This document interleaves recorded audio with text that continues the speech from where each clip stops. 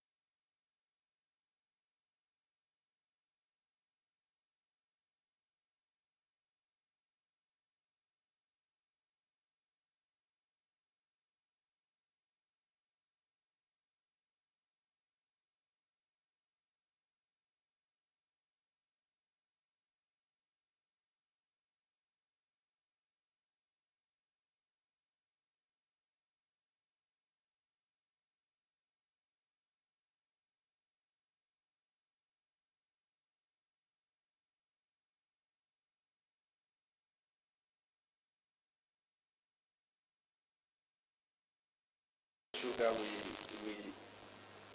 we have several investments that we are investing in. And one of the things that I appreciate from having attended your budget speech is the clarity that you've provided us in terms of some of the challenges that we need to pursue. You have said that we need to achieve 3 million, 10 million tons of maize. You have said that we need to achieve 1 million tons of sugar, which is where we come in. And you have said that we need to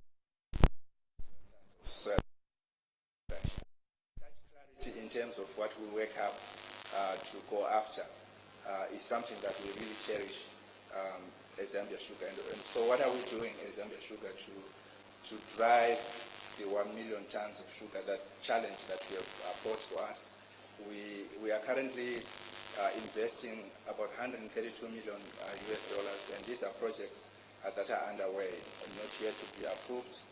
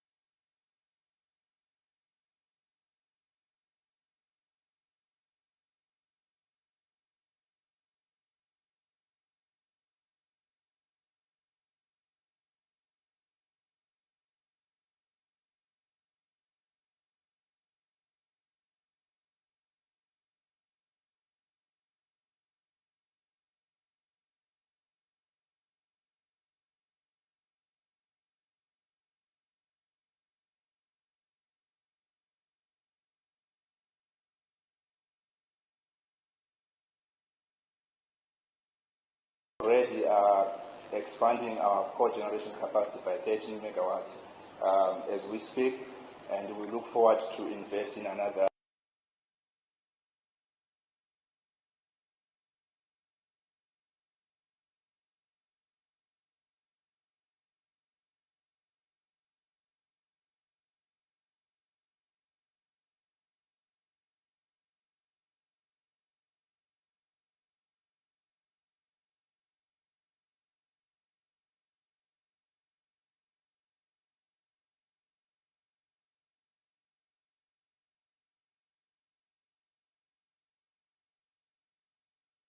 Of all the private sector players that are here, that we are really pleased with many positive developments, too many for me to mention this morning in these short remarks. But before I close, I think Zambia is a shining star, a bright star on the African continent.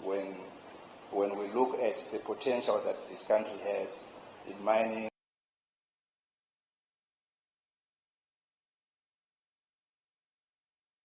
and this is demonstrated recently as Zambia, a remarkable and monumental feat of becoming a US $1 billion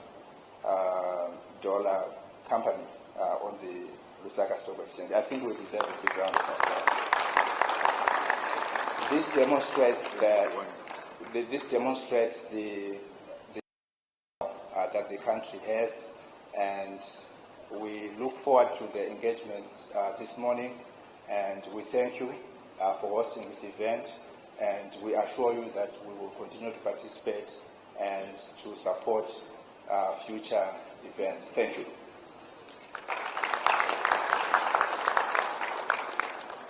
Thank you very much.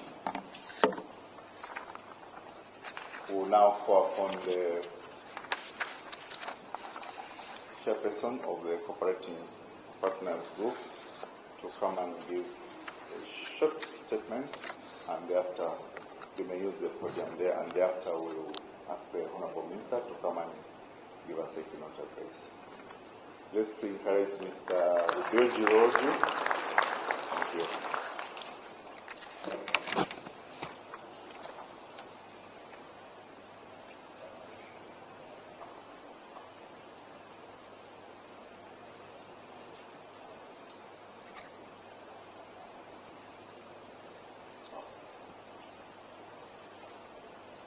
Honorable Minister of Finance and National Planning, Dr. Situmbeko Musokotwani, MP.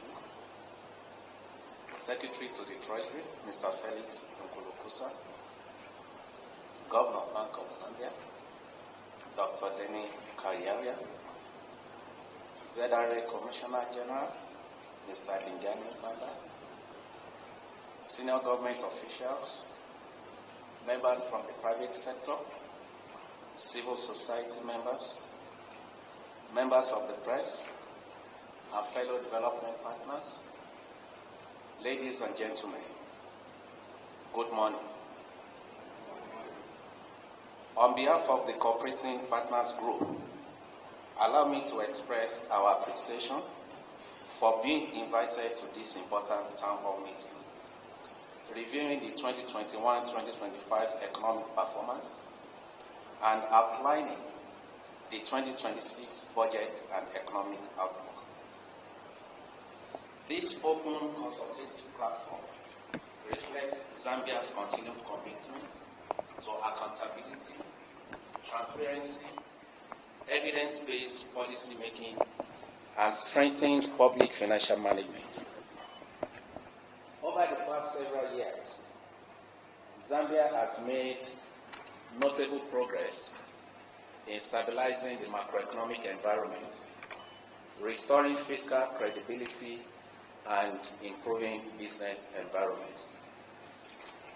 Honorable Minister, allow me to highlight some of these achievements. Zambia is the first to reach successful debt restructuring of its debt within the G20 Common Framework, with only a small portion of commercial debt remaining under negotiation. Of course, the risk posed by potential older creditors remains contained due to strong safeguards, including the comparability of treatment rules under the G20 Common Framework. The country has also made tremendous efforts in macro and fiscal consolidation by reducing the fiscal deficit to 2.3% in 2025 from 9% in 2021, with a projected deficit of 2.1% for 2026. I think it was mentioned earlier that inflation has decreased or decreasing, and it's at 9.4% in January 2026 from 16.7% in January 2025, thanks to tighter monetary policy from the governor and improved agricultural output.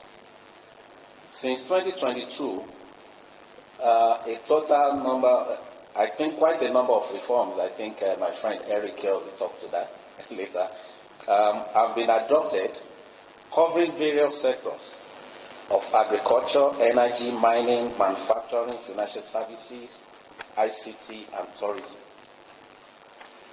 Honorable Minister, all these efforts have led to the three big rating agencies, Moody, Fitch, and S&P, to upgrade Zambia's credit rating in 2025. I think the Honorable Minister and his team deserves a round of applause.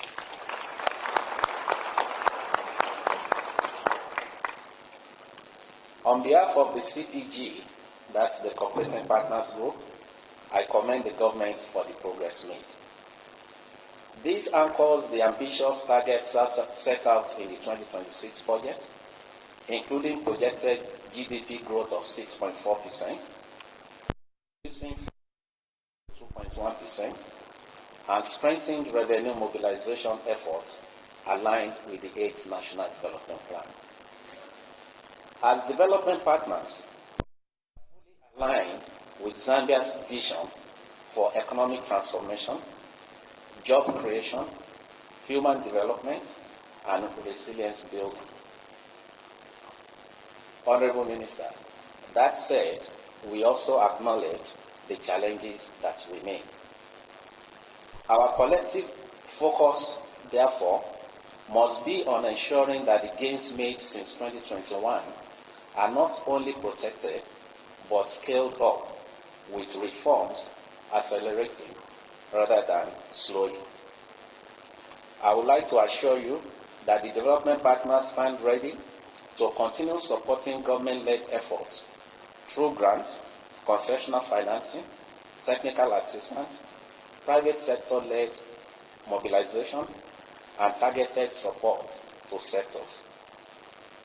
We also reaffirm our commitment to Zambia's governance and institutional reforms, recognizing that transparency, citizen engagement, and robust public service delivery systems are essential to unlocking inclusive development. Honorable Minister, in conclusion, we commend the Ministry of Finance and National Planning for organizing this town hall.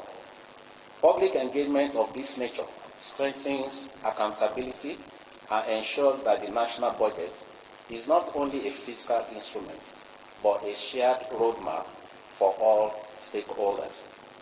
We look forward to continued collaboration as Zambia pursues the transformation agenda and builds resilient prosperity for all its citizens.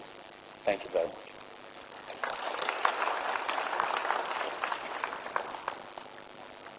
Thank you very much, Your Excellency. Let's give him another round of applause, please.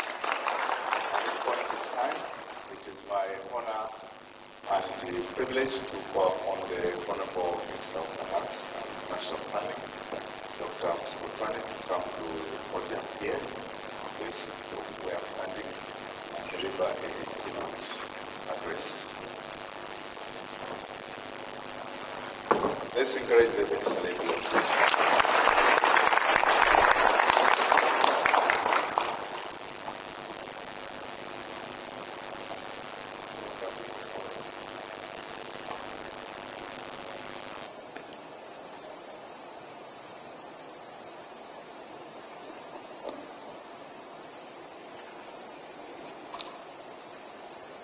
Thank you very much, moderator.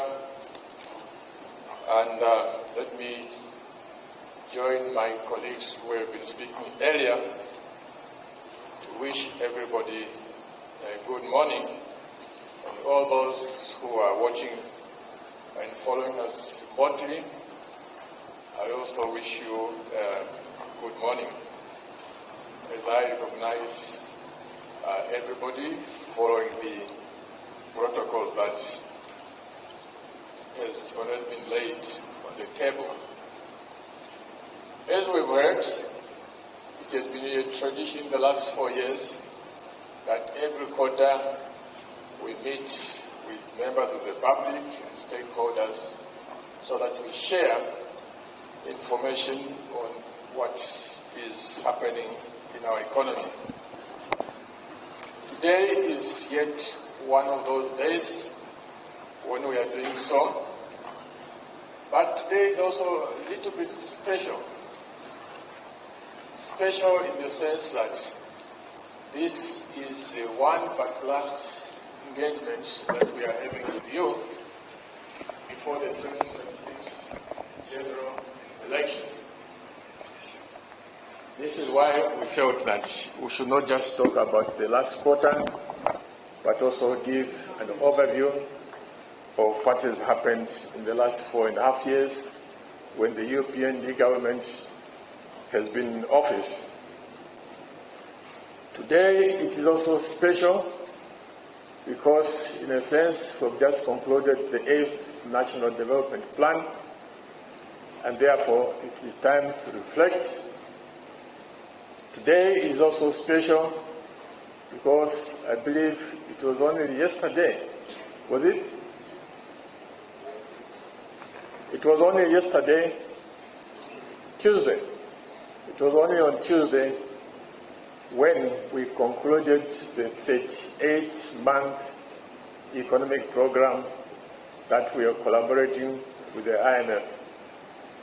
And this 38-month program has been delivered successfully, and the broad objectives of that program, namely to stabilize Zambia's debt so that it's sustainable, and also to stabilize the economy.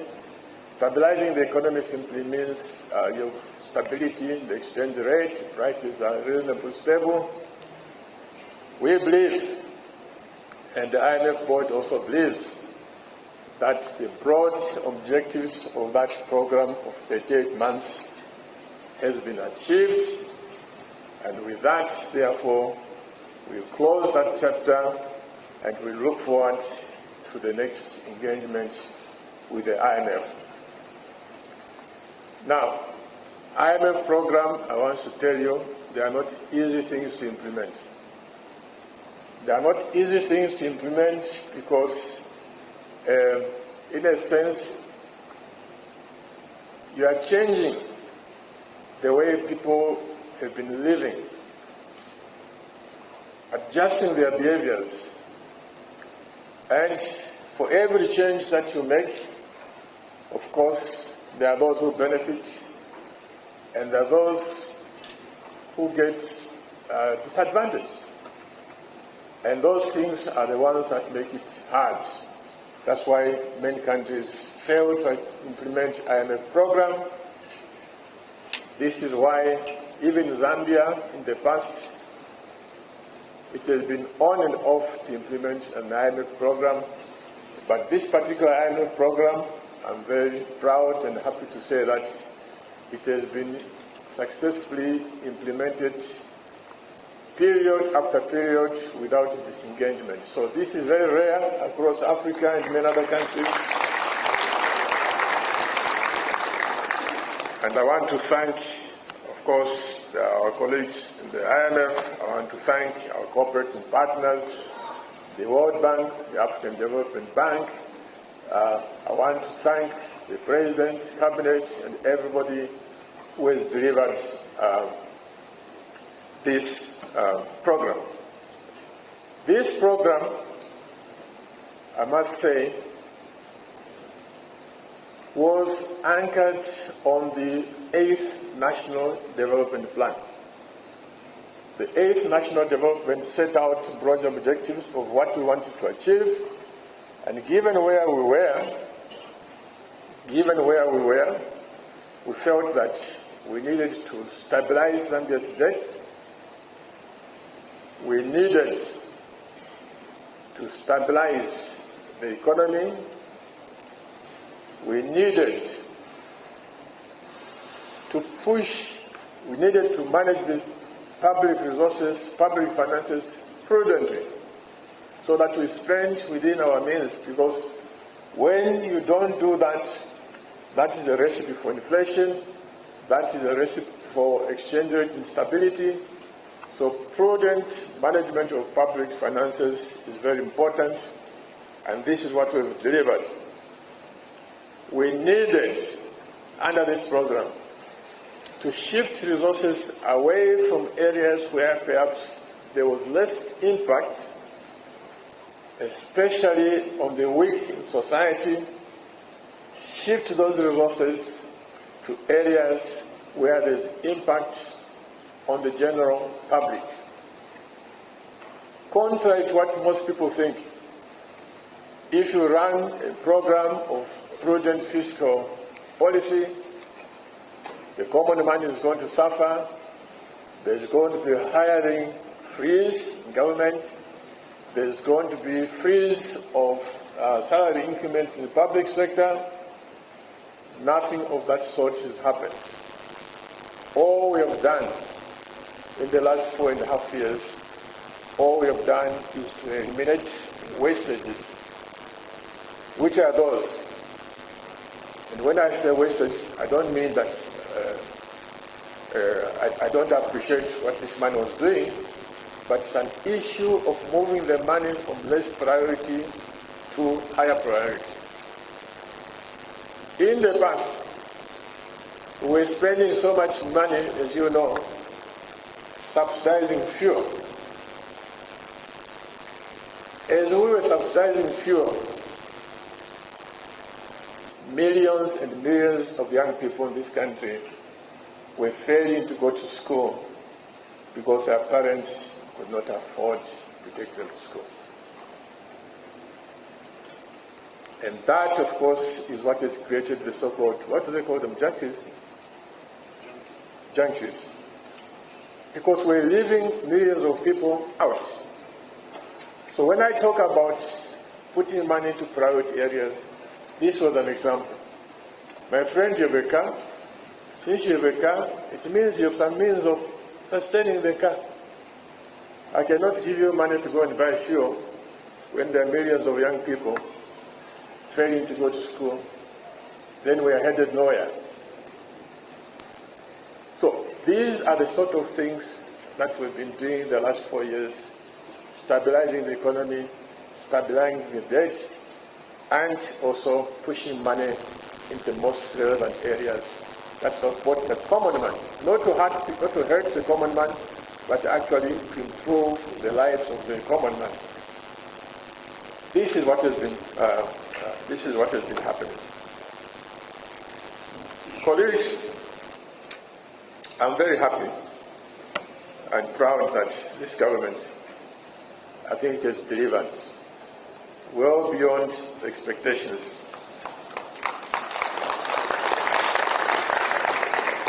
This government is delivered, and the details are going to come from the statements that my colleagues are going to make. But let me give you just a flavor to add on what the African Development Bank said. 4 years ago, Zambia was almost being written off because we had defaulted, we had borrowed too much, and we were unable to service the debt. And with that, who wants to go and invest into a bankrupt country? Today, this government has delivered on the issue of debt restructuring. 4 years ago, our key mining sector, the one that earns us foreign exchange, the one that today pays the most taxes, that industry was on its knees.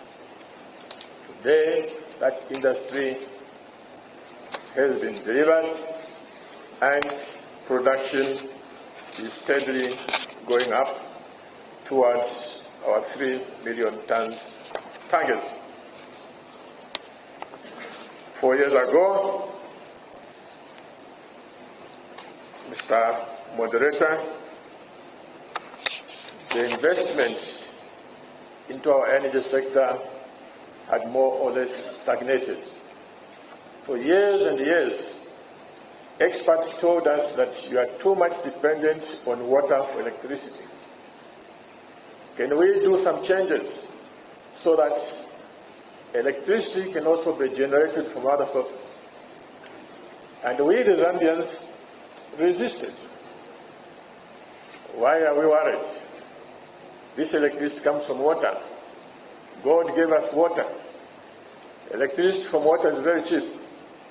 And it is true. Electricity generated by water is the cheapest.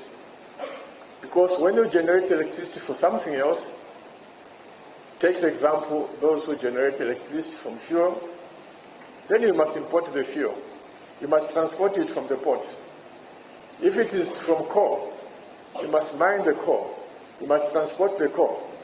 You must hire people to do all sorts of things. You don't have those issues with water. Water comes by itself all the way from Chavuma. You don't need a driver. It flows naturally. Therefore, it is cheap. But we have learned a big lesson. And out of that lesson, the energy reforms that have been made, even though today we have not yet reached the maximum, I can assure you that in the next year or two, come drought or no drought, we are going to have adequate electricity. I say this because the pipeline of projects a pipeline of energy projects that are already on board. It is very impressive. You will not see the electricity today because, unfortunately, electricity is not like a shirt where you walk in a shop and you buy electricity and then it's not like that. You invest today, sometimes it takes 2 years for the project to come on stream, sometimes it takes a year, sometimes 6 months or 8 months if it's solar. But the good news is that the projects are on stream. We have made progress. 4 years ago, as you recall, our manufacturing sector was struggling.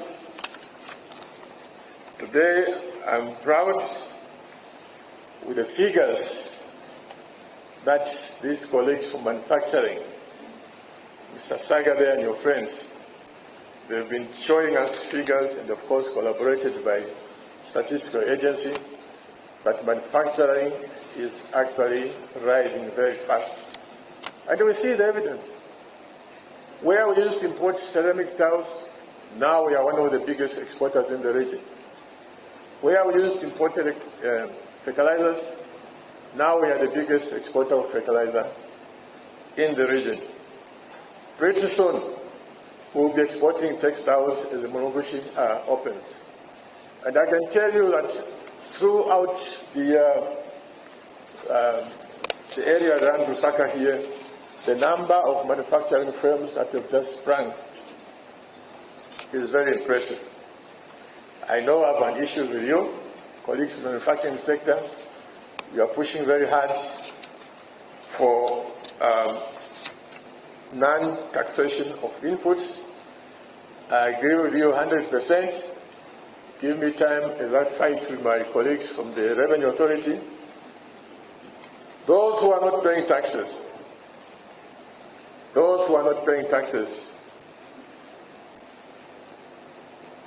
has been told, apply a bit of pressure, not to kill companies, not to kill industries.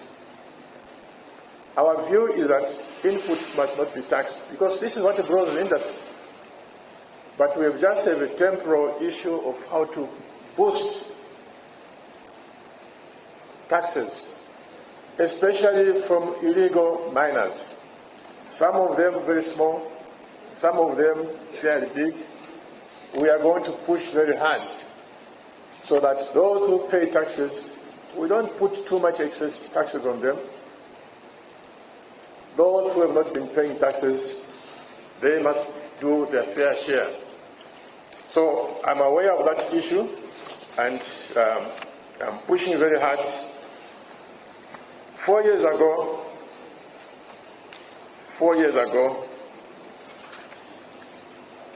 the countryside was left behind. 4 years ago, if you went into the countryside and saw where our children were learning in the rural areas, you'd ask the question, did this country gain independence from the colonialists, or we are back into colonialism? Because the infrastructure that was there, shocking and shameful. This is something that us in the urban areas sometimes we don't appreciate.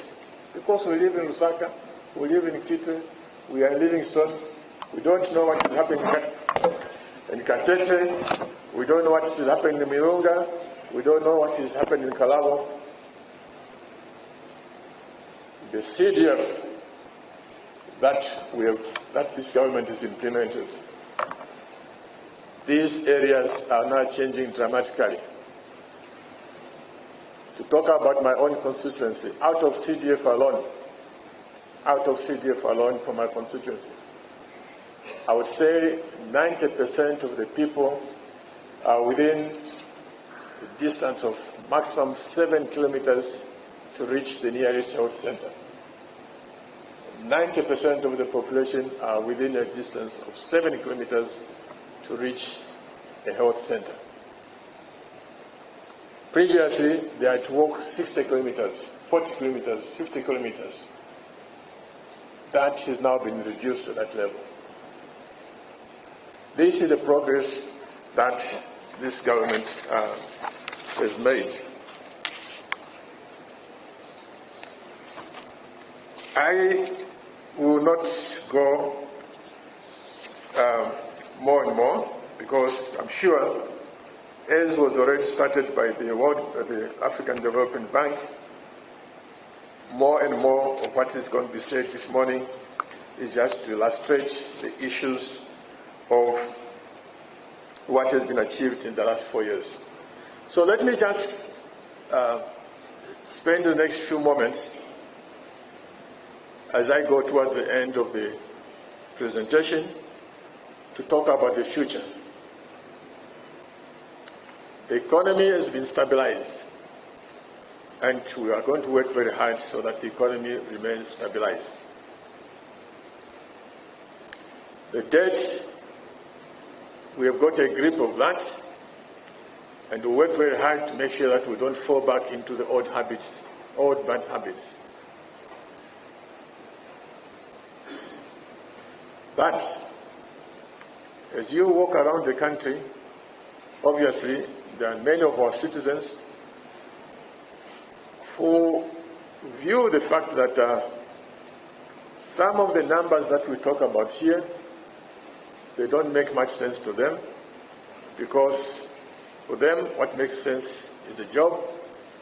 For them what makes sense is improved material condition, and they're absolutely right.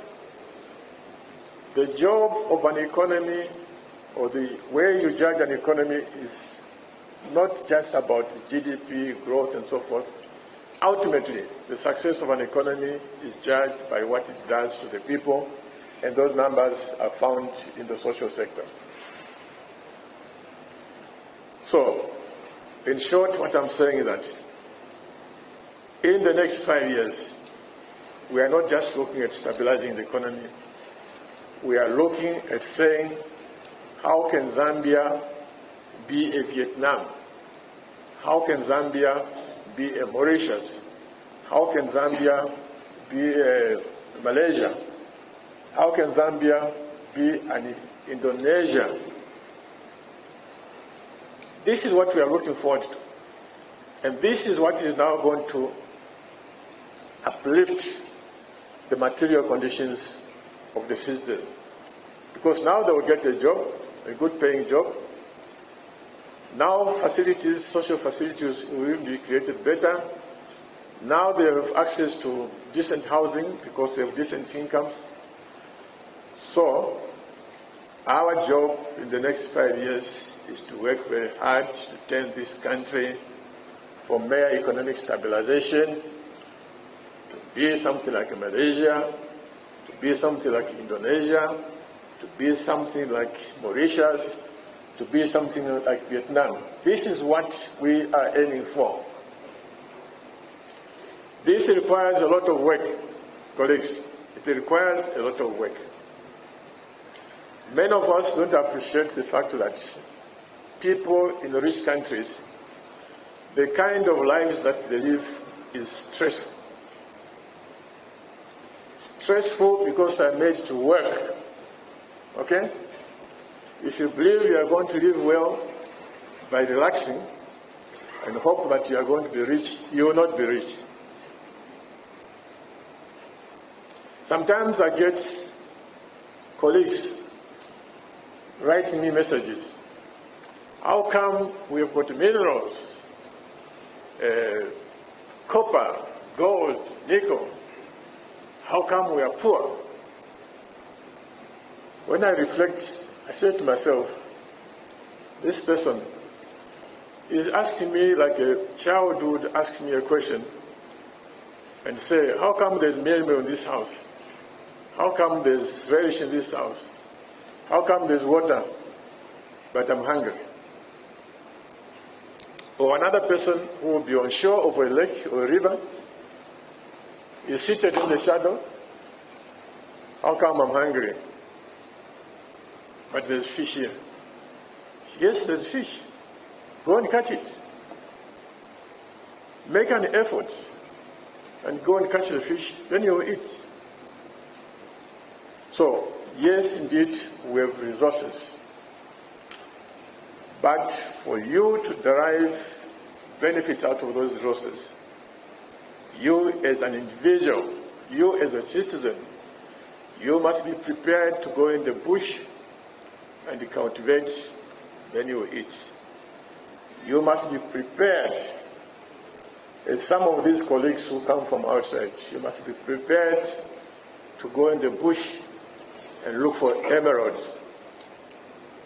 Otherwise, if you don't go in the bush to look for emeralds, the Senegalese man will go there and collect them and will make the money, and then you say the Senegalese is bad. But it's you, the Zambian, who don't even know where the emeralds are. So what I'm saying, colleagues, is that in the next 5 years, as we aspire to be the country, be like those countries that I've mentioned, it's time to work hard.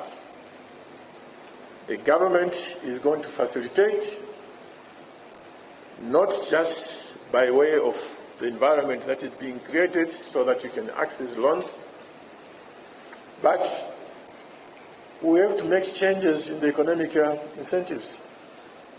This is what we learned from this country that I've talked about here. This is what we learned from them. How to help the citizens to work hard. It is how to help the citizen to work hard. The government should do its part, but us, the citizens, must also do our part. We roll up our sleeves, go and set up a ranch in Kasama, in that bush there.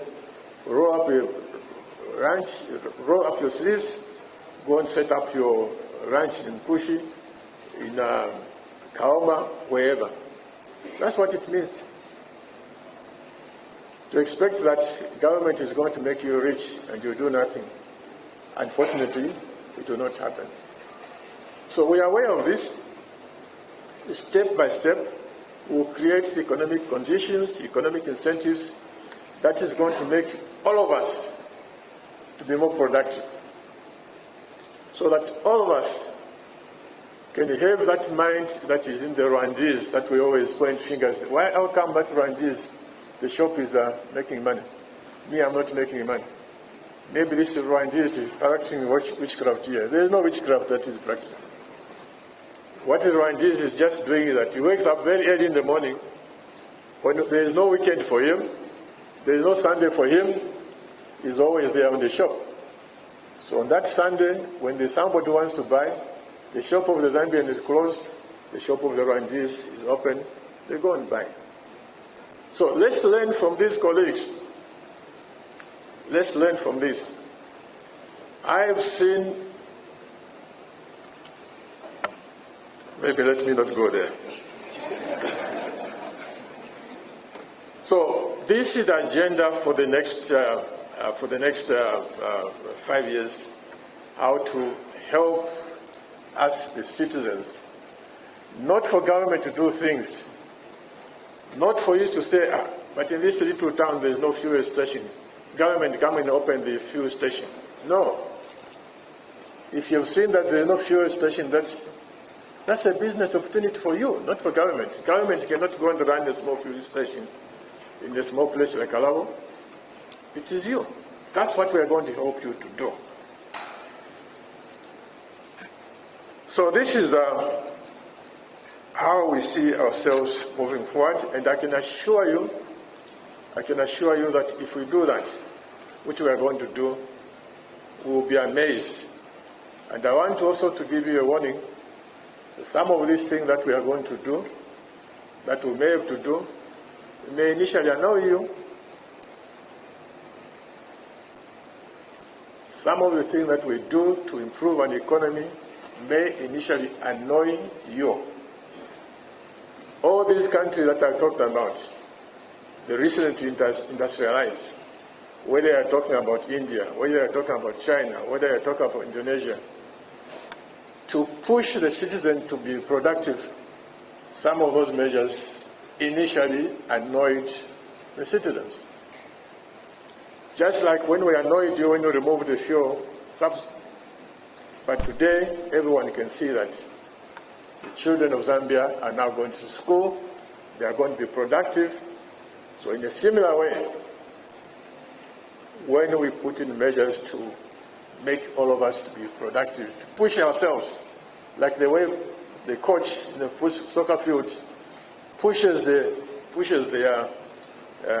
players, like the way the headmaster at the school pushes. In the end, the children do well. So this is what we're going to do. Please prepare, but have an open mind, knowing that even when we are pushed to do more, the benefits are going to be to us, the citizens. Not to punish you, but to help you to be a more responsible citizen, to deliver more, pay taxes, and you'll be surprised. We are all going to be better off. So colleagues, this is the message that I wanted to deliver to you as we move forward. Work, and this is what the President says, work, work, work, and we are going to push each other. You push me, I push you, so that we can deliver more work, deliver more money, deliver better development of the country. This is the vision that we have for this country. Thank you so much for listening, and I wish you a good afternoon.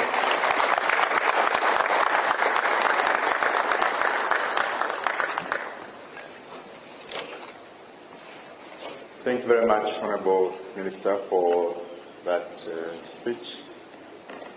It is now my honor and privilege once again to invite the Secretary to the Treasury, Mr. Felix Ngulukusa, to give us a consolidated presentation on 2021-2025 budget economic performance and the 2026 outlook.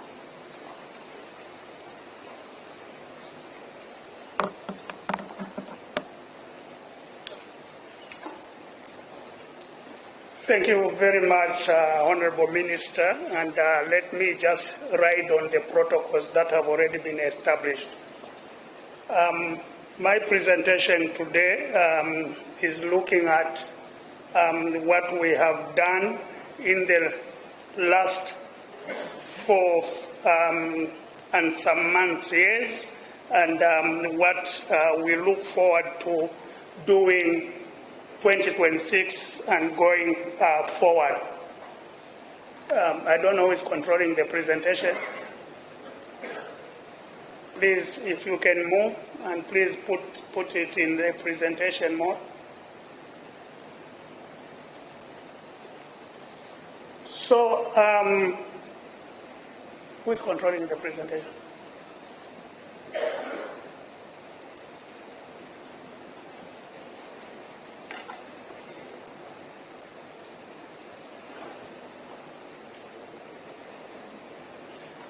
So in terms of the presentation outline, we will be looking at what were the main challenges, and obviously from the Ministry of Finance side, we talk about the macro issues, leaving the micro issues to the sector ministries. What were the main macro challenges experienced at the time that the new Dawn government took over in 2021, and what did we agree that would be our economic reset, and then highlighting what were some of the policy resets that we set ourselves, and then we go through how have we achieved that before we look at the outlook, obviously highlighting where we were with 2025 budget, 2026 budget, and how the outlook looks. In terms of the macro economic challenges that were there, obviously we saw severe macroeconomic instability, inflation was high, the kwacha was weak and volatile, foreign reserves were reducing, and obviously against the Vision 2030, we started seeing that income inequality started going up. In the vision, we had agreed that we would reduce inequality from 52% that was there in 2005 to 40. We started seeing this going to as high as 56, and Zambia becoming one of the highest unequal countries in the world. I think we're among the top 10 in the world. We also saw high public spending. Incidentally, public spending went as high as 37% of GDP in 2021. But what you note, and I have done this presentation before, was that even though public spending was going up, spending to priority sectors, education, health, agriculture were reducing. Against the commitment of education of 20%, our expenditure had reduced to about 11%. Against 15% target of the budget going to health, we were only doing about 8%. Against 10% target going to agriculture, we were only doing about 2%. But overall, we see that the expenditure was increasing, and by 2021, we had reached 7% of GDP. We saw weak domestic resource mobilization, and I'll be able to demonstrate that the average domestic resource mobilization between 2015 and 2021 was just about 18% of GDP. And therefore, when you look at your expenditure going to 37% of GDP, when your domestic resources is 18% of GDP, it means the difference is supposed to be covered up, if you are lucky, with the grants from cooperating partners, but most of it from borrowing. And this is where we saw those challenges. And as a result of increased borrowing, we saw unsustainable debt position that came, and by 2020, the government had defaulted on its debt service. But we also saw a lot of policy inconsistencies that actually resulted in loss of credibility, particularly from the private sector, and therefore adjustment in the investment. I remember the first task that I had as Secretary to the Treasury was to spearhead or to chair a technical committee that were engaging with the mining sector to ensure that we start looking at the mining. And the first information we had was that First Quantum were basically winding up. They wanted to wind up and move out of the country. Mopani was not producing.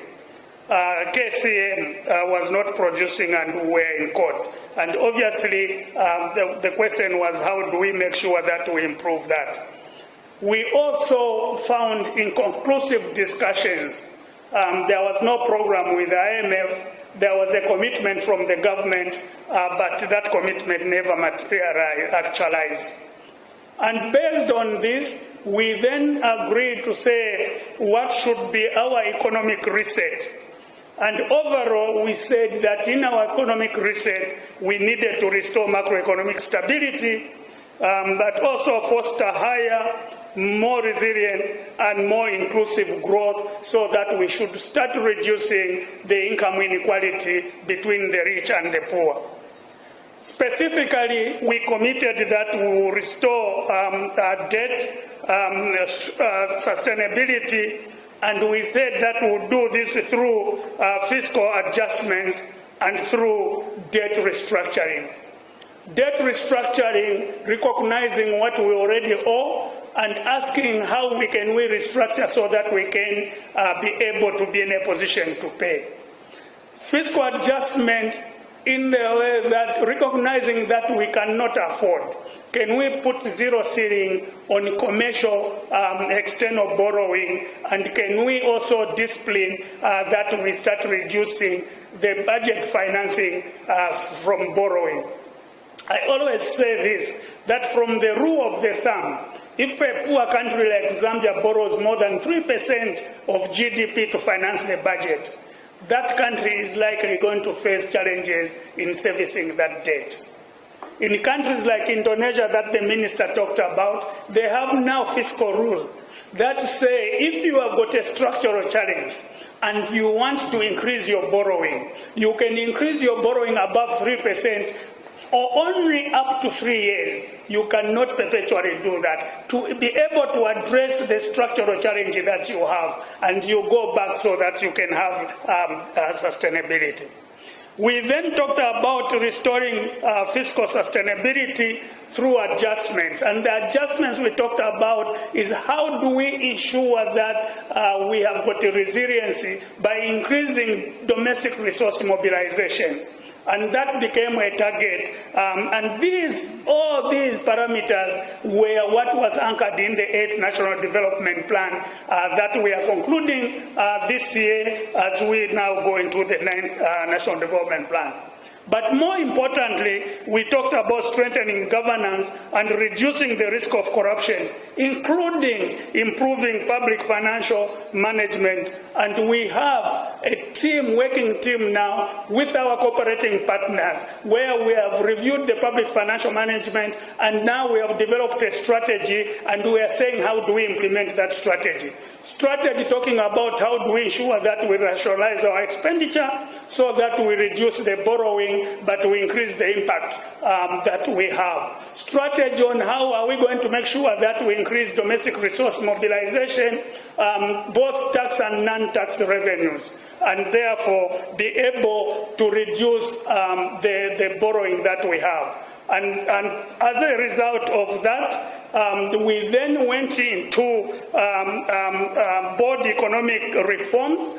And some of the reforms that we have undertaken on fiscal consolidation, I think I've talked about this, rationalizing public expenditure, enhancing domestic resource mobilization, and reducing external borrowing and limiting it only to concessional borrowing. And for the whole year time that the UPND government has been in power, external borrowing has only been concessional, and it has basically been from 3 institutions that give us concessional loan, the IMF under the program that the minister talked about. The World Bank initially were giving us concessional loans.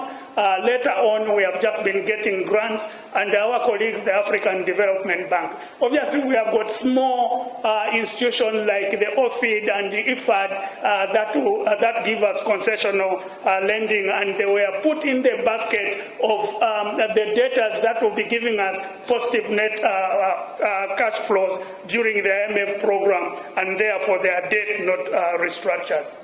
On the policy side, we committed to strengthen our debt legal framework, and we did that. We have a new debt management law that basically now gives oversight to the National Assembly to be able to look at what we are doing in the Treasury.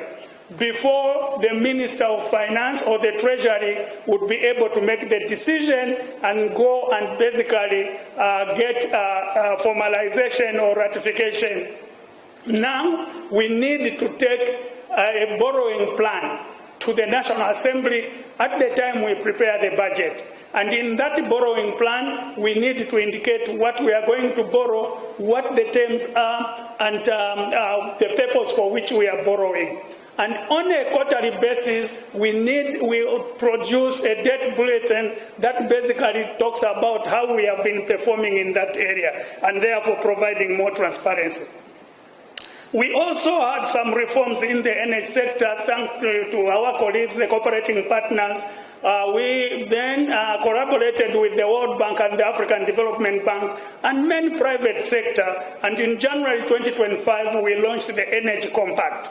And the Energy Compact basically is talking about how the government can achieve affordable, reliable, and sustainable energy access through renewable energy expansion and private sector participation. And because we don't have enough resources, then we agreed what type of infrastructure is supposed to be put in order for us to have our vision in the energy sector of having 10,000 megawatts. And we agreed that we needed more resources that the government may not have.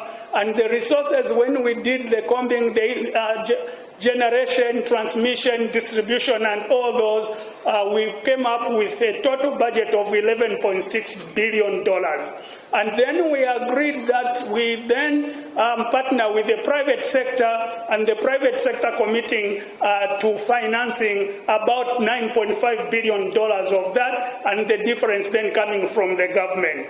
And obviously for the private sector to do that, we then agreed on what we needed to achieve in terms of policy reforms that will be able to help the private sector to unlock. The first reform is the multi-year tariff framework, and the whole idea is to guarantee certainty to the investors as well as balance the viability for utilities and obviously the affordability for the consumers that are supposed to get this energy. And now we have got this multi-year tariff framework that anyone can then be able to look at how will be the tariff be in the next 3-4 years, and they make a decision based on that. We then also came up with the open access framework. Basically, that is saying the transmission and distribution grid it can be accessible by anyone who is interested, and the trading of electricity can be done without going to ZESCO as the sole off-taker of that electricity. We then talked about the net metering, seeing that we have got challenges in the energy and looking at the initiative that others are making, where we said if you can afford a rooftop and you generate 5 kilowatts and 5 kilowatt hours and you can only consume 2 kilowatt hours, you can then be able to get the difference and be able to put it back into the grid and earn some revenues, and ZESCO would be able to get that. We then talked about the single licensing, which we are basically saying, how do we streamline the licensing processes and reduce regulatory uncertainties so that as the players are going into the sector, they will be able to achieve this. But also, we needed to make sure that we have got a resource planning. And how do we have an integrated resource planning that now we have put in place up to 2030, so that whoever wants to come into this sector, they know what resources are there, where are these resources, and they can be able to do that. And we believe that with these reforms, the commitments that we have made, we have already undertaken them. We believe with these reforms, we will have 100% electricity access for all. We believe that we are going to improve or come up with improved clean cooking, and the figures now is that clean cooking is just about 8.9%, and we want to take that figure to 40%. But with this resource, integrated resource planning, we believe that we can then improve the non-hydro renewable energy from 3%, which was the base in 2022, to about 33%, and therefore improve the energy mix. And this is what the minister was talking about. With or without rains, we should be able to have electricity. We then talked about the mining sector, where we put the mining tax regime that we think will be able to give us enough resources, give the return to the investors, but also to the owners of the resources, the Zambian people. We went and negotiated these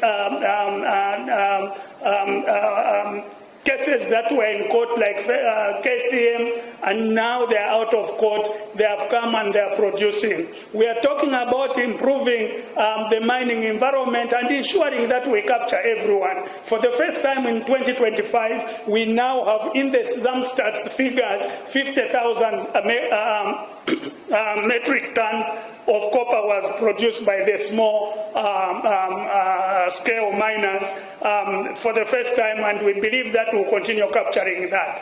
We have now created the Mineral Regulation Commission that will be able to provide the oversight that is required and regulate the mining sector beyond the policy framework that the Ministry of Mines has been providing.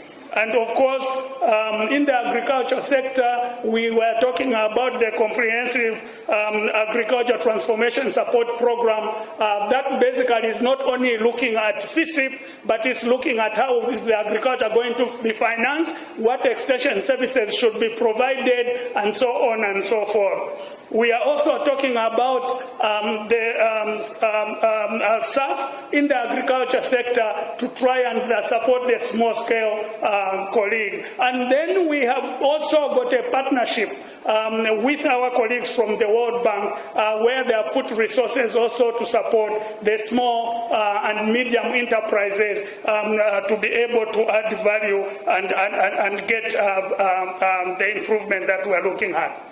The Minister talked already about the social sector where we are providing free education among others and ensuring that we provide the required medical supplies in the hospitals.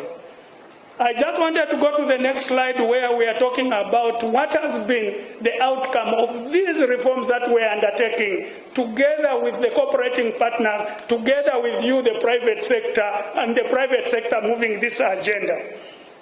On the left side, we see the economic growth that was being recorded between 2015 and 2020, and the average growth there is about 2.1%.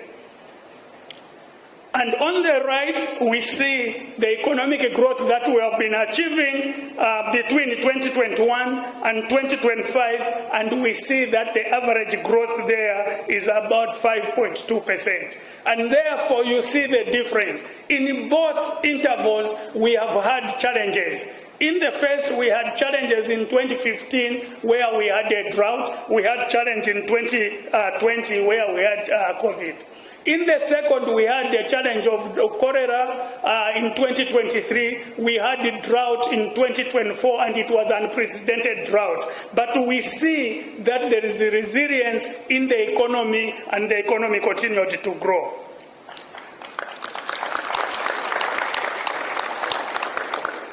The next slide here, and last week I was giving a lecture at my former university in the US. And I talked about this slide. This slide basically is comparing the economic growth and the deficit or budget financing through borrowing. But what is more striking in this slide is the correlation. And normally, obviously, us in economics, we say correlation does not mean causality. It is not that because one happened after the other that the first happening caused what happened to the second. But sometimes correlation may mean causality. And what we see here is that in the times where we had weak fiscal discipline, economic growth is weak. And in the time where fiscal discipline is improving, we are seeing economic growth going up. And obviously the question is, what would be the policy option that we should have going forward? The policy option there, if this correlation means causality, is that we should have fiscal discipline if we want to have economic growth going up. But what does this fiscal discipline mean?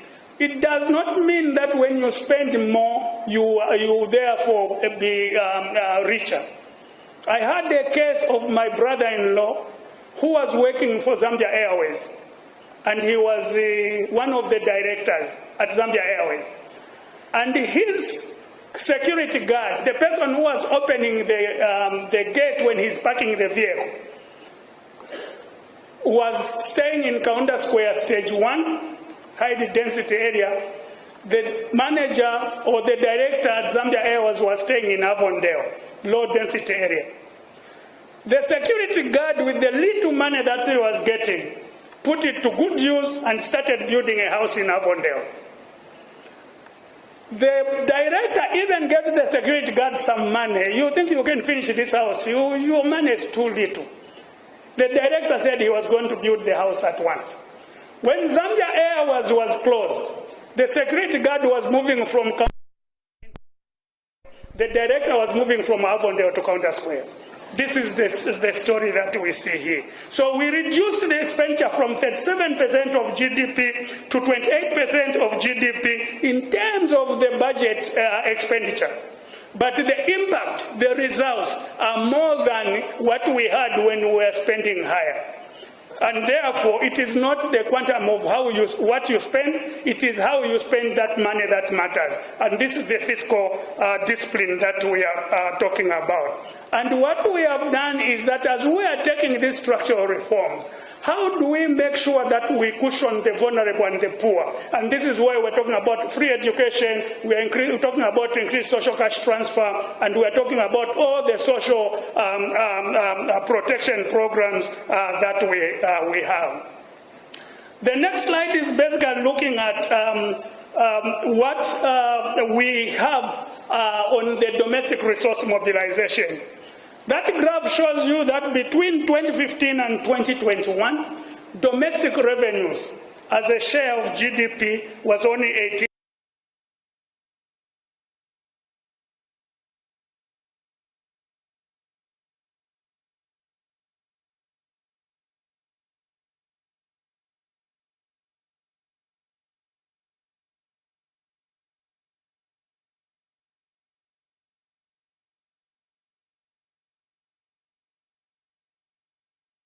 In 2026, we target to have 22.3% of GDP. And we think by 2028, we can take that figure to 23% of GDP.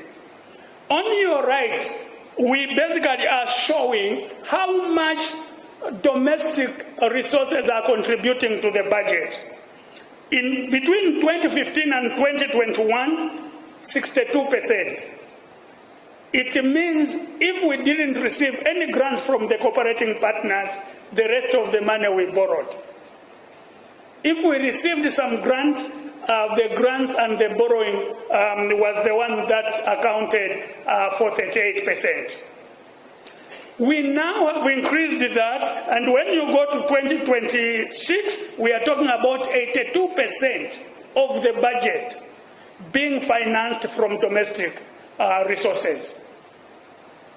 82%. And we have cooperating partners giving us the difference up to 91%. And the only money that we are borrowing now is 9%. Not 38% that we used to borrow, but 9%. The next slide, I'm basically just showing debt sustainability. Our commitment is that we go and renegotiate our debt and ensure that we have debt sustainability. We have renegotiated. We have got agreements in principle. We have got 94% of the debt now restructured. We are remaining with only 6% of the debt to be restructured. And we are engaging, and we believe that that 6% of the debt will be done very soon. One of the institutions that we have been negotiating with that came late on the board is TDB, Trade and Development. And TDB now came on the board the whole of December. We were negotiating. Just last week we had some meetings, and we think we can be able to close the gap and finalize this negotiation. I know that other people will later on start asking about Afro-Exim Bank. We also have continued to engage with Afro-Exim Bank. The component for Afro-Exim Bank is very small, and we believe that Afro-Exim, we will continue discussing, even if the matter is now under arbitration, but we have continued discussing, and we believe that that matter can come out of arbitration and we can be able to resolve it. And what is encouraging is that now we have seen that in Ghana, where Afro-Exim Bank has got a bigger exposure, that there is some agreement on how that restructuring can be done in Ghana. And in Zambia, the exposure is very small, and we believe that we'll be able to achieve it. But as a result of this and the fiscal discipline where we have reduced the borrowing, we have seen that graph that basically is showing you that by 2021, we had debt stock as a share of GDP at 129%, moving from 48% in 2016. And now, on the other graph, the red one is showing the trend that we are taking it down, and in 2025, it is at 94%. Let's go to the next slide. The next slide is basically talking about the investor confidence, and the colleague from Zambia Sugar talked about this and the investment they are taking. And we took stock of that. In the mining sector alone, we have commitments of up to $12 billion of investment. In terms of what has been actualized, the table on your left is showing the actualization, and you can see what the colleague from Zambia Sugar was talking about. The highest actualized investment is in the manufacturing sector, $5.5 billion, followed by the mining sector at $5 billion. And we see the total actualized during this period at $14.7 billion. We then are talking about what are the other optional financing modalities because the government doesn't have money. And we talked about the private-public partnership model of financing. And to date, 8.5 billion of PPP contracts have been signed. And out of that, railway is taking 6.4 billion, and we have got the road sector taking about 1.8 billion, border infrastructure 155 million. I'm sure most of us have driven on the Lusaka and Ndola road, and we are seeing the work that is happening. That is not happening from the treasury balance sheet. That is happening from the private partnership with the private sector sponsoring that work, and then be able to get their money through the tolling that we have put in place. Let's go to the next slide. The next slide is basically talking about the investor confidence. What is bringing this investor and what has happened?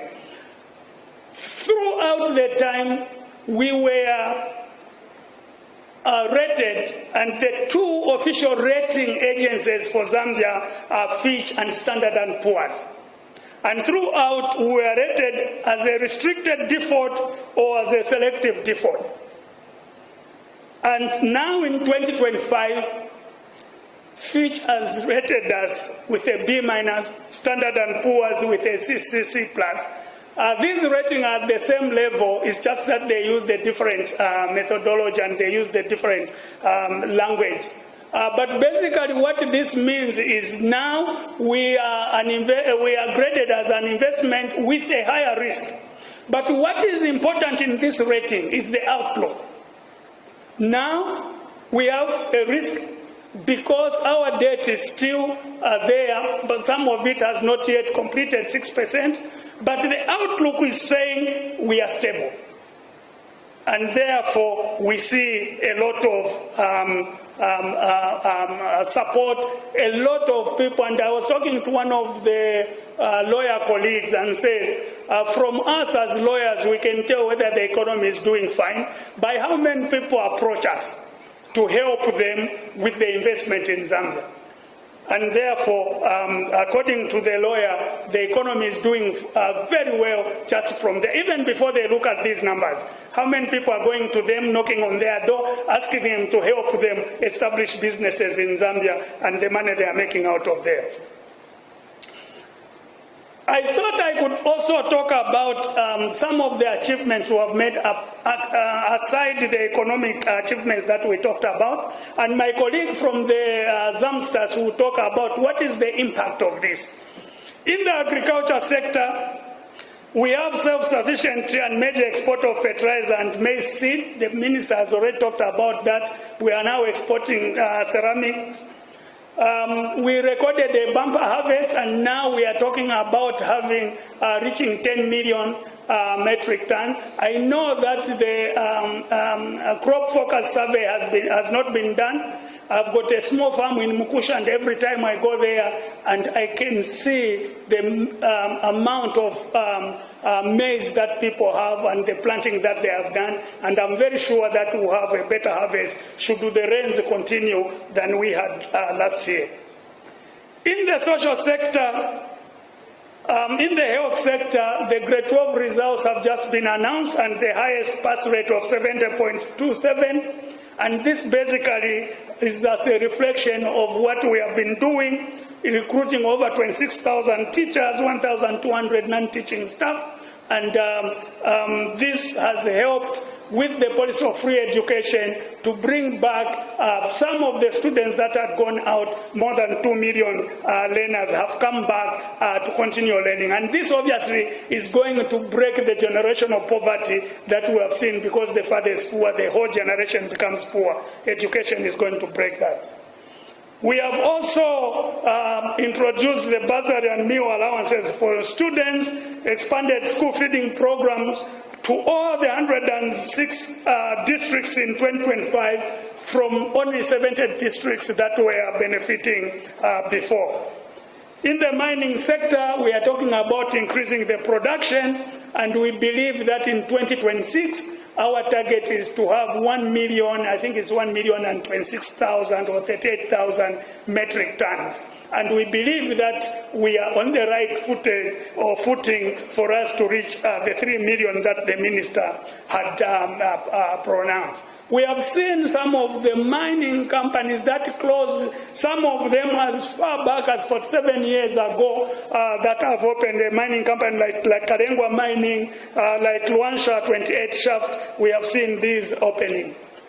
With the reorganization and the reform we're undertaking in the mining sector, we have over 1,400 artisanal and small-scale mining licenses that have been issued, and now we are talking about how can we support them so that they continue producing, and they continue producing in a safer way.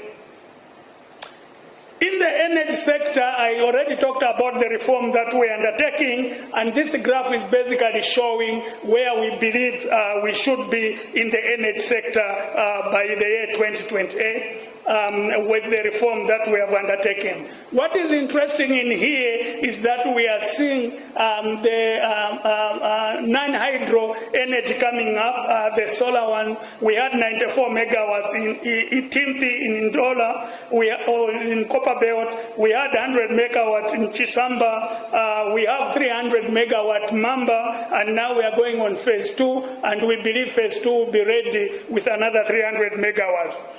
We now are talking about the fuel open access regime. We have had challenges, and we should accept that we have had challenges on this open access, but we commit, and we continue to commit that we are going to remove these teething problems and make sure that this open access works. And we have seen the benefit that the price of fuel with the open access started reducing, and they are in the manageable levels. Let me talk about how we performed in 2025. So after the minister presented the 2025, we then went back and presented supplementary budget. With the supplementary budget, the 2025 budget came to 233 billion kwacha. And of the 233 billion kwacha, on the resource mobilization side, we were below by 4%. We mobilized 223.6 billion. On the expenditure side, because we were below on the resource side, we make sure that we need to be disciplined. We could not borrow beyond what we had committed ourselves. We are below by 4%. Now, normally they say budget credibility. The budget experts will tell you credibility means the budget that you approve should be within 15% variation. This is 4%, the lower of 15%. It means that we have continued on the budget credibility as committed. In terms of the notable expenditures, obviously, most of them that we list here are the ones that talk about cushion. The As we are undertaking these reforms, social cash transfer, we have talked about consumer development plan, free education, cash for work, and obviously the pension. And the main one that normally we look at is the investment budget, basically going into the roads. In terms of what do we look forward in 2026, this slide is basically what the minister presented in the budget speech in terms of what our macro targets that we need to achieve, and I won't go through them except to show you that we are still committed on the domestic resource mobilization that will reach 22.3% of GDP, and that the we commit that to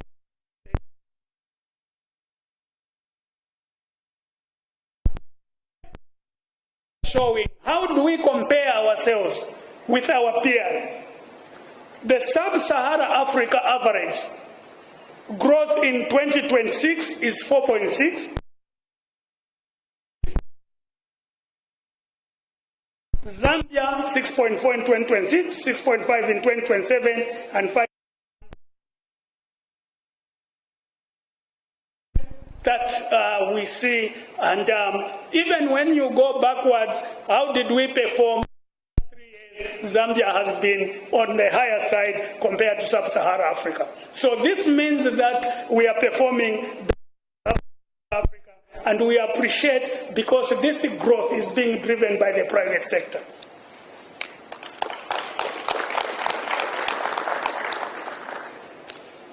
What is our outlook in the medium term? We think that we have contained inflationary pressures and we will continue on that stability, and that these reforms that are undertaken, we will be able to protect the household purchasing power by containing inflation, by ensuring that the prices of fuel and transport prices are contained, because these are mostly influenced by inflation and by exchange rate. We have more job opportunities and income opportunities with the increased investment. We see that we'll have more coming on board.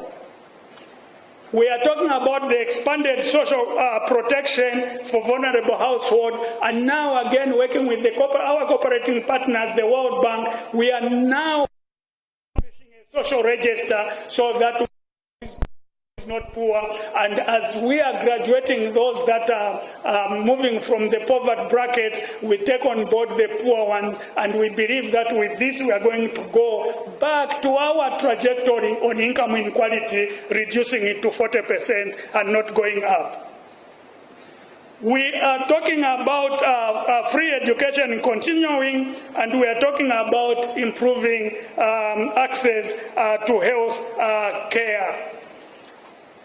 I just thought I could, to the minister already talked about the IMF program that we concluded on Tuesday with the board approving, and with that approval, because it was a funded program, there was money accompanying it of $190 million. 50% of that money goes to support the Bank of Zambia with their balance of payments, and then 50% comes to the Treasury.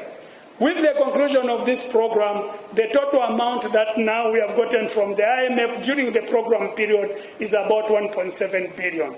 This is concessional, zero interest rate, with a grace period and a longer repayment period.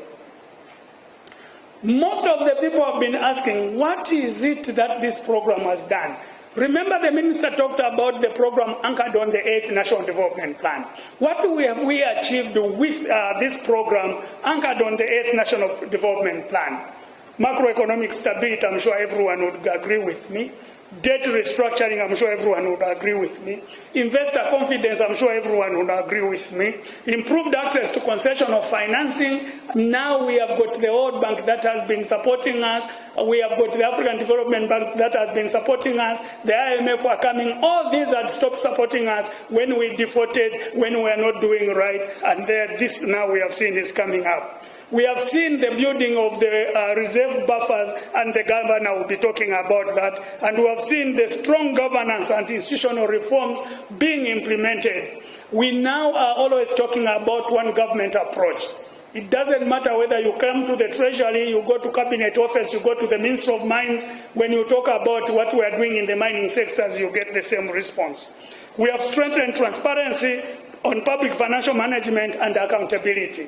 And this, we now, like I was saying, where every month, every quarter, we publish the debt bulletin, basically talking about what we have borrowed, how we have spent that money, and what it means. We now are engaging with you on a quarterly basis to share the information, and we upload most of the information on our website.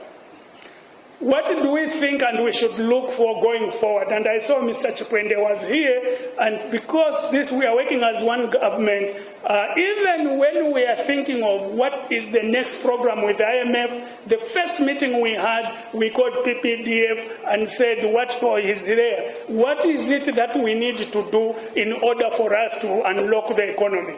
And we think that we should continue with our drive for stability, and that we should continue with our drive to preserve fiscal discipline and budget credibility, but that we should now start looking at job creation, and jobs created not through government employment, but through public sector employment. And therefore, if we have to create those jobs through public sector employment, we need to improve the business environment for public sector to do the work.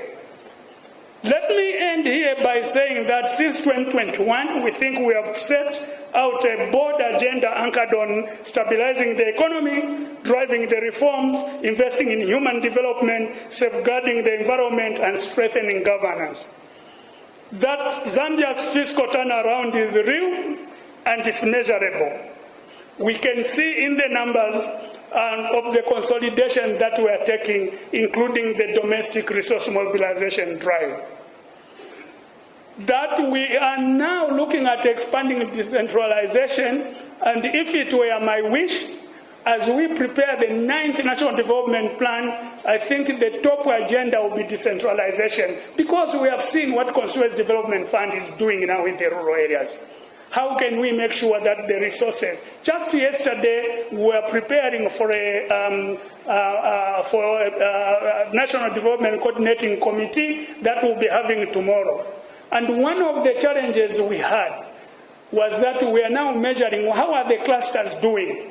And the provincial clusters, they got 100%. What they are targeted to achieve, they achieved 100%. The next cluster was the the economic cluster that got 57% of what they achieved. The next one was the governance that got 56% or thereabout. The others were getting below. And the question is, what do we learn from there? And one of the challenges we saw was that, for instance, when we were designing and preparing for construction of chiefs' palaces, the work, the design and everything was done at Ministry of Local Government. The palaces are in the districts. And when the provincial administration and the district administration went to check what is happening on the palaces, the contractors were saying, we don't know you. Our client is the Ministry of Local Government. It means for us to have effective implementation of that program, Ministry of Local Government has to go to all these palaces. Decentralization would entail that this work is done at the district level. Then the money that was supposed to put on the colleague from Ministry of Local Government to go and supervise the palaces, that money will go to educate one additional child. Let me end here and say thank you very much, and it's always a pleasure, and we'll be able to answer questions. Thank you.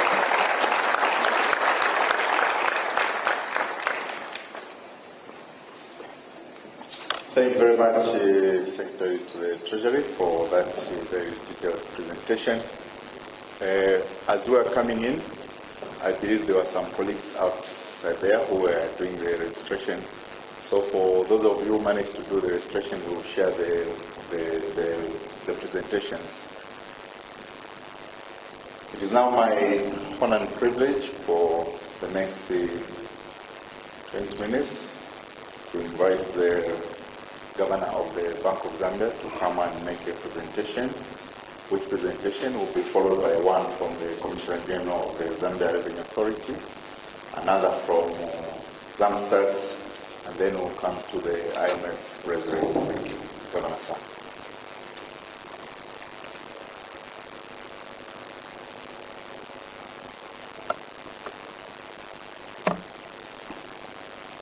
Good morning. Allow me to write on the protocols that have already been established. In the presentation that I'll be making, I have 8 slides to cover 8 topics. First, I'll look at inflation, which has already been talked about. But I think from our end, we look at inflation from a policy perspective in terms of what we need to do to bring it in line with the targets. Then, second slide, we look at the exchange rate, the dynamics there, which also fit into inflation and what the ST was talking about. Then exports, which is related to how we are faring in the external sector and how it fits into our domestic markets, particularly the financial markets. Then look at credit. Here again, there is an intersection with what the ST was presenting, how government machinery operates. Then share with you where we stand or how we have fared in building reserves over the past 4.5 years.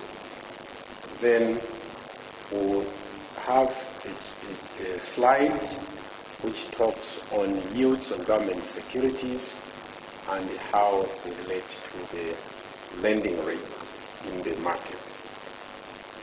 Then we try to look at what interventions directly the Bank of Zambia has made in times of severe shocks and what we intend to do going forward. Then we'll look at the reforms which have been underpinning some of these changes that we are seeing and how we see these shaping the way in the future. So please, next slide. This is how inflation has been behaving over the period 2021 to 2025, moving on to currently the month of January. That's one area I think we should be very proud of Zambia'S, because they never fail to provide the information on the last Thursday of each month. So, but this time they made an exception because of this, that they released the information yesterday. Because I think the minister would have been inundated with the questions, what is the current inflation rate? So I think that was a good exception. So what we are seeing here is that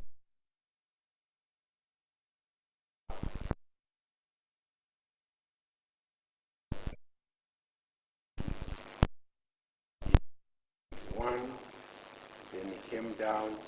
So these are hills. With these hills, I think there are pressures on the ground. That's what people complain about. So when we go into the valley, the questions are how long are we going to be there?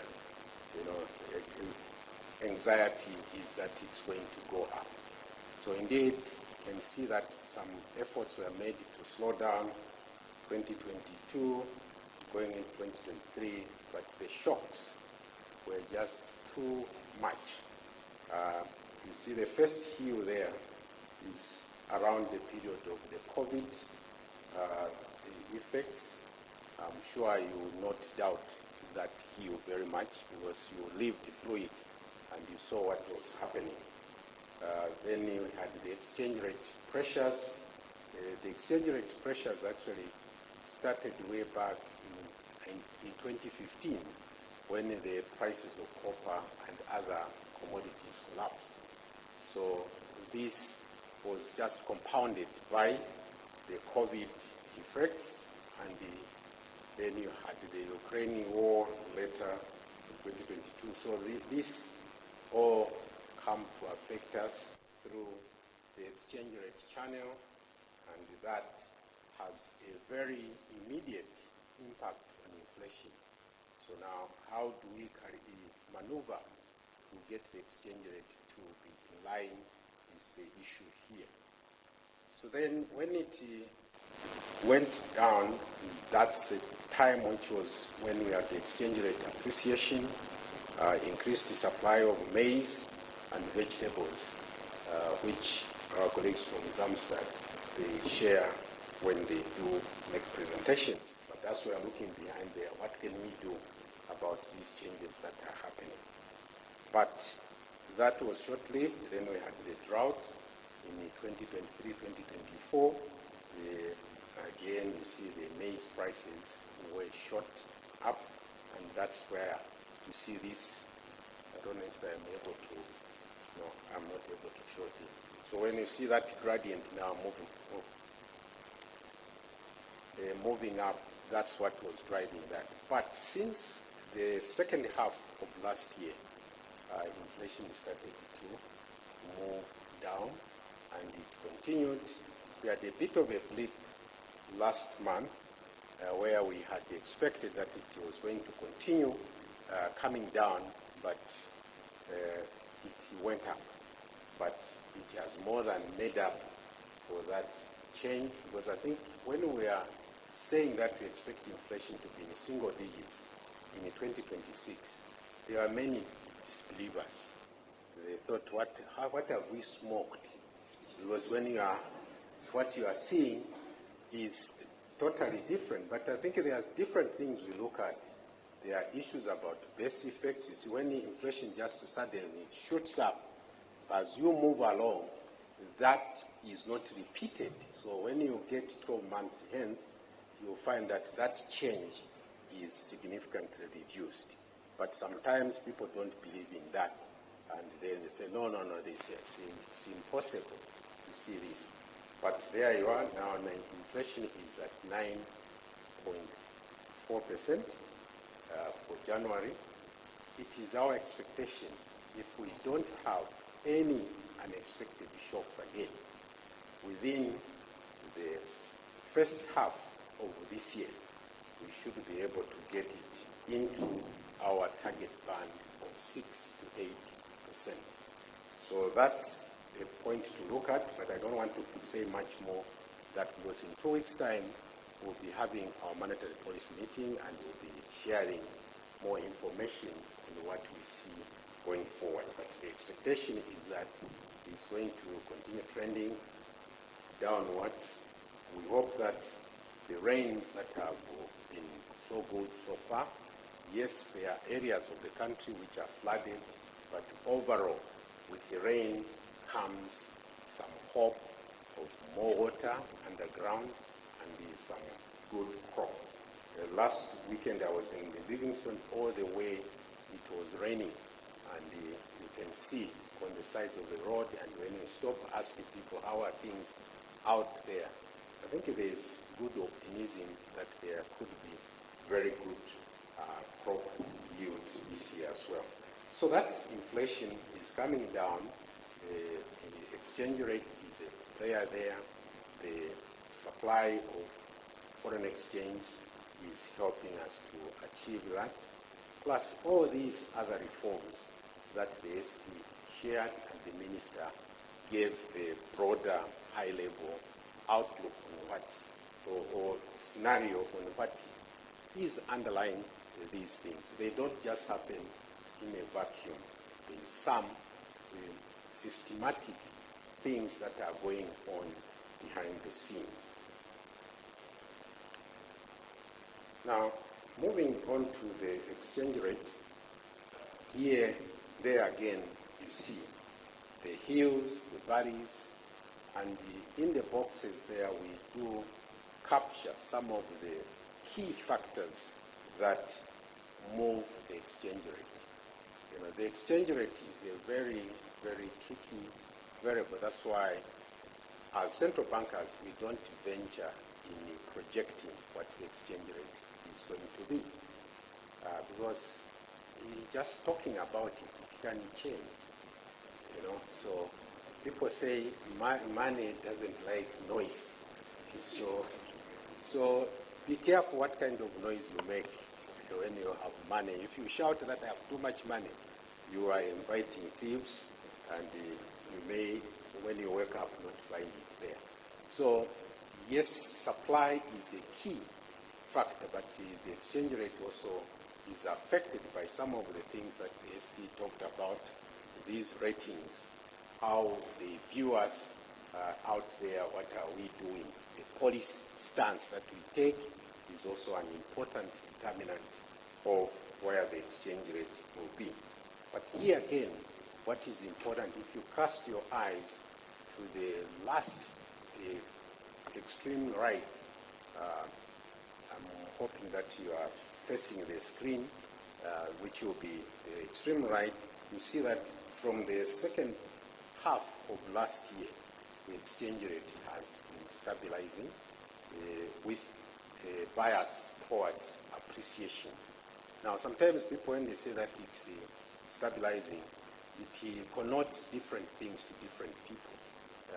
Some, when it is appreciated, that's what they say, it's stabilizing. When it depreciates, it's unstable. No, instability is really just the changes within each of those extreme, the 2 points. But what you note is that the changes have not been that significant. Allow me here also to share just some thought on this, that sometimes when the exchange rate moves, people say, is this now sustainable? That's a very difficult question to answer by anybody. Because you see, when you move from one point to the other, it generates a momentum. You know, there are people whose job it is just looking at how the exchange rate is moving.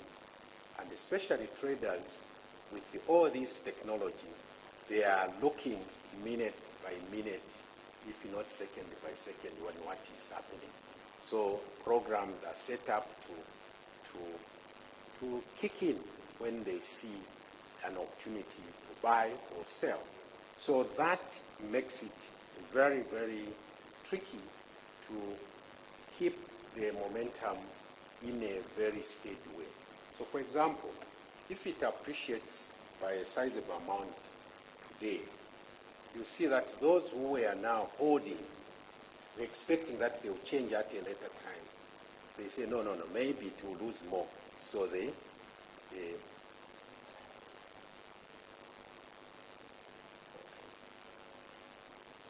are you hearing me now? Okay, thank you very much. I think the mic was a bit too low.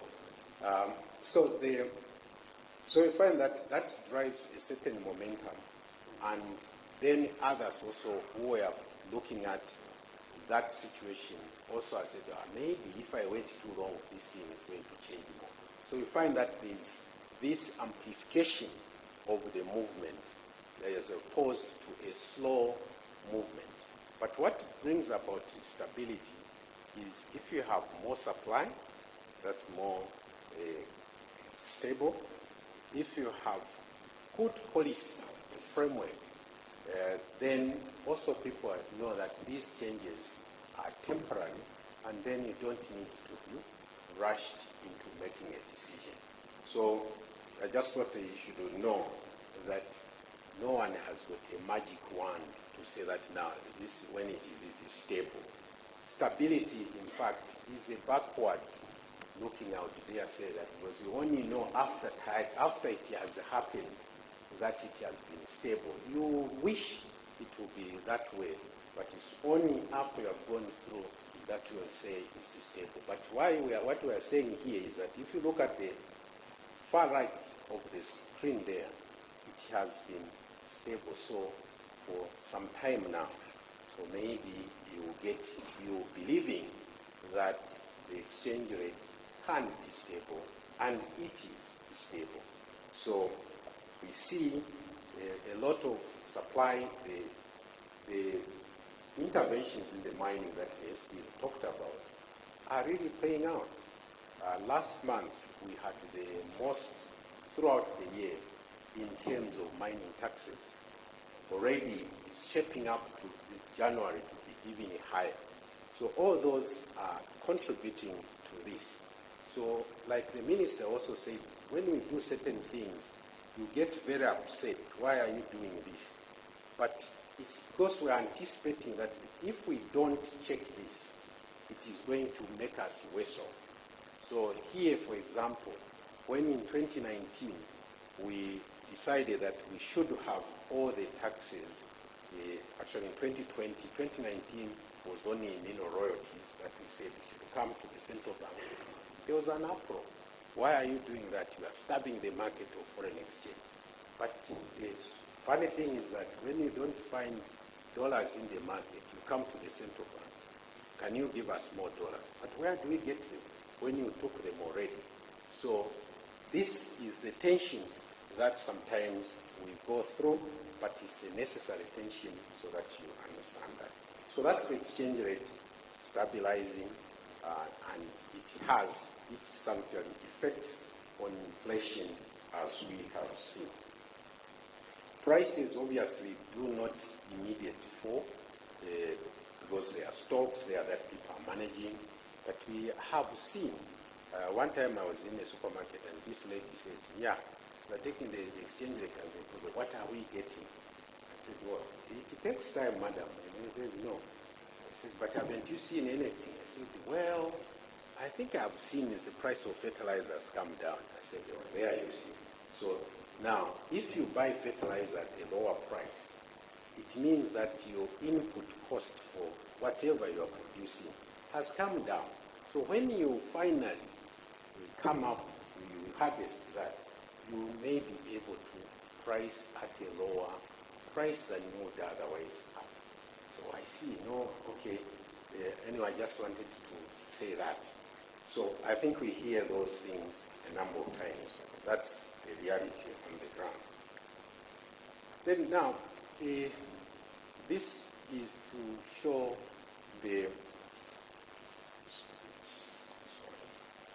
this is the exports of non-traditional exports and the exports. The brown bar, that shows you the exports, the traditional export, that's copper, mainly the minerals, so to speak. But the blue band, the bars, that's the non-traditional exports. So you can see that these have actually increased quite significantly by 64%, 64.5% to be precise, since 2021. So this is quite important because they have done so at the time when the traditional also are increasing. Because sometimes what happens is that when the traditionals are coming down, then you say that the share of the non-traditional has gone up. Well, but it's because the other one is falling.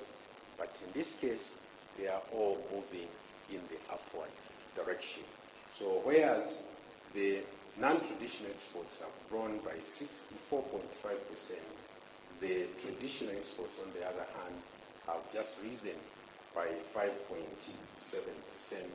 to $8.9 billion. So this is the story of diversification. I think we have been talking about diversification. This beginning to have some traction here, which is very important in the period that we are going ahead to ramp up this, because there is scope to do more in that space. Now, we turn to another very interesting part. See, look on the left-hand side of that screen, a slide. The red reflects the lending to government. See what was happening earlier on. So the crowding out that people are talking about is borne out there, that a lot of borrowing in the economy goes to the government. I think we had become very unpopular as a central bank because each time we issued our monetary policy statement, we talked about deficit, and it didn't sit well with many people. They said, no, this is not right. How can you be attacking the government? It's not attacking the government. It's really pointing out that if we don't correct this, then it means that the resources will be going one direction. And this whole private sector-led economy, it will just be on paper, but not in reality. So nowadays, I'm sure you agree, we don't say much in our monetary policy statement except to encourage continuation of fiscal consolidation, because fiscal discipline has emerged. And then you see the blue is beginning to emerge very prominently. The blue, that's private sector lending to the private sector. So this, you can see where we have come from and where we are, and what has brought that about is what SD was talking about. The fiscal discipline, these reforms that was happening on the execution of the budget. We were at one point, early back in the 90s, I think we had a cash budget, which was very official. But in the latter years, it wasn't official, but de facto, that's what it was. You had to wait for money, like you wait if you run a shop, how much have you made in the till, that's when you can decide what to pay. And the result was very high cost of things, because if the government cannot be believed when he says that I'll make a payment, then you have a bigger problem, because the government is the only institution which has the monopoly of power. They can tax, they can make policy, they can make laws to do that. So now, if they decide not to pay, then that's a big thing for the private sector.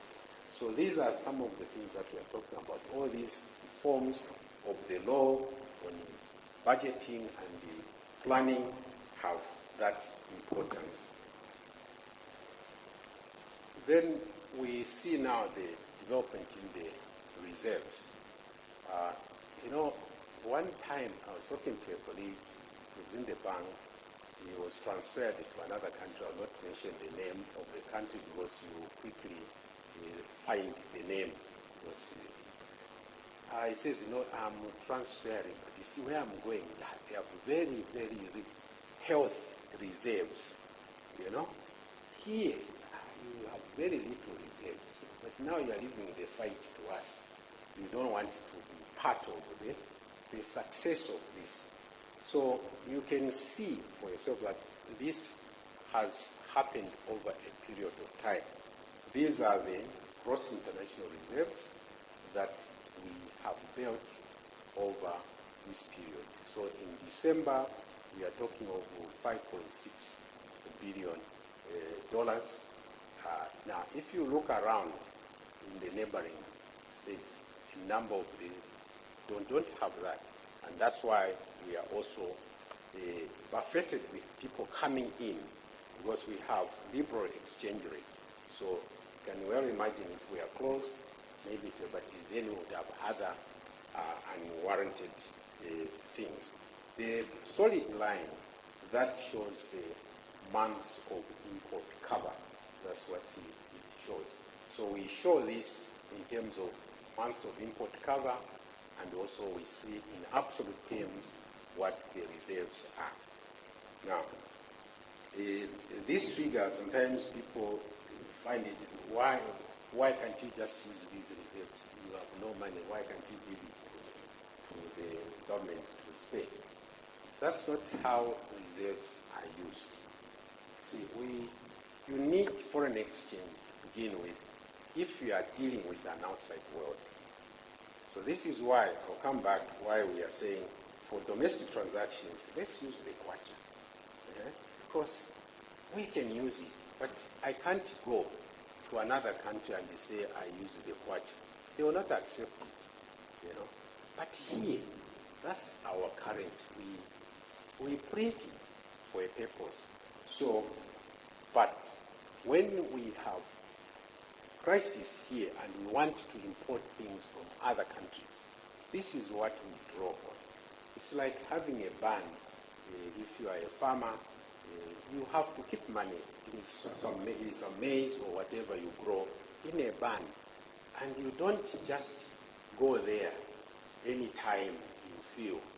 Then there is mismanagement of that resource, and when you need it, it will not be there to support you. So reserves are for special purposes, and we have external obligations. Importantly, what SD pointed out also is that increasingly we are using our own domestic resources, but also borrowing. That's why we are doing debt sustainability, is to reduce our exposure and less be organically driven to a large extent. That's why the government also switched to PPP arrangements so that you don't draw from what you have, but build on what you have. Now, here, this is one of the troubling pictures, which is showing the yield rates on government securities and the lending rate. So the top line there, which is in red, that's what the average lending rate is. And this is what people are complaining about, that no, these other rates are coming. The immediate dark line there, that's for bonds. You can see that this has come down quite significantly. At one point, they were even higher than that, than the lending rate. Then you have the blue line, that's giving you what the treasury bills are. Now, when there is no fiscal discipline, that's when these go up. Now, as fiscal discipline comes, we see these coming down. Why? Because you see, when government is desperate to get money, they will get it at any price. But that has consequences in the rest of the economy. Because what it is that in our calibration risk weighting of assets, we assign a weight of 0 to lending to government. So you can very well imagine if the banks, I am facing the vice chair of BAS here, and I see the chair is on the other side here. They would rather put money in treasury bills and bonds. Why? Because there is no risk, you know. So why chase somebody like me who might default? And we have become quite adept in actually avoiding calls, you know, especially with this caller ID which is there. You just see it. Who is calling? No, I'm not here. You don't pick it up. But the bank wants its money, you know. So when you are approaching them, we make all kinds of promises, even pledge the things sometimes you shouldn't pledge, but because you are confident that you are anxious to get the money. But the moment you get it, well, your objective is met, but now payback comes. You say, no, I don't have the money. So, but when they lend to the government pays. We insist that they pay. Why? See, if you look at what happened in 2020 when we defaulted on the external side. Oh, it has gone. What's going on? I see there's no load shedding, so I'm not sure what is happening. What has happened to the... but I'm almost done. I have 2 more slides. So what I was saying is that with the lending to government, in 2020 when we defaulted, our survival depended on the domestic market. That's where we tend to, for the government to have extra money to add to the revenues that they are collecting to be able to run its affairs. Now, when now we pass that point, is that we see discipline coming in, then there's no pressure to borrow for those operations because revenue is rising, there is more activities, and we want the banks to lend now to the private sector. But you come back to us and say, no, but look at that, it's very high. Okay, inflation also has been coming down, so which means that in real terms, it's indeed high. So, but that this is happening is an indication that this will also come down. It is not instantaneous because you see, what happens that they have loaned out money. Now, if suddenly there's a change in do that, that means they have to recall some loans.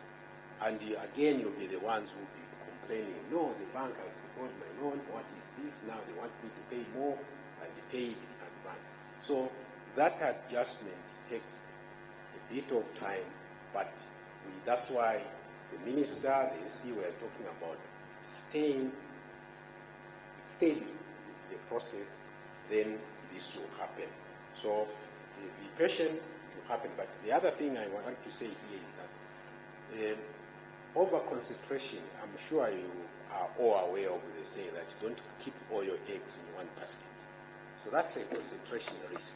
So no matter how good the thing is, don't overindulge in that because it has the other adverse effects. So when we see this, we caution also that don't put all your money into this because if there is a disturbance there, you end up being affected. So we are seeing some diversification here. I'm sure you will hear us in our monetary policy presentations talk about the low lending going on. Part of it is high interest rate, but there are other things which are going on. This is now some interventions that we had to make in the economy. The first one relates to the COVID, during the COVID period. This is the latest, the first one, that's the SRF. This is the Stability Resilience Facility. The right-hand side, that was during the time of COVID. During COVID, you can very well imagine we had the treasury was almost empty, and then you have a disease. So it always bothers me actually when I see a sick person and they don't have the means. You can very well imagine if you are sick and you don't have any means to buy food, the doctors tell you go and buy this, but you have nowhere to turn to. So this is what was happening during COVID. You have a problem, but you have no money. So what do we do? Our system was going to collapse. So as an institution, we stepped in with 10 billion kwacha to help the economy move forward.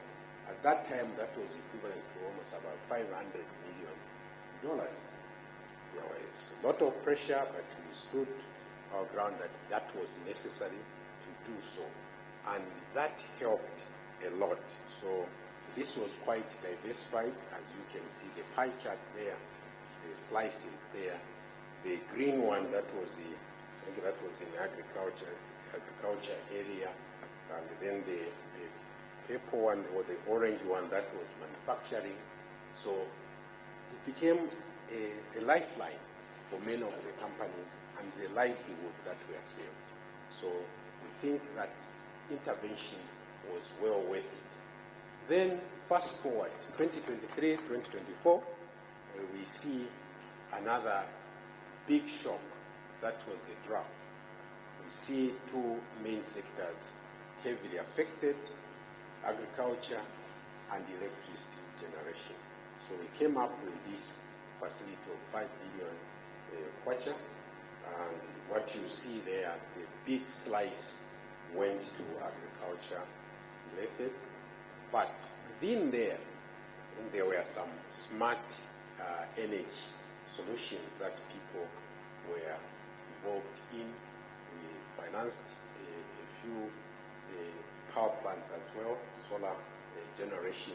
So this is where the bank also kind of comes in as a lender of resort, last resort for the financial sector, so that we have stability in the economy. Now, going forward, we have two other facilities. One is very advanced. We issued a request for expression of interest. This is the SBGI, which is the Small Business Growth Initiative. We are working with other stakeholders. We already put seed money there of 5 billion kwacha. So we see a lot of interest. So this year we hope to have this up and running. We hope that you come in and do that, because this one we are, as I said, put seed money, and then we are expecting others to put in some money so that it grows and we move forward. The other one which we are working on is housing finance. The housing market in our country is not in good shape. There is a lot of deficit in accommodation, and actually, when you look around, many of us here, I think you will have a house of your own, which you may have just built from your own resources. But in other countries, that is financed by somebody. But so we are sitting on the equity here, really, which is not being utilized. So mortgage is not working well. So we are working with other stakeholders to see how we get the housing market going as well. Because if you look at the household, just look at this building, how many inputs went into this. So the interlinkages, what we call the backward and forward linkages, are quite many. You know, here I'm standing, there's wood here involved, there's metal there involved, you know, there's carpet here.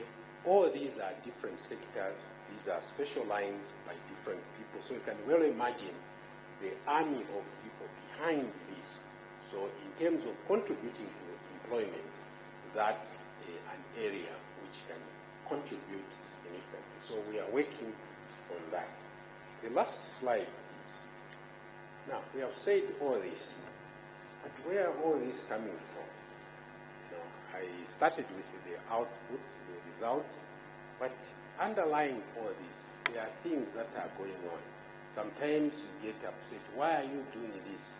Because you see it very remotely, but we see the interlinkages in this. So here we share with you what some of the changes, the key ones that have happened over this period. One was the enactment of the new Bank of Zambia Act in 2022, which came into force in 2023. Prior to that, we had the law, which was almost 30 years. It was the last Bank of Zambia Act, which passed in 1996. So you can very well imagine the changes that have happened over that 30-year period. So it took time, but eventually in 2022, it was passed as a new act for the bank. This, those of you who have had occasion to look at, provides a lot of enabling clauses to how we can manage the economy, and it's forward-looking. Now, key among those changes were, for the first time in the history of our country, the establishment by statute two committees. One is the Monetary Policy Committee, and the other is the Financial Stability Committee. So this is unique for us because it has not happened before, and these have now the force of law behind them. And this, you can attribute some of the things that we are able to do to the enactment of this law. alongside that, this law now provides for operational autonomy. Those of you who have read the Constitution for Zambia, it does confer operational autonomy to the central bank, but it needed to be operationalized by an act of parliament. So this provides that. Now, when you say operational autonomy, I think sometimes it's misunderstood to say that, no, you want to be independent. Well, you can't be independent in the sense that you think, because the central bank is 100% owned by the government. So you can't say you are, but it's operational autonomy. What does that mean? The minister here sets the inflation target, that this is what he wants to happen. So he can't at the same time again come and say, no, you do this to achieve that. Then there's a problem. So that is where these boundaries are done. It's okay, you set the target, let's give us this space now to manage that process. So that's what the operational autonomy means. So we are able to do a number of things, and there will be more. So the other thing I want to highlight, I see time is running out.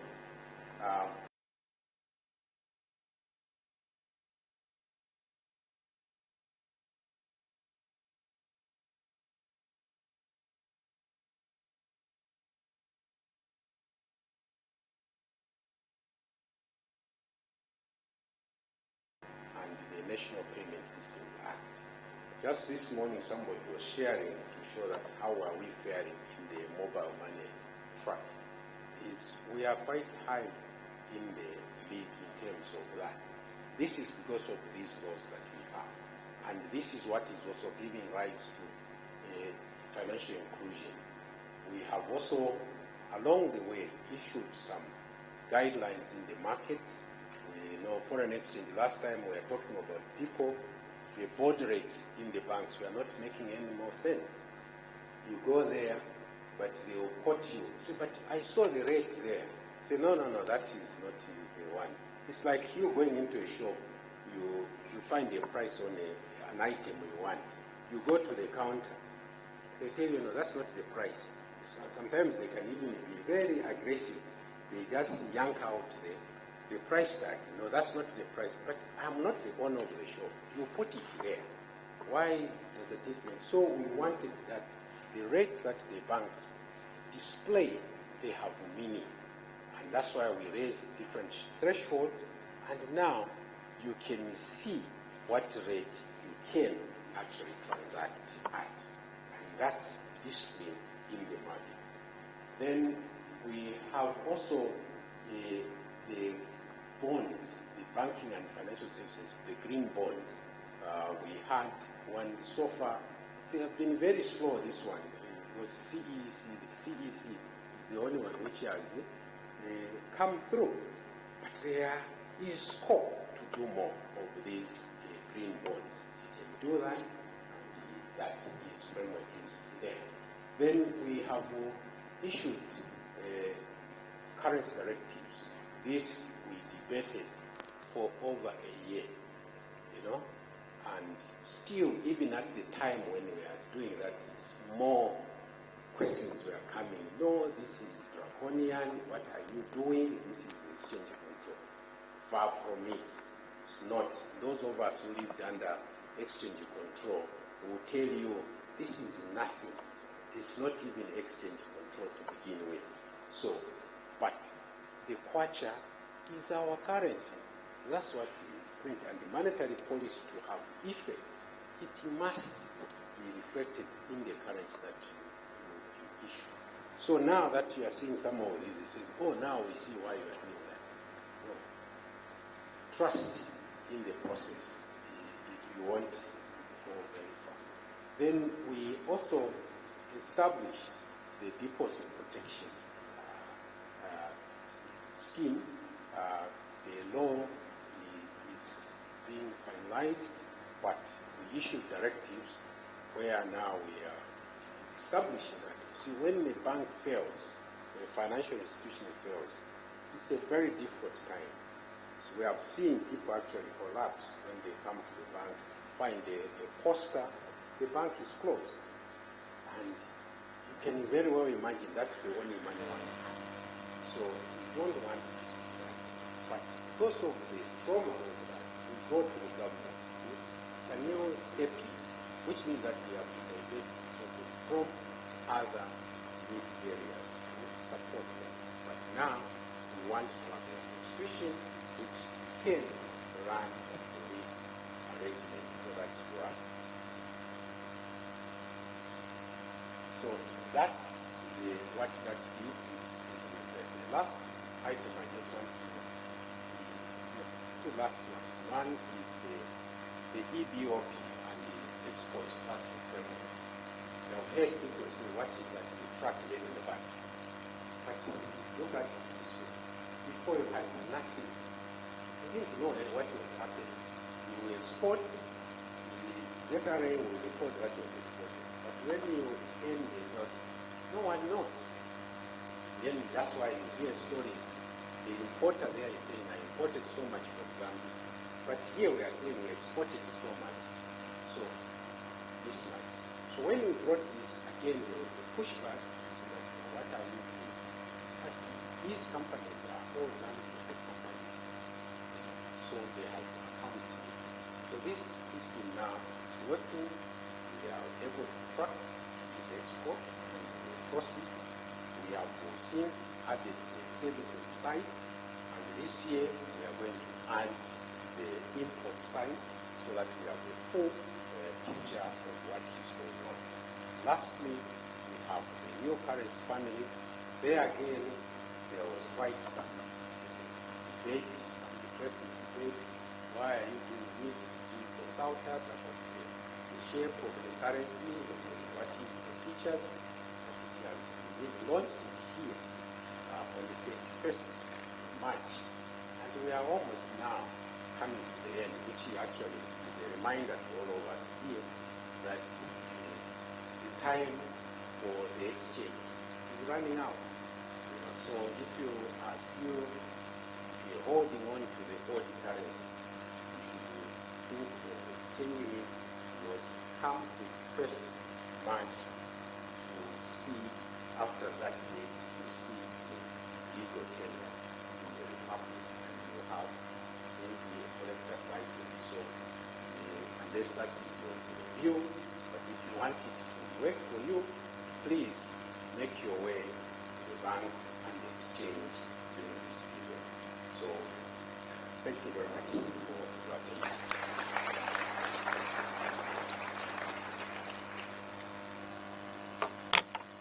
Thank you very much, Governor.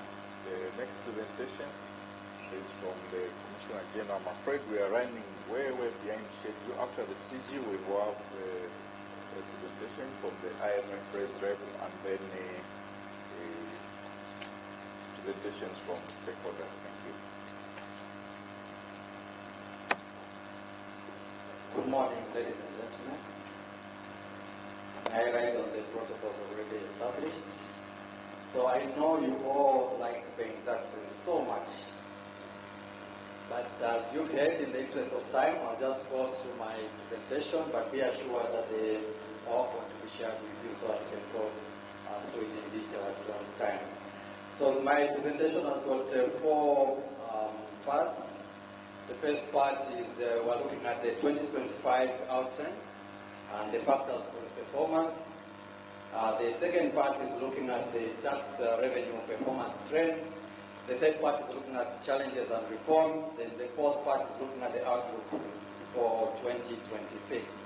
So the first part in terms of the 2025 revenue outturn, in total we collected a gross of 185.5 billion kwacha and refunded 24.9 billion kwacha, resulting into a net collection of 160.6 billion against a target of 158.9 billion, giving us a surplus of 1.6 billion kwacha. So that's the overall performance at gross level, and this includes both tax And non-tax revenue, in this case, it includes royalty. In terms of non-tax revenue, we do have a domestic tax division where we had a collection of about 110 net collection against a collection of 105, giving us a surplus of 4.5 billion. So in a nutshell, we've highlighted areas that performed very well, that's those in green, direct taxes. You can see that company mining tax, non-mining tax, both performed very well, giving us a surplus of about 10.4 billion. So what I'm emphasizing on is more mining company tax, because there's a lot of debate around the mining sector on whether there's profit coming from the mine being declared or not. The red flags, the key ones I want to highlight are mainly the consumption taxes. These are excise duties, particularly VAT on domestic taxes, where we collected 28.3 billion, and remember we refunded 24 billion out of that. So we had a net of 4.3 billion against a target of 13.9 billion. So we're down by 9.7 billion. But partly driven by the substantial increase in the refunds. There's a problem we wanted to fix for the business community, the backlog of refunds. We said we'd rather pay back the refunds than have a very huge surplus. So that's one of the issues that we're addressing in that part. We can go to the next slide, which basically shows the ranking in terms of performance of the various tax types. Which are the top taxes in terms of contribution? So the largest contributor to 2025 net collections was import VAT at 32.7 billion. And again, when you add import VAT plus domestic VAT, you can see that that gives us almost 37 billion as a total contribution of VAT as a whole.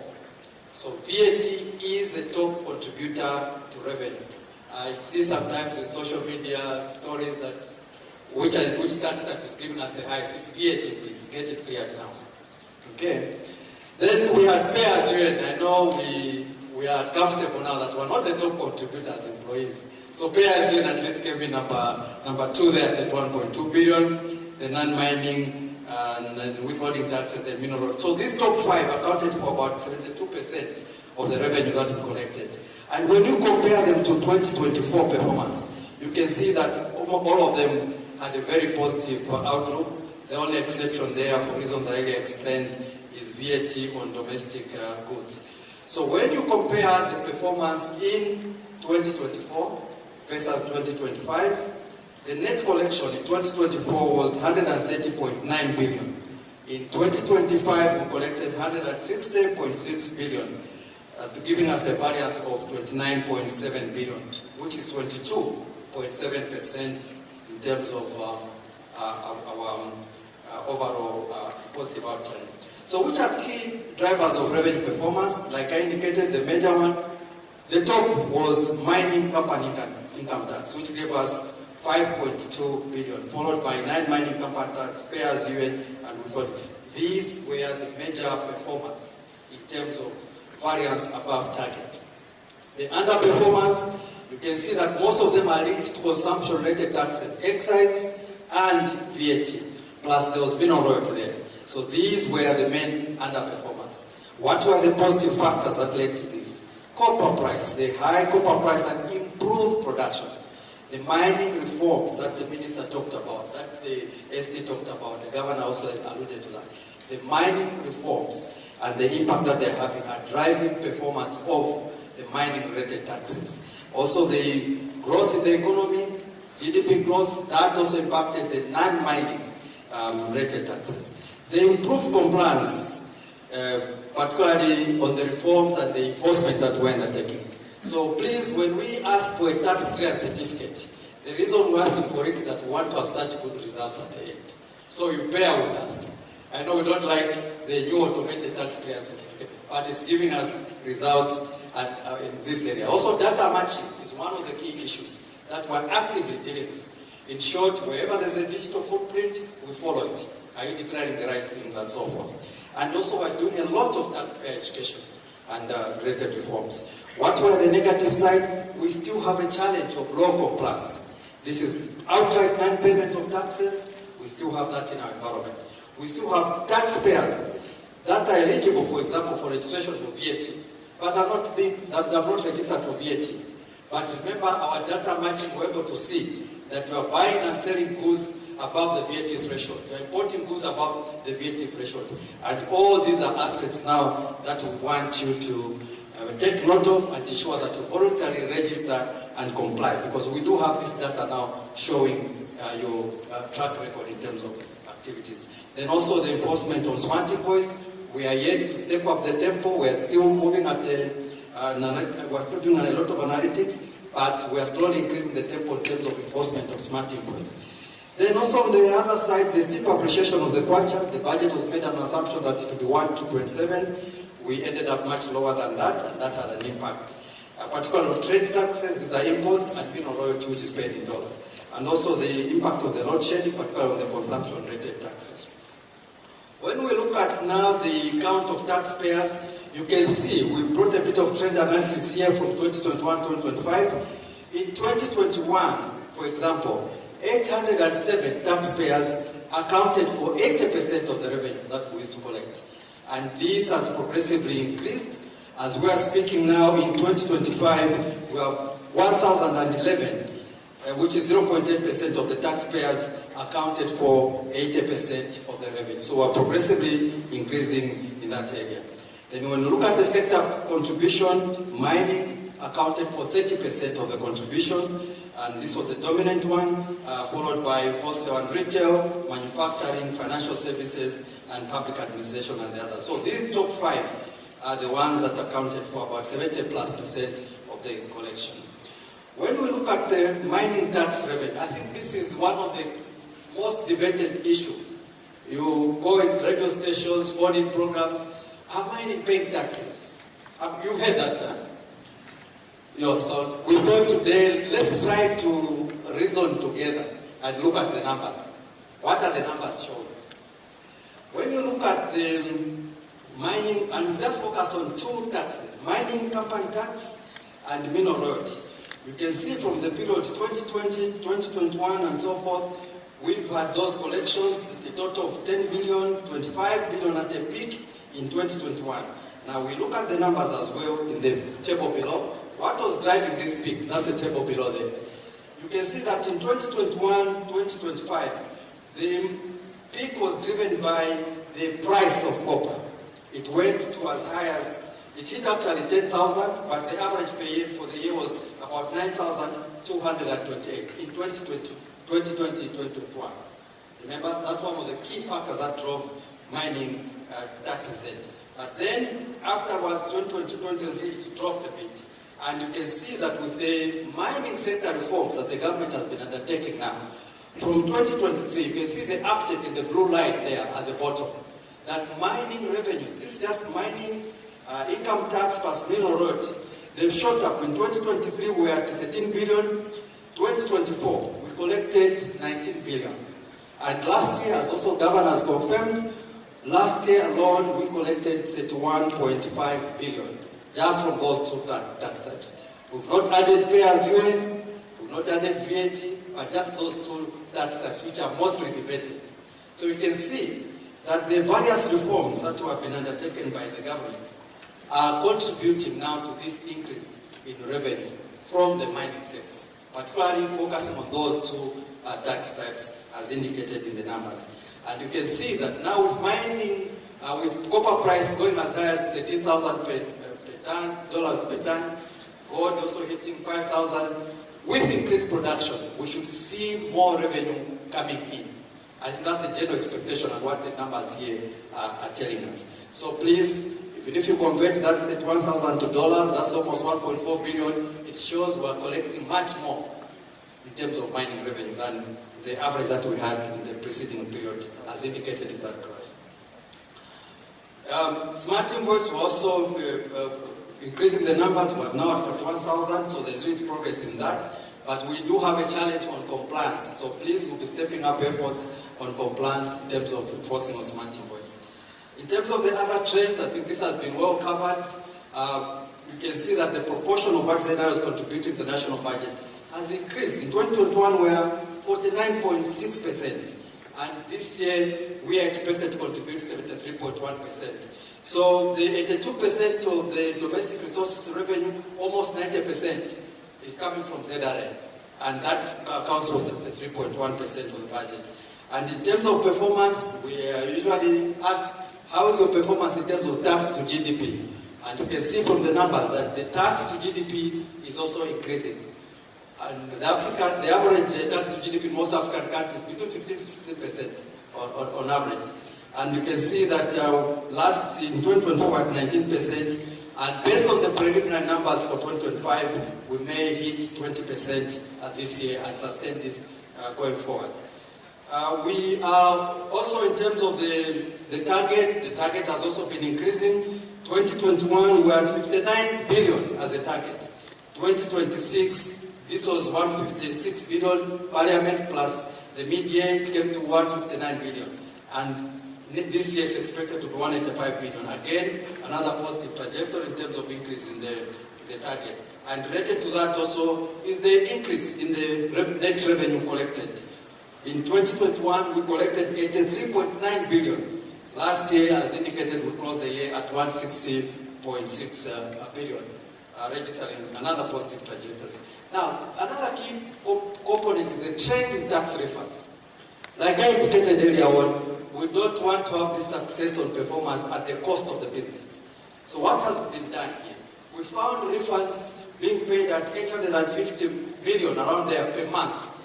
And that was giving us a total collection, a total payout of about 12.4 billion of refunds. We've increased this substantially. Last year we paid 24.9 billion in refunds to the taxpayers. And this increase in the refund level is meant also to unlock liquidity for the businesses. I thought we'd clap for that. That's what that is. So that's about 7.3 billion more that was paid last year. That's about 1% increase in the refunds, so that we don't negatively affect the businesses by holding back their refunds. And we are making one promise. You pay taxes, you pay refunds. Pay more taxes, we'll also be increasing refunds. And that's what the trajectory there is showing, where we've doubled the level of refunds. In terms of the strategic challenges, we do have the usual challenges, the tax evasion and avoidance, but please be assured we are strengthening our capacity, going more into data-driven decision-making. We've also joined the Global Forum now for Transparency and Exchange of Information. So it means if the money is externalized, we are able to follow it to where it has gone. That's what this means. So please be assured whether all these mechanisms being put in place. The large informal sector, we are interconnecting ZRA to a number of third-party sources. So in short, if you have a house, you are not paying rent, we know that we are using electricity in that house. We have a water connection. We can use third-party data to track that. So please, all those are issues that ZRA is taking into account to make sure that we track and reduce all the formality. The low usage of smart invoice, all these are issues we'll be dealing with. The illicit mining activities, the minister elaborated on this, and it's an activity that we've taken on very high alert in terms of addressing. So we are working with other government agencies to ensure that we mitigate the tax evasion that is happening in the mining sector.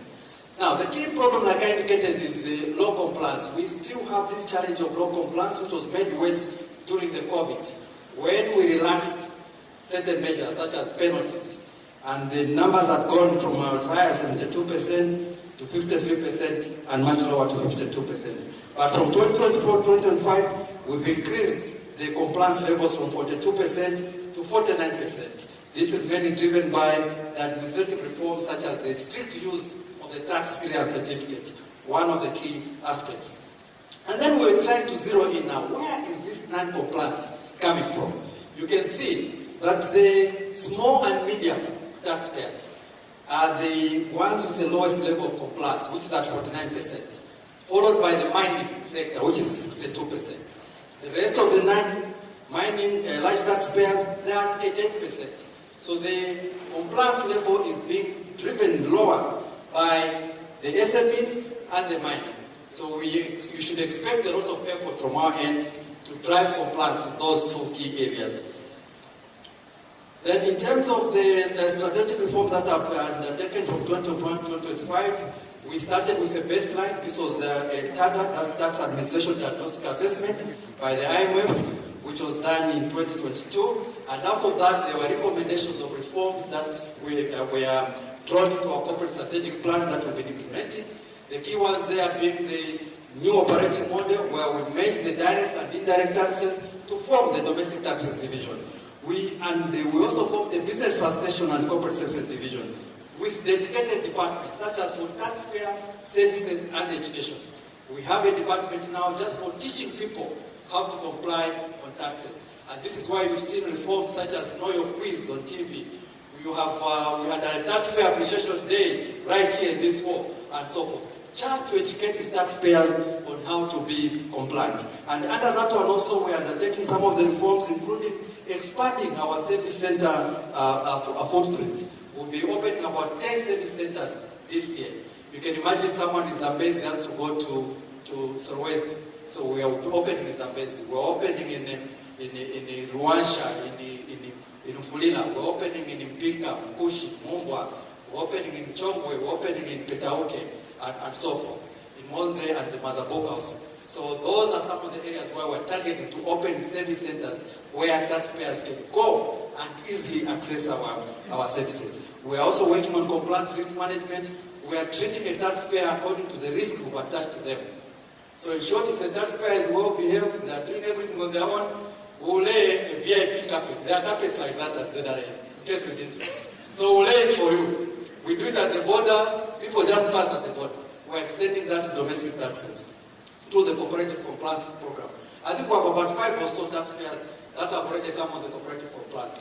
We won't bother them with audits, refunds when they apply easily. We just give them. Those are some of the red carpet features that we bring on board. But if someone doesn't want to comply, we also model the behavior. We call it modeling the behavior. It's not penalties. It's modeling the behavior of those who don't want to comply. So that's compliance risk management. We are strengthening our systems. We are embarking on smart invoice. Data-driven for us is very key, and that's why we're really emphasizing on. We are undertaking reforms at the borders also to ensure that we implement, for example, the coordinated border management. We used to have about 18 government agencies at the border. Now we've reduced to 6 only, and we are interconnecting the systems of the various government agencies at the border. We've also modernized our payments and collections. Now we have 99% of all payments being made in a digital platform. We've added mobile as platforms also for payment. Governor has talked about the export tracking. This year, like he has indicated, we're going into import tracking. And this is very important, because if you look at the FIC reports, those illicit financial flows, most of them happen in such a way, it's mainly trade misinvoicing. Someone is sending out $10 million and saying, I'm importing this particular goods and so on. But the goods don't come. So when the $10 million now goes out, it's recorded from a Skuda side, the customs will be expecting goods worth $10 million to come in. So those are some of the tracking that we'll be implementing, and we look forward to implementing that this year. Now, in terms of the outlook for next year, this is my last slide. Like I'm saying, we're strengthening the service delivery through the One ZRI approach. You go to any border, you should expect to access all services.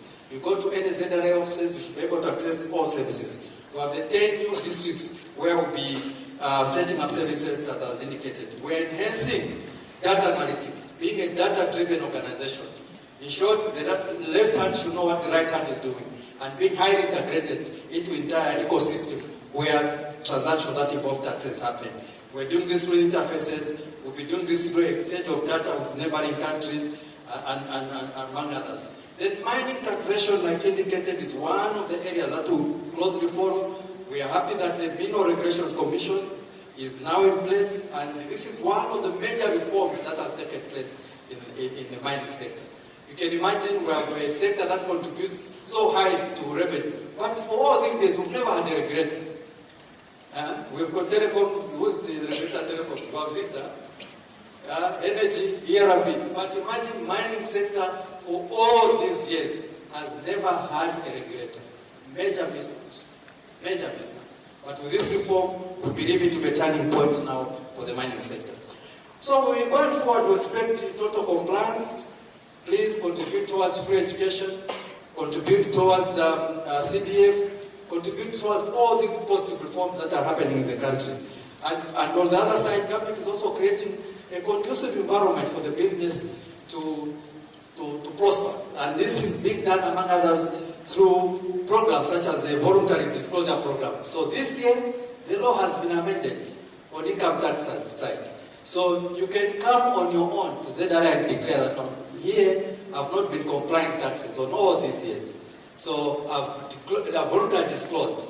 ZRA will not charge you any penalties. This is the law on income tax. Are we following that? So that property somewhere, rental, please come. You have a law backing you now. No one is ZRA will charge penalties because the minister has put it into the law. The government has put that into the law. There's now even the tax administration bill, which has got even more rights for you as a taxpayer. And right now is being debated. Contribute to that. What are the rights you want to see? So in short, an environment is being created where if you are compliant, a red carpet will be laid for you. If you are not compliant, we will model the behavior in a very nice way. That's what is coming. So in short, we can say my tax, your tax, our destiny. Thank you very much.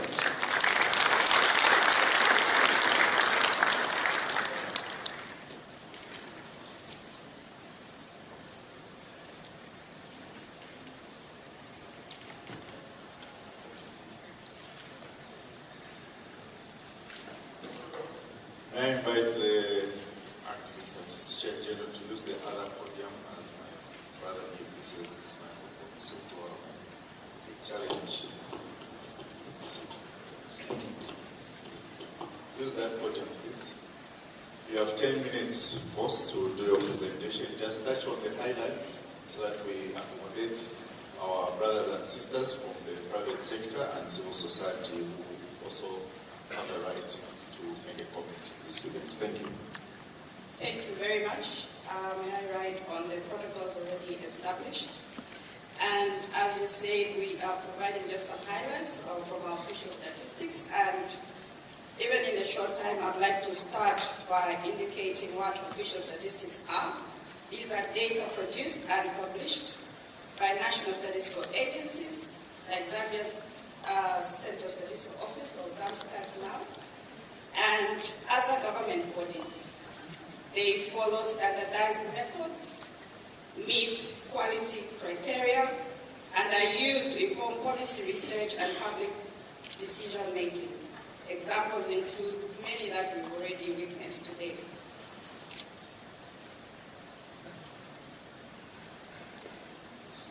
So maybe as I wait for the slide, just to say that our work as Zambia Statistics Agency is now anchored on the Statistics Act number 13 of 2018, and that also demonstrated statistical reforms which are embedded in the National Development Plan, the current one being the 8th National Development Plan. What this meant is that previously we were a department under ministries. Now we have a board. We are under our minister here, who is our minister responsible for statistics, and we have a board of directors. I do see my board chairperson in the house. Thank you for the support, sir. So that is Zambia'S now. And just to show some highlights on unemployment, between 2 quarters of 2025, the unemployment rate reduced to 10.3% in quarter 2 from 12.9% in quarter 1. And also the employment levels increased to 4.2 million from 3.9 million. In the next graph, we demonstrate over the 5-year period from 2020, the unemployment rate at 13.8 in 2020, reducing to 10.3 in 2025. And the orange bars there are demonstrating the employment levels giving an upward trend. In terms of formal jobs creation, we'll share that in the primary, secondary, and tertiary sectors. And here we do see mainly from the agriculture and mining industry, job losses in the agriculture, forestry and fisheries of about 15,000. And that's between 2022 and 2023. Between 2023 and 2024, we see job gains of about 17,000. Where we have there the circle, we we see a net effect of the jobs created. And obviously the blue bar there will be lower because of the losses in the jobs in the 2022. We move to the secondary sector, and here we also see just the sectors which have the jobs losses and the gains. And for the sake of time, I will just demonstrate that again here we wish to show the net effect of the losses and the gains. In the tertiary sector, by industry, we see the highest gain there in the wholesale and retail trade, and also at the bottom there in the human health, social work activities, and of course negative net effects in some of the sectors. So these will be available as we see on the slides. A little bit on the trend analysis for maize production, something that has already been established and shared. Indeed, in the last Crop Focus survey, this is what we shared, and the total maize production coming from small and medium scale mostly. And despite the fact that the large scale are on the smaller scale, I wish to inform that this is a growing sector in terms of contributing. For the 4 seasons, we compare 1, 2, 3, 4, 5 seasons from 2020 to 2021. We do see the down, up, but obviously the 2.7 that has already been shared as established in the format. I should mention that we have undertaken the post-harvest survey, which confirms these figures which are collected in the crop process. These will be available in the coming few weeks, in the month of February. By trend over the years, the trend is that, the pattern is that the figures from the post-harvest survey will be higher compared to the ones forecasted. It is our expectation that we're going to see the results in the next month. Just by province, demonstrating where this expected maize production is coming from, Central Province topping, and all the way down the Western showing the lowest.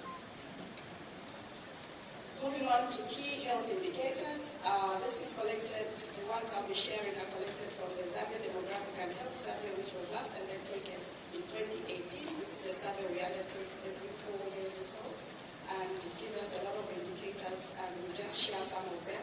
The first one being the average number of births per woman, which is what's commonly known as total fertility rate. I think without even pulling out the numbers, you can see the trend, that the downward trend has been sustained, showing that the total fertility rate has been reducing. For Zambia, in the middle there, rural showing 4.9, Zambia 4, and urban at 3.2 number of births per woman in a reproductive age. That is a period before the survey was undertaken. This is an important indicator with regards delivery in a health facility. That means the delivery is assisted by a skilled provider, and this is the desired situation, and we do see an upward trend there, demonstrating that we are having more births being attended to or births delivered by skilled providers, and that they're also taking place in a health facility. This is an indicator which we want to see going downwards. That is the good way. It should go downwards because this one is talking to childhood mortality. We have the definitions there. I could call out the infant mortality, which is the probability of dying between birth and the first birthday. And the reason I call out this because this demographically means that it gives you an idea of what the health situation is in the country. So we have dropped infant mortality to 29 from 42 as last covered in the 2018. Just a quick one, on the right-hand side on top, you see that this is an indicator which is feeding into the Sustainable Development Goals. So this is the benefit of this survey. Everywhere you see that, it means we now have information which is responding to that SDG. For the maternal mortality ratio, this dropped from 252 to 187 maternal-related deaths per 100,000 births. Again, this is an indicator you want to see going downwards because it's measuring stunted, underweight, and wasted. And these are measures for height for age, weight for age, and weight for weight. And here we see a downward movement, which is very, very important. For stunted, moving from 35 to 32 between the last survey and the recent one. Underweight 12, sticking at 12, but also the wasted moving by 1 from 4 to 3. HIV prevalence by province. As you recall, the last prevalence we had for Zambia was 11.1%. In the last survey, we captured 8.7%. And in the darker regions there, it's showing the higher, with Lusaka having the highest, where we are, at 12.1%, followed by Cobalt at 11.6%, Muchinga recording the lowest at 4.0%. For the first time in our demographic health surveys, we undertook pediatric HIV testing, and those are the results. 1.2% of our children aged 2 to 14 years are HIV positive, and we see the spread there in the rural being 0.7, 1.9 in the urban being higher. This should be my last two slides. Here I need to mention that in my definition of official statistics, I talked about statistics that are produced and published by the central or national statistical offices with other bodies. So this is information that we capture from the Ministry of Education, who also undertake what they call school censuses with our support. And at the bottom there, bottom right, you see a stamp which is official statistics, just to remind that we are certifying statistics as official from the sectors. And the Ministry of Education has demonstrated this very well. They always submit their work, and we also work together over the last few years. We are slowly building capacity. I'd like to mention that yesterday we received their report for 2025. They've submitted it for our certification. So this is a good demonstration of the information that we're receiving from the sectors, because sectors provide administrative data which are very key in our decision making and policy. So just to show there the trends in enrollment by education level, the orange bar there showing the increases in enrollments, and also this is for we've got for the different levels of education. We've got for the primary and the lower ones, just to show what we have available. I apologize for not delving a little deeper in some of them, but I hope that is okay. Just to say that please visit our website. We now have, in the last week, we now have data sets uploaded on our website, and we have so far about 17 on a tool called NADA. Please keep visiting our website for latest data sets, meaning you don't have to write to me or our office requesting for data sets. Go to the website and download your data sets. We'll continue to upload this as a way of improving access to data. I thank you.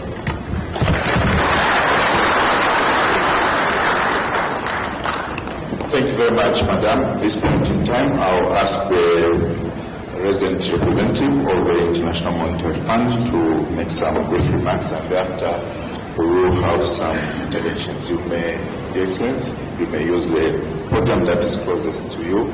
That is Mr. Eli Cloutier, the resident representative of the International Monetary Fund. Proceed, sir. Thank you. Thank you. Thank you very much. Honorable Minister, Governor, colleagues, distinguished guests, ladies and gentlemen, thank you for the opportunity to speak at this budget symposium. I apologize, I had to run quickly because there was another meeting with the President next door.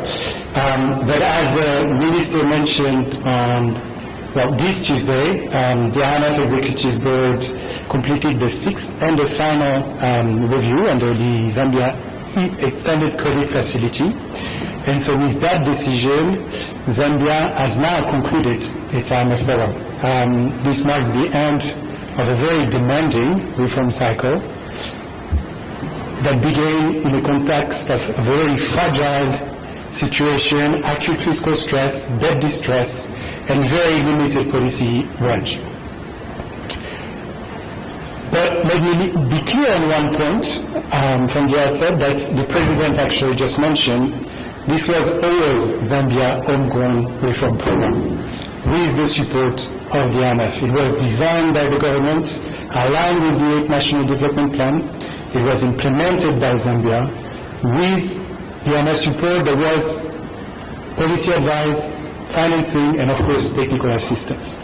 So very briefly, for this final review, Zambia met all the quantitative targets as end June, except the target on the net international reserve, and there was a temporary delay in the clearing of some of the spending areas. By September, all the targets were met, except again for the net reserve accumulation, but reserve accumulation strengthened after, and at mid-January, we were actually at $5.8 billion, so that cleared the June NRR target. Of the 19 structural benchmarks under this review, that's quite a lot. 8 were met on time, 6 with some delays, and over the life of this IMF program, Zambia targeted about 47 structural benchmarks. Most of them were implemented either on time or with some delays, and a small number of benchmarks remain unachieved at the end of this program. So I think we can recognize the tremendous achievement by the Zambian authorities. So let me join my thanks to Otela Sala, Zikomo Kombile for the cooperation, and Wila Nchita. As the ST demonstrated earlier, and I couldn't have done a better job, the situation, the starting point was very difficult. Between 2017 and 2019, Zambia had run very large and persistent fiscal deficits that were averaging over 8% of GDP. This was driven by high spending on wage, subsidies, inefficient public investment, and by 2020, the primary deficit actually winded by 10%. This was on top of bills that were not paid to external suppliers, so big expenditure arrears, including external arrears, that were above 12% of GDP. In the meantime, external borrowing increasingly shifted towards non-concessional terms. Public debt, external debt rose, as you know, quite significantly, to reach 96% of GDP in 2020, and at the same time, gross international reserve fell to just above $1 billion. So this is what pushed Zambia to seek a restructuring of its Eurobond. It was one of the first countries to restructure its debt under the G20 common framework. And over the past 3 years, the progress has been very tangible. Fiscal policy, as you know, was re-anchored. Zambia moved from those chronic primary deficits to sustained primary surplus from 2023. The cumulative adjustment so far stand at above 10% of GDP.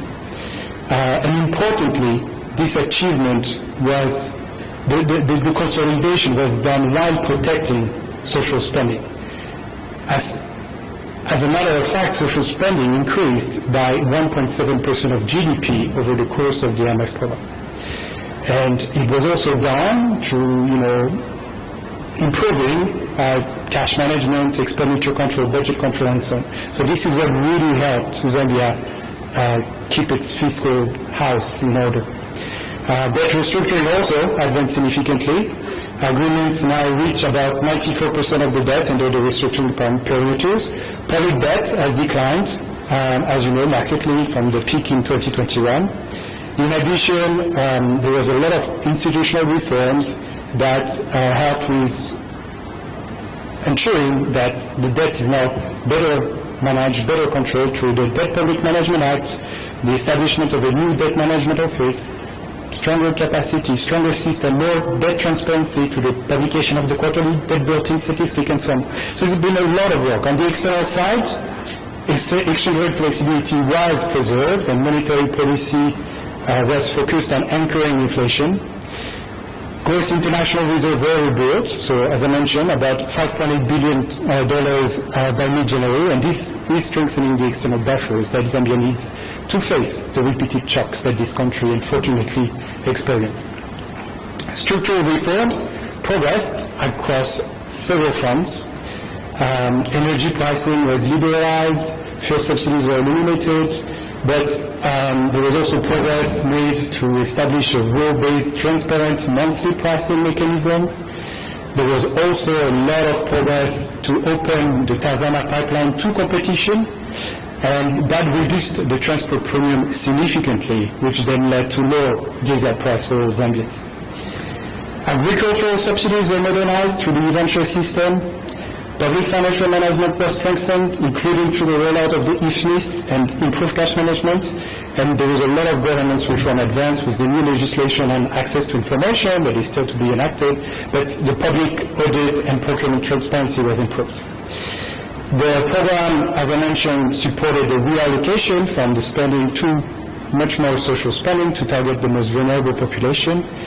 And social cash transfer was scaled up significantly last year, partly with the help of the IMF with the augmentation of the program to provide critical support to vulnerable households.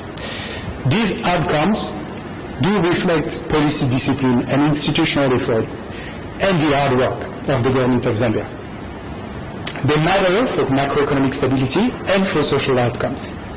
But the work, of course, needs to continue to make this economic growth more inclusive, more broad-based, and to make sure that we can be felt by all Zambia. Beyond stability, the next phase must focus on growth. That is a broader, broad-based growth, more inclusive, and this will depend on improving the business environment, strengthening governance and accountability, and ensure that reform translates into private investment, job creation, and higher productivity in Zambia. The macroeconomic position has improved, but vulnerabilities remain. Public debt is assessed as sustainable on a forward-looking basis, but the country remains at a high risk of debt distress. Fiscal space is still constrained and will, depend on the capacity of Zambia to mobilize more revenue. And the economy is also highly exposed to climate shocks and commodity price volatility, but also, very volatile external financing conditions. So to address these issues, the authorities have requested for a successor arrangement, and the IMF stands ready as a trusted partner to work with the Zambian authorities to explore future engagement that will help safeguard those hard-won gains and achieve a more inclusive and resilient growth. For now, the engagement will continue through policy dialogue and the standard IMF surveillance framework. So this is a lighter engagement without targets, without financing. But the timing of any future engagement will be determined in due course. Let me conclude with a simple message. What was achieved was not easy. The starting point was difficult, the shock was real, and the reform path was very demanding. The work was done, and often late at night, with many of you in this room, often under pressure, but always with a clear sense of responsibility to all Zambians. I want to thank the government of Zambia for its strong policy ownership and its steady leadership. I also want to recognize the many technical teams across ministries, agencies, and institutions that worked very hard for this program and carried it day by day. The IMF team and our cooperative partners are your partners, and we work side by side with you. So this was a true partnership, and I truly thank you for that. So Zikomo Kwambile.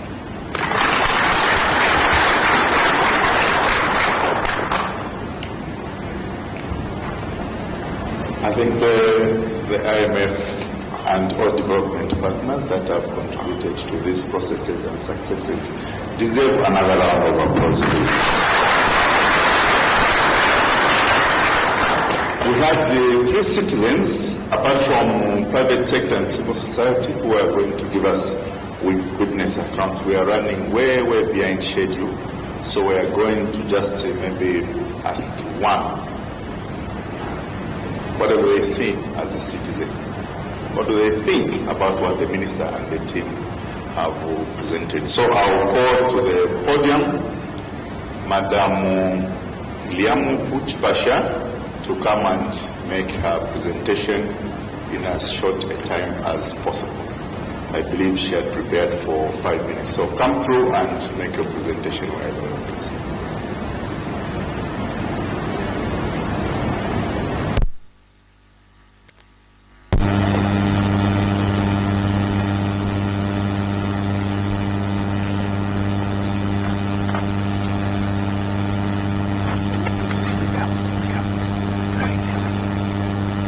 Riding on the already observed protocols. My name is Iliamo Puchpasha.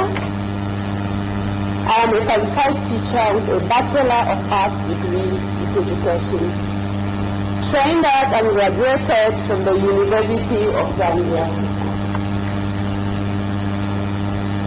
in the year 2018.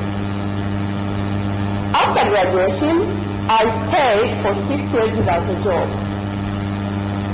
For a long time, I wondered if it could simply because I did not know anyone who could connect me.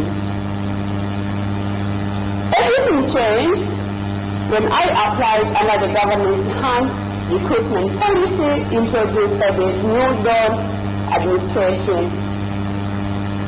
In 2025, I was finally employed as a teacher at Mulungushi Secondary School in Western Province, about 92 kilometers from Kaoma district. I have now been serving there for about a year. Since I reported for duty, I have seen government interventions that are directly changing lives for vulnerable learners, especially in rural areas. These include free education, the school feeding program, Keep the Girl Child in School program, CDF bursary, and other support measures. So, the milestone 70% pass mark for grade 12 is clearly a result of policies falling in place. Well done to President Hichilema and his team.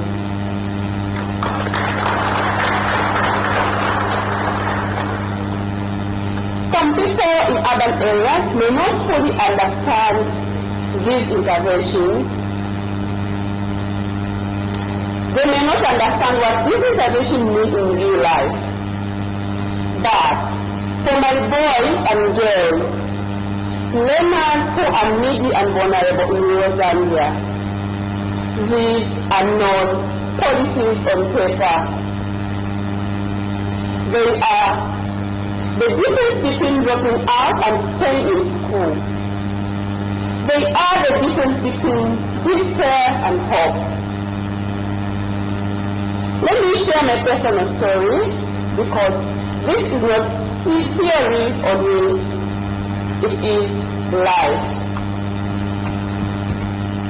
I am a child bride survivor. I dropped out of school in grade 8 and at 15. My father married me off to a man who was 20 years older than me after receiving 300 kwacha as my bride price. This happened in Kaoma, Kalimangwe resettlement scheme, about 88 kilometers along the Kaoma-Kasempa Road. At 15, I also became an adolescent mother. That marriage was abusive. I suffered physical, sexual, emotional, psychological, and socio-economic abuse. At that time, there was no free education policy, and my father could not afford my school requirements. I lived in silence, especially during periods when I was expected to be secluded. And I felt trapped because I could not share my situation with anyone. Then I met YWCA peer educators. They taught me about dangers of child marriage and adolescent marriage. That information changed my thinking, and it changed my life. I reclaimed my right to education. I entered school in grade 9 while still married, and I pushed forward until I completed grade 12. Education gave me the courage. Education gave me a voice. Education gave me the confidence to stand up for myself. I accepted myself and filed for divorce, which was granted in our local court. That is how I became a survivor. Educated and now a teacher employed under the government's teacher recruitment program.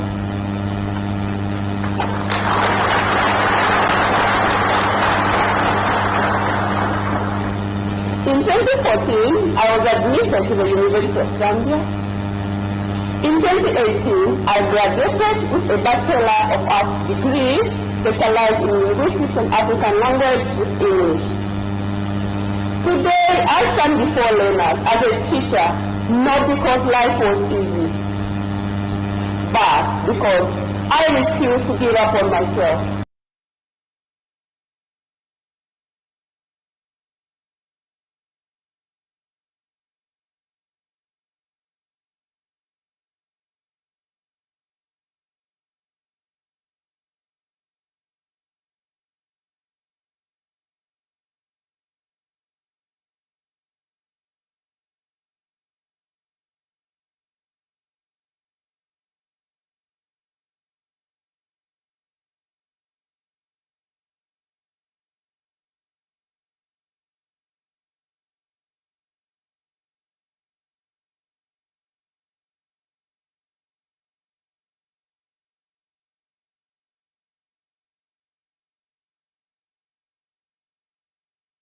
Man, but I still choose to stand firm because I know the truth.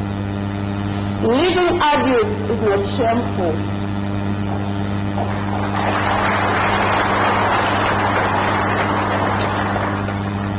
Survival is not shameful.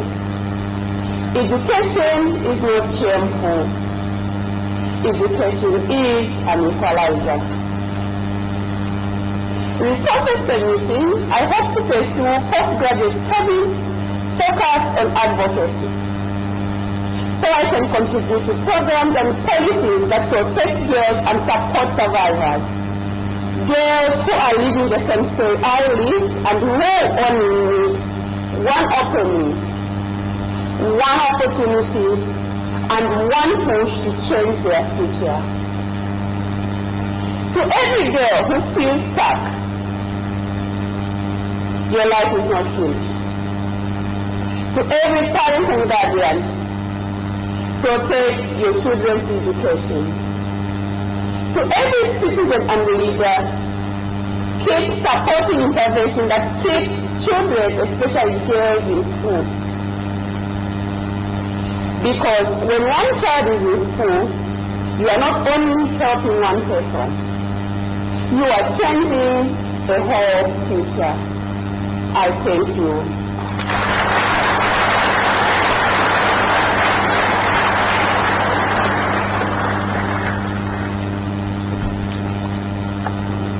Thank you very much, Madam. It was very nice to listen to that, but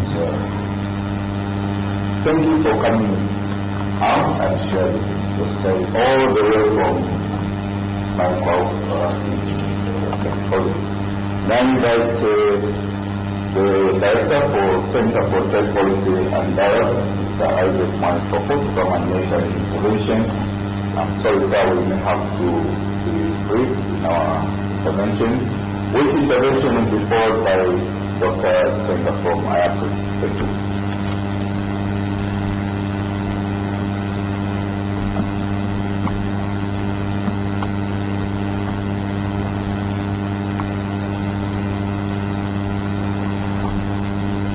Permit me to write on the protocols that have already been established. Then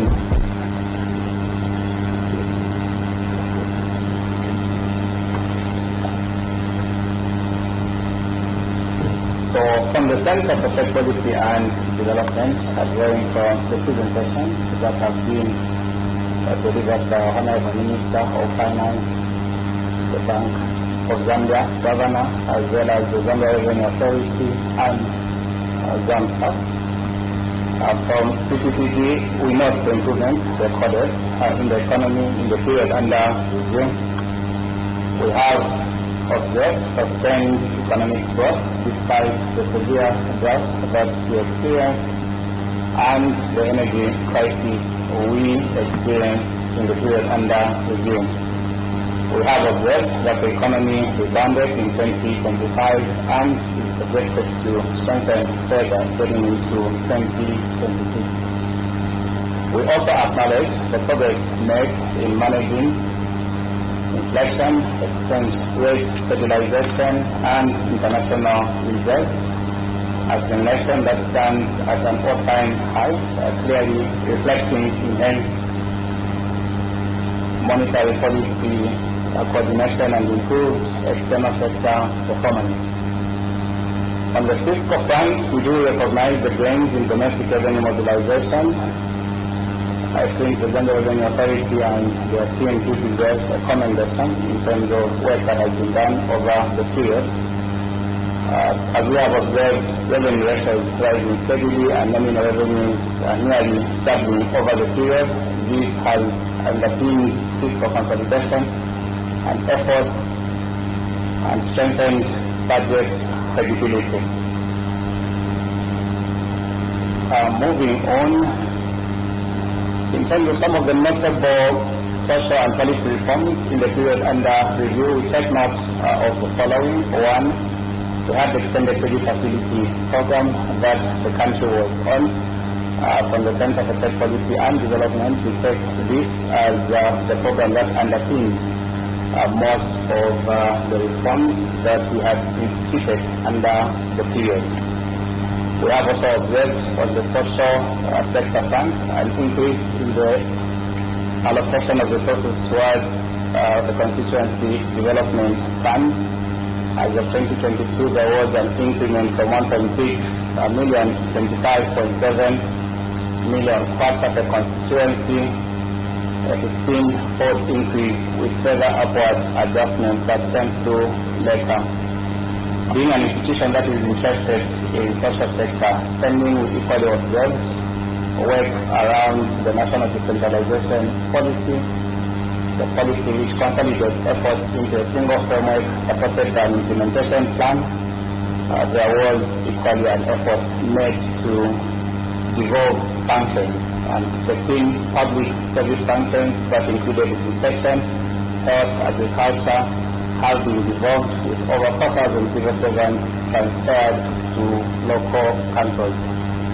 This is commendable in terms of increasing access to public services. There also were other changes that were made that speak to the energy sector. A number of reforms have been instituted, and some of these have increased the participation of private sector. Notably things like the multi-year tariff framework, electricity open access framework, and energy single licensing.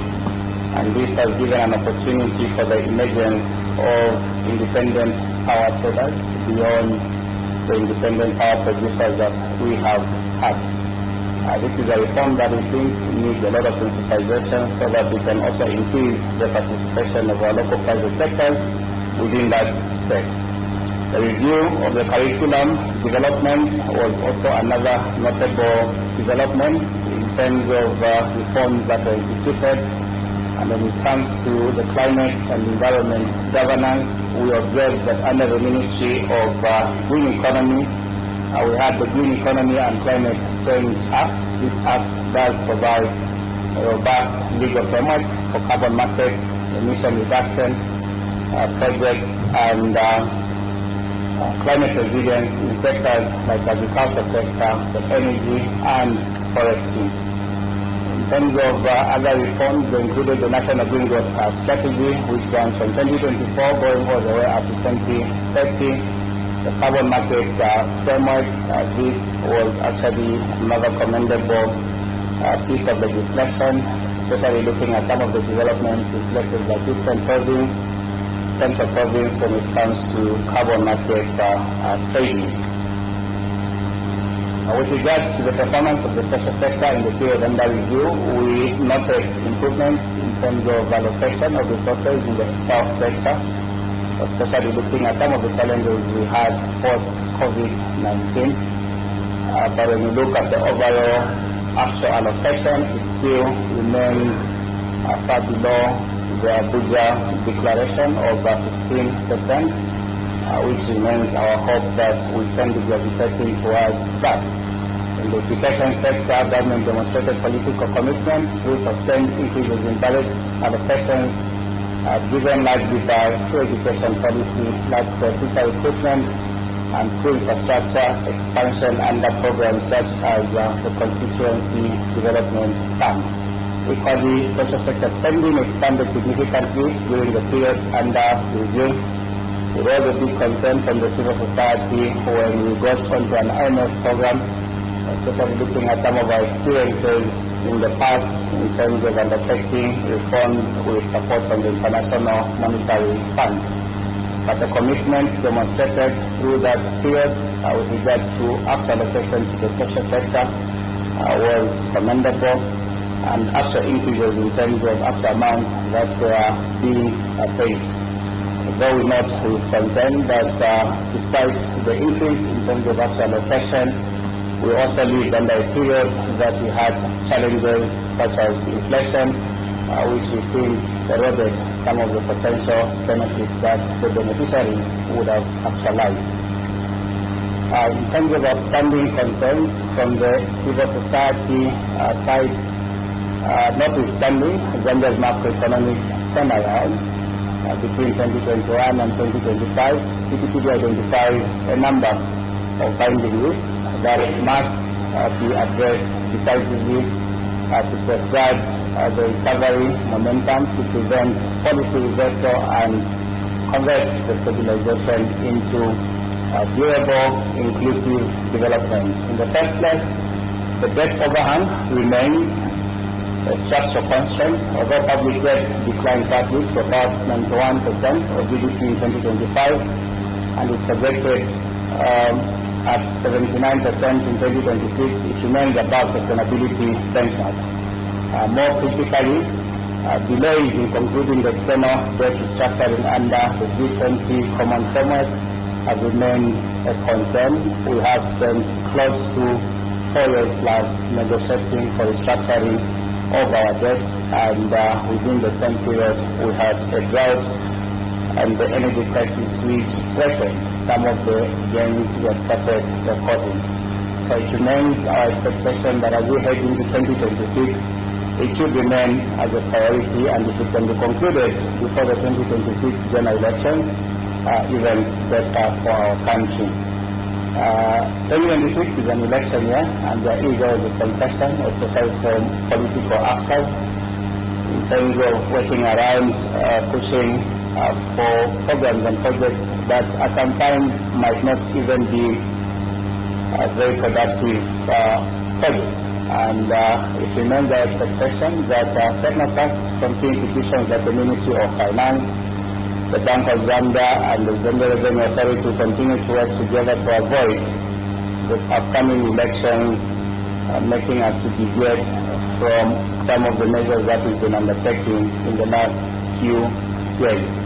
We do think that without binding expenditure ceilings, strengthened treasury single account controls and quarterly cash limits, the strong parliamentary oversight provided under legislation such as the Public Finance or Public Debt Management Act, these pressures that might emanate as a result of the elections could potentially reverse the hard-won consolidation gains, weaken debt trajectories, and destabilize inflation and macroeconomic expectations ahead of 2026. Unemployment and underemployment remains structurally high despite positive growth. Job creation remains limited, particularly for young people, women and urban in the informal working sectors. Growth remains highly concentrated in mining and other sectors as confirmed by the central by Zambia'S, with weak employment absorption in manufacturing, agro-processing and labor-intensive sectors. So we do think that without deliberate industrial, labor market and SME development interventions, Zambia risks entrenching a growth employment disconnect that undermines poverty reduction, social cohesion and long-term political macroeconomic stability. Cost of living remains a thorny issue. We do hope that as we now begin to rebuild on the gains or consolidate the gains, we will also work around finding means and ways through which we can increase the opportunities for our people to earn enough or to work around the production capacity of our country so that ultimately what they access through in Zambia'S and shops would be products that are affordable for the Zambian people. Access to affordable finance remains constrained equally, and social sector sustainability is also an issue of interest. If you look at the education sector, we still have infrastructure gaps which threaten productivity gains. In the health sector, our observation is that the wage bill expansion continues to crowd out non-wage inputs, or the 2025 cholera outbreak did expose some of the weaknesses in preventive care. In conclusion, from the Center for Trade Policy and Development, we assess that Zambia's 2021 to 2025 economic performance as a positive macroeconomic turnaround, characterized by restored fiscal discipline, strengthened domestic revenue mobilization, narrowing fiscal deficits, and declining inflation. The stabilized exchange rate, improving external balances, and improvement in debt sustainability metrics, these achievements represent a break from the pre-default trajectory. However, this recovery remains structurally fragile and incomplete. The economy remains vulnerable to commodity cycles, climate shocks, energy insecurity, election cycle fiscal pressures, debt overhang effects, and distributional stress arising from labor-heavy taxation and the heavy cost of living pressures. So this growth remains insufficiently inclusive. Employment generation remains weak. Capital expenditure remains compressed, and the access to affordable finance remains constrained. Zambia therefore needs to stand. Zambia therefore stands at a critical inflection point. The central challenges or challenge is no longer stabilization in our view, but institutionalization and transformation, embedding fiscal discipline beyond programs, completing debt restructuring, and decisively rebalancing revenue mobilization towards equity and sustainability. We also need to reallocate expenditure towards productive investment and converting social spending into durable human capital. The 2026 national budget and the medium-term fiscal framework must consolidate macroeconomic gains for decisively addressing structural vulnerabilities, ensuring that Zambia's recovery evolves into resilient, inclusive, and productive-driven growth. Thank you very much.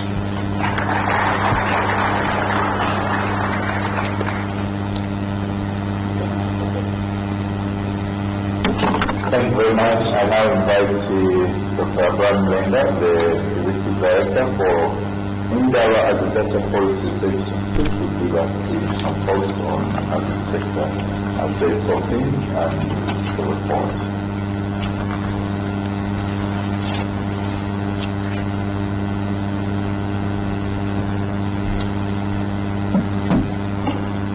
Thank you so much, Moderator. And I ride on the protocol already established. Moderator, I was hoping you would maintain the Chisanga name, but the correct is Mulenga. Thank you so much for the correction. So, my name is Brian Mulenga.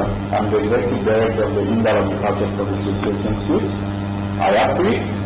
IAPI is a local agricultural and development policy think tank.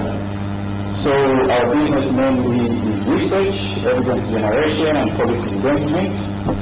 And so what I'll present today, I'll just start on the highlights on what we research to be the role of the agricultural sector in sustaining the gains that we've scored as a country.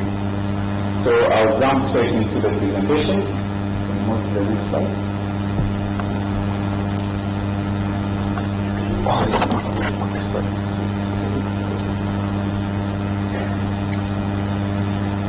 Alright, so I'll just give a quick overview of the agriculture sector and our success story, I think, which all of us will remember how we came out of a very devastating drought in 2024.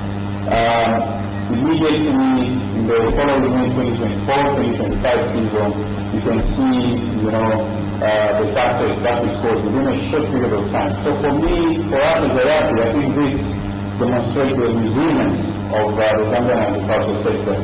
Moving from, about 1.3 metric tons of maize to doubling it, soybeans as well, and then we've seen, government's commitment to fully migrate from a direct input supply system to the electronic voucher system, which is a very effective and efficient way of administering input subsidy. Then we've also seen timely delivery of inputs to farmers, which is very critical because farming is a very time-conscious enterprise, and when you miss a second window, maybe to just apply your inputs, the yields can be affected, and that will affect our production and everything else that follows. But our sector is not without challenges, and I just want to research with the challenges. I think we've seen that our contribution to GDP, of course, that is up to 2024. It dropped from about 6.2 in 2016 to 1.8 in 2024. And in between there has been lots of fluctuation. And in some years we've recorded negative growth, but I'm sure for the 2025 that should be a much better figure. And we know that the majority of our population, about 60%, resides in the rural area, and their mainstay, economic mainstay is agriculture. So if we don't get agriculture right, then it's going to be very difficult to address poverty. So what we invest is to be the role of agriculture to sustain the macroeconomic gains that we've scored as a country. I have to re-engineer my presentation to make sure that it fits within time, so I won't get into the details.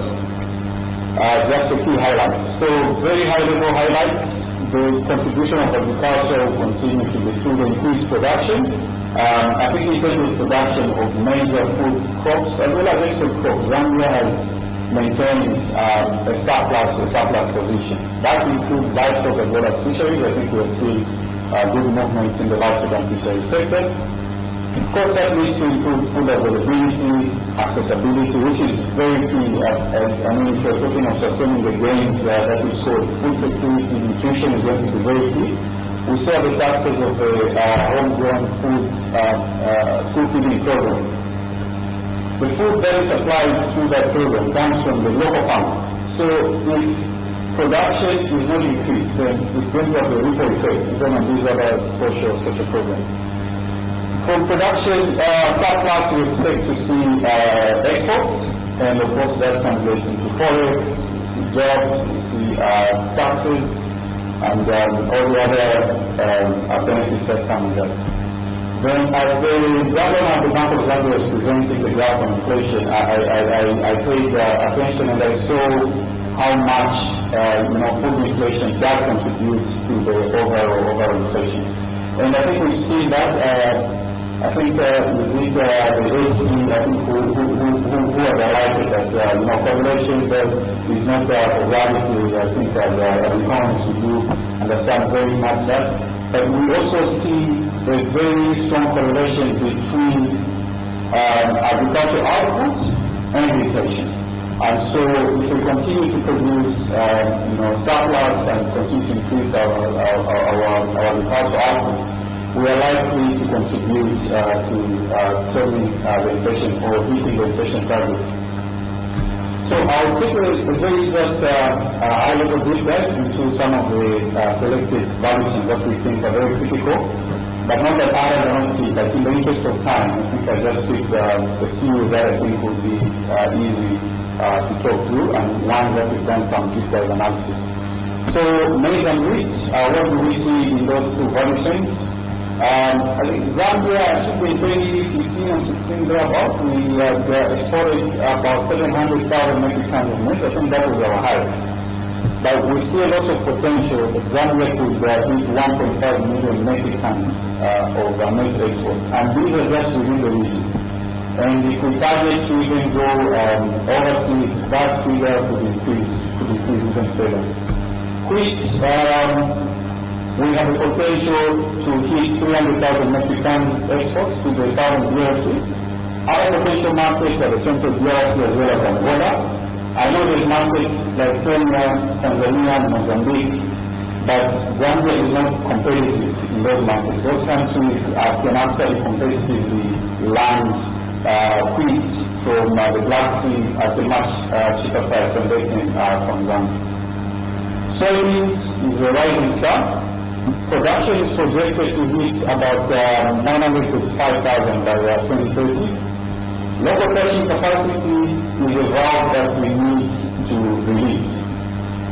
Installed capacity is there, but the crushing, the utilization remains low, and this has to do somehow with the trade policies. Because if soybean has to be crushed, the soy meal that is produced, crushers need an outlet for that. Domestic market yes, but also need to be allowed to export that. And that is going to also translate into production of edible oil, where the annual demand of about 200,000, if we crush 730 at an extraction rate of about 18%, we're looking at 131 metric tons of soybean oil locally produced. That we need to close the supply-demand gap that Zambia has experienced for a long time. That just within the soybean, we can unlock from our estimation and analysis, very quick analysis. We can create about 190,000 direct jobs, both direct and indirect jobs. This number seems to be very big, but you need to understand that soybean is one of the value chains that has a lot of backward and forward linkages. So the potential for jobs is quite immense. Beef sector is another important value chain. We see an increase in formal beef exports, because currently the bulk of the exports are informal and they are not captured. But I think with the new compartment program, beef compartment program, we are likely to see an increase in beef exports. But to be honest, and based on the data that we are sitting on and the analysis that we've done, our figures shows a potential of significantly less than the 100,000 that the government has set as a target. And this will contribute about 2.5% to GDP, just a beef value chain alone. Can create about 42,000 direct jobs and about 256,000 indirect jobs, again because of the backward and forward linkages within this value chain. Some of these benefits or targets are actually being made. We are seeing movements towards this, but there's some building blocks that have to be put in place so as to fully actualize the potential that we just present here, the potential that we see in these value chains. One of them is there's need to continue investments which are already going on in the seed sector, the fertilizer sector, irrigation technology, livestock disease control, and vaccination manufacturing. We know that there's lots of initiatives that are going on around these issues. Processing and packaging for value addition as well as being export ready is going to be very key. I think agro-processing is one missing piece of the puzzle to unlock the agricultural potential in this country. Then there's need to operationalize the farm block development program. This program has been on the table, I think, from as far back as 2002. We've made very small baby steps. then also make some steps backwards. So we have not really seen the actualization of the potential of the farm boards. It's a very good program, the program that will actually unleash Zambia's agricultural commercialization. Two things have to happen. We need to expedite the finalization and completion of the farm block development strategy, because that is going to spell out how we want to implement this program. We need to make sure that enough resources are allocated to the implementation of the actualization and operationalization of that strategy. Trade policy predictability is going to be very key. We've seen a lot of trade policy inconsistencies in the past. I must say there has been improvement.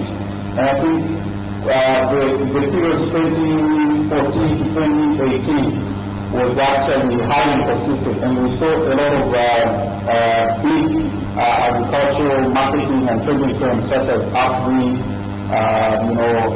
Cargill, NWK leaving the country because of the inconsistent trade policies. Issues of climate change would have to be addressed. Climate smart technologies would have to be developed, the ones that are already there need to be rolled out, and there's need to strengthen our early warning system. Agriculture is very much dependent on weather, and as you know, most of our farmers are smallholders. Any small shock in the weather, they are thrown off the roads. So we need to strengthen our early warning system. I know the Zambia Meteorological Department has been equipped with equipment, and now they have the necessary human capacity. But we need to do much more to equip them with modern technology and capacity building, so that they can be able to downscale the predictions that they make, the weather forecasts that they make, and they can make them more frequent, because that's what we're going to need going forward. Then we need reliable energy supply. This is going to be very important when we talk about irrigation farming, as well as agricultural processing.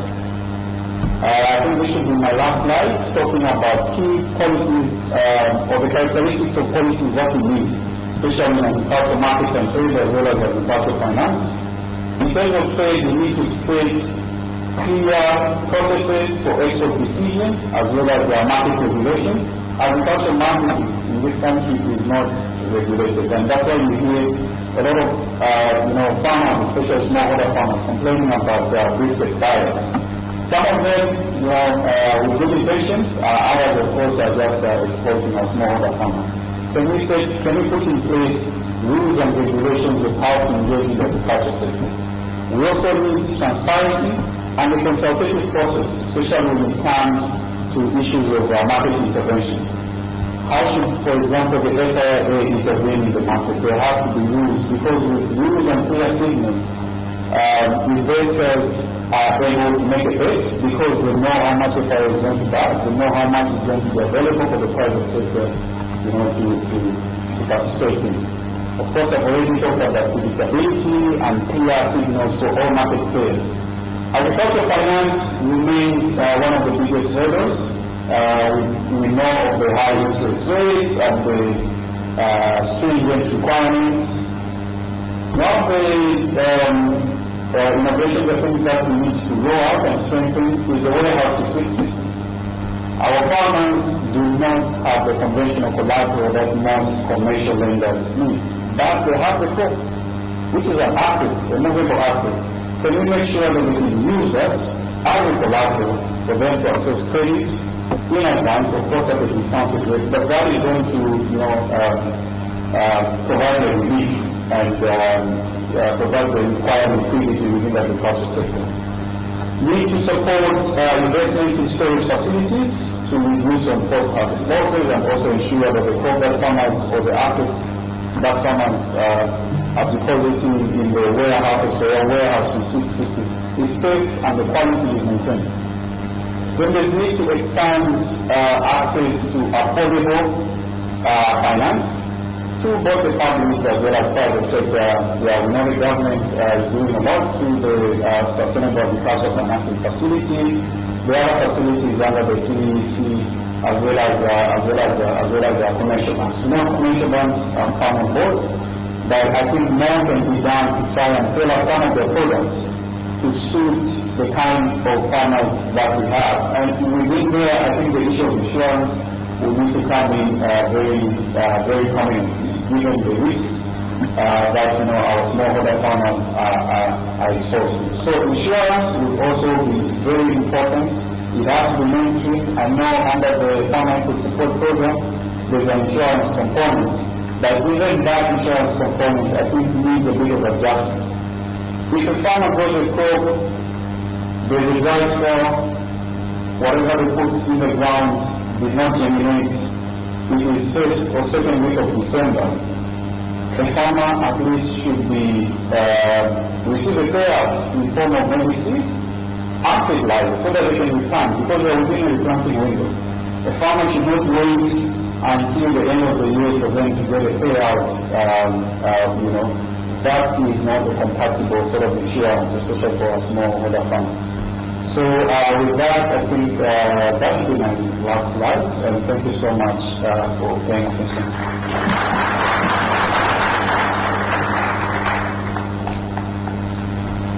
Thank you, Dr. Mlenga.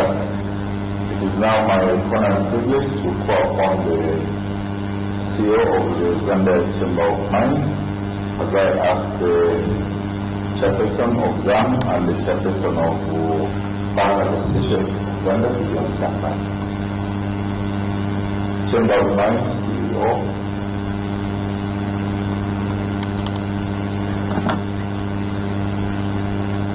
The 2 million tons, the Aman team. Thank you very much, Honorable Minister. High table, all protocols observed, ladies and gentlemen. I think most of what I was going to say has been covered by speakers before me, but suffice to say it was a very difficult year. The growth numbers have come below the double-digit growth we delivered last year, principally due to the fact that I think we have depleted the small, low-hanging fruit on the mango tree, and we have used the stick of that has been availed us by the stabilities that the government has provided over the last 4 years to go a little bit higher. But the truth is, we are now doing very difficult things. We are executing very, very complex projects, watering underground mines, the shafts. So the operational challenges have increased, and this led to a reduction in many operations numbers over the prior year. They had challenges in smelters as well, but we also had a loss of production as a result of our environmental disaster in Q1 of last year. That said, the continued challenge of having to import power from the Southern African part will obviously also hit our profitabilities and therefore CIT contributions. We are hopeful that the also outlook for this year will be better, and that will translate into more local generation, therefore lower costs. But where we are now, we have basically raised the bar as a country. Much is expected of us in order to continue to gain the confidences of international markets.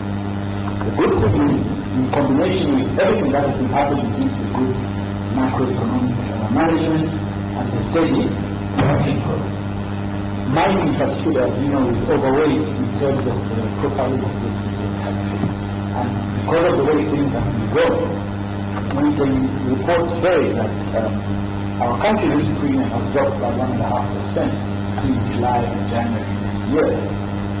And we are really looking forward to this, because as we do these other things, we will need more affordable capital, and to get those confidences, the strategies outlined by the Secretary of Treasury earlier on about having private sector-led growth, and also the need to improve regulation are the only ways to go about it. So the operationalization of the New Regulation Commission is a key lever in this regard.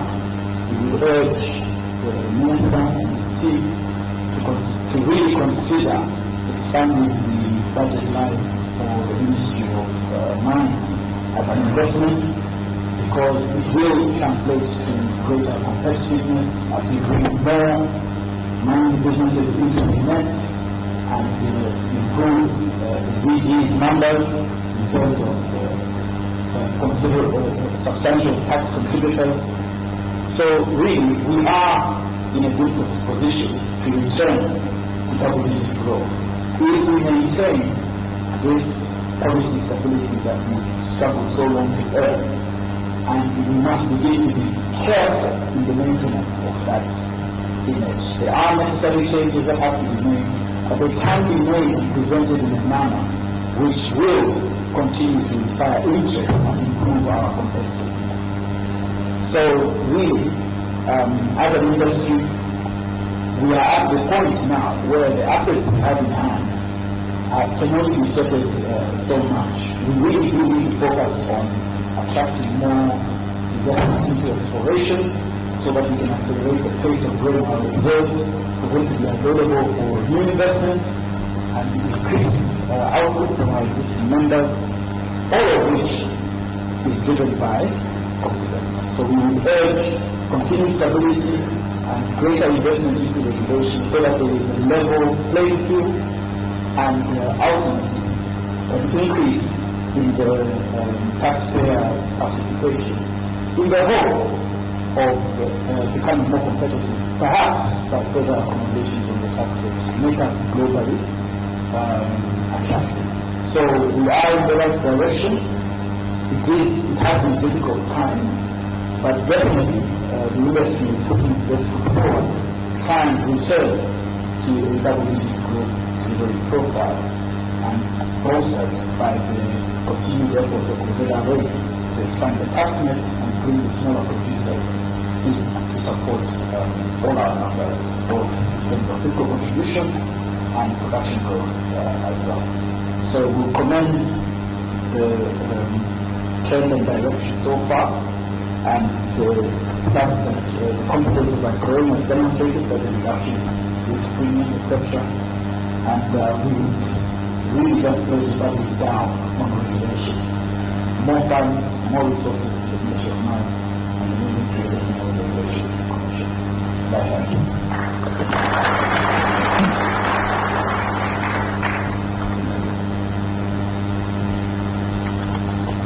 Thank you so much. May I now invite the chairperson of the Zambia Association of Manufacturers, Mr. Ahmad Umar, to come and deliver an intervention, and thereafter the chairperson of the Bankers Association of Zambia.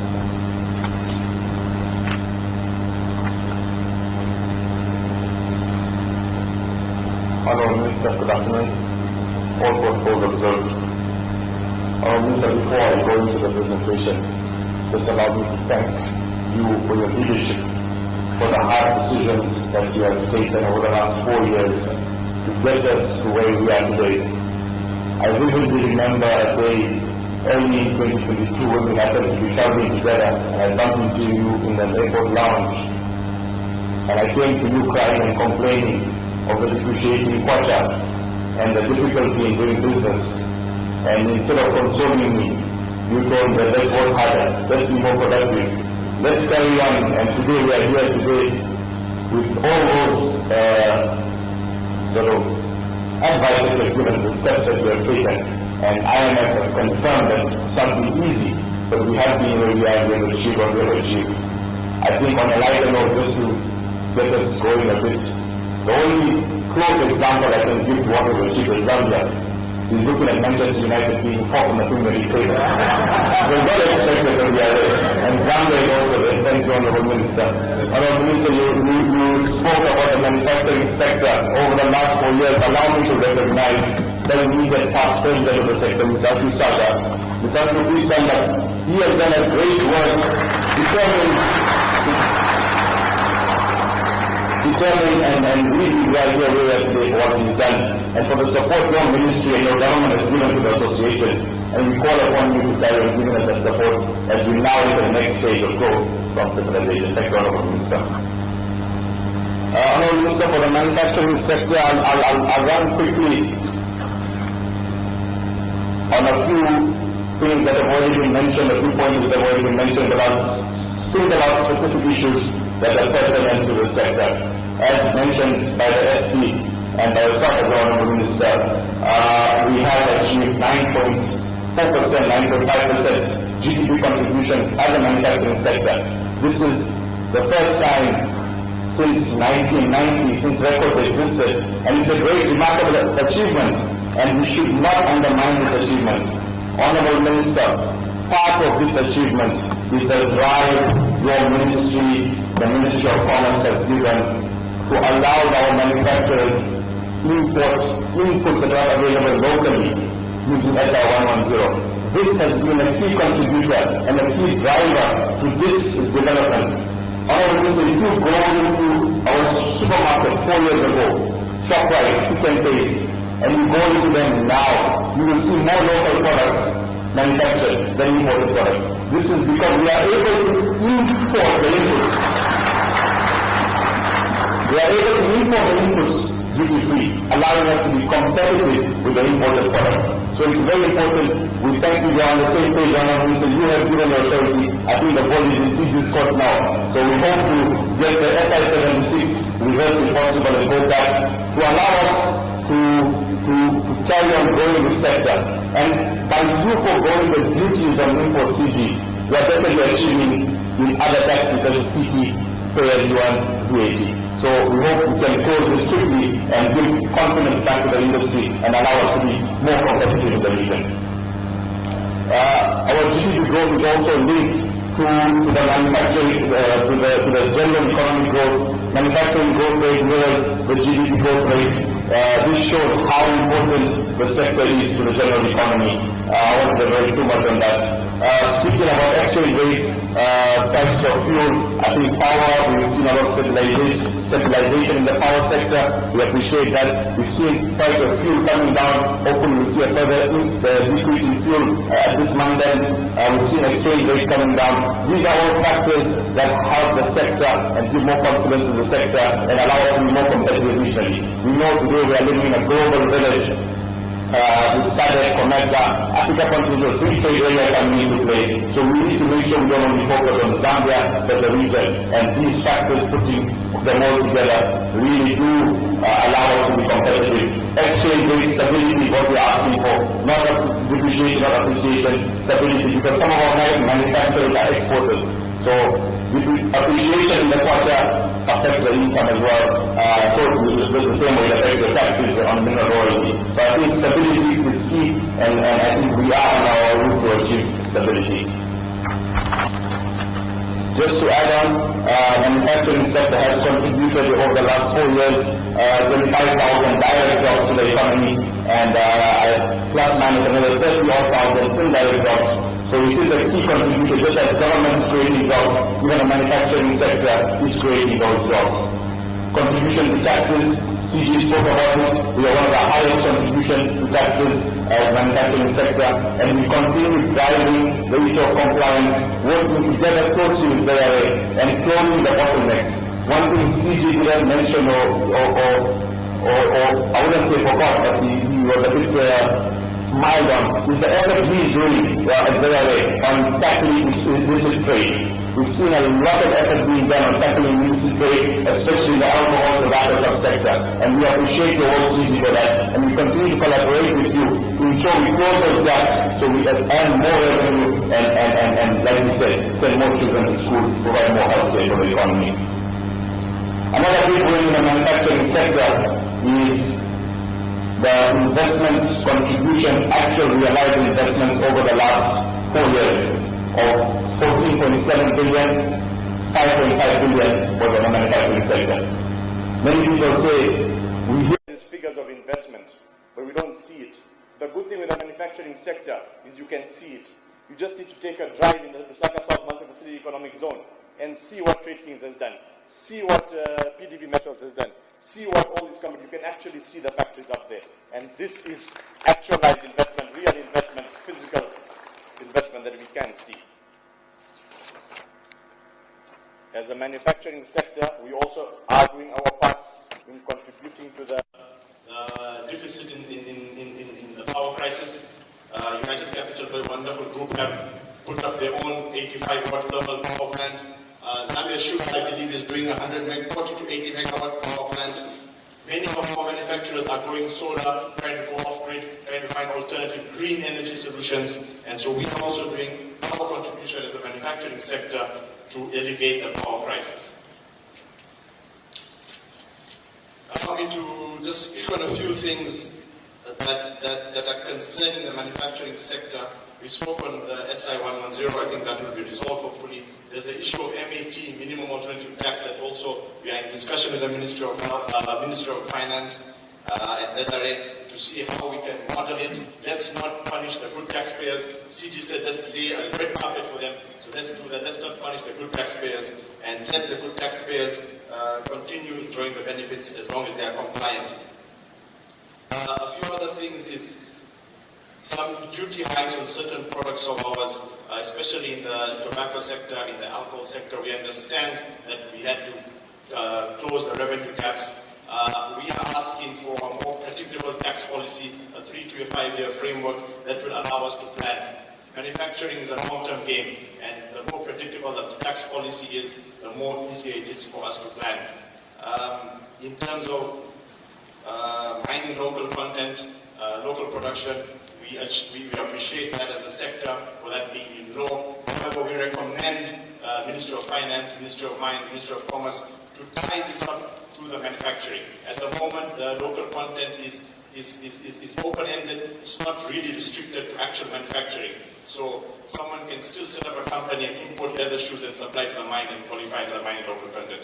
But what we want is we want to see a situation where the local manufacturers who actually manufacture the leather shoes here are the ones supplying the local content. So maybe a tweak in that law would allow our sector to grow further. Honourable Minister, in conclusion, congratulations on the successful implementation of the IMF program, and we look forward to working in collaboration with you and your team on the next program to see where we can now go into growth. And as we are doing that, while we are the gap period between the previous program and the next program, we should ensure that what we have built, we try to keep the stability that we have built. And by doing that, our recommendations are, like I said, a multi-year tax predictability framework, control on the expenditure. Let's protect the manufacturing industry. Whenever we have a stopgap measure or fiscal deficit, we try to come quickly to the manufacturing industry. Let's see how we can work together and provide alternatives and solutions to the revenue mobilization. We have achieved our targets, and we will continue working together with ZRA to ensure we carry on achieving our targets. Lastly, Honourable Minister, I think we have built a solid foundation. Now it's time to build a skyscraper. Now it's time for growth. Let's build a strong country, a strong skyscraper, a resilient one, and a sustainable one. Thank you very much.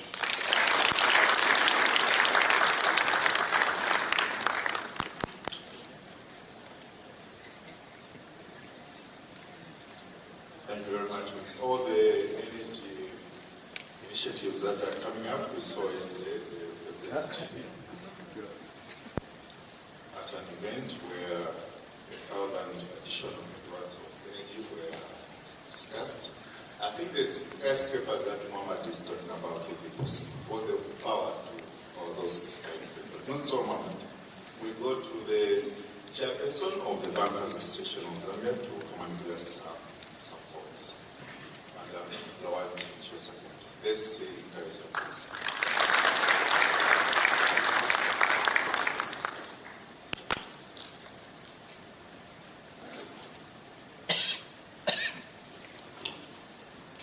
I was just telling my good friend, Zam President, that I'm not going to go to the football topic. I have a regulator that I need to keep happy.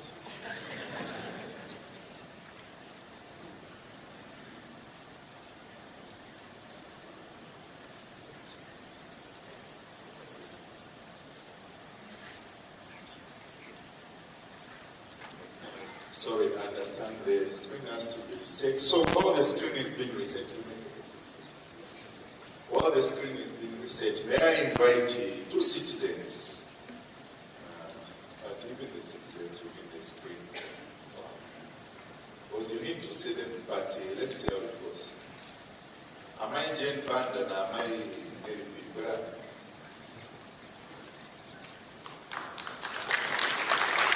This is an event for everyone.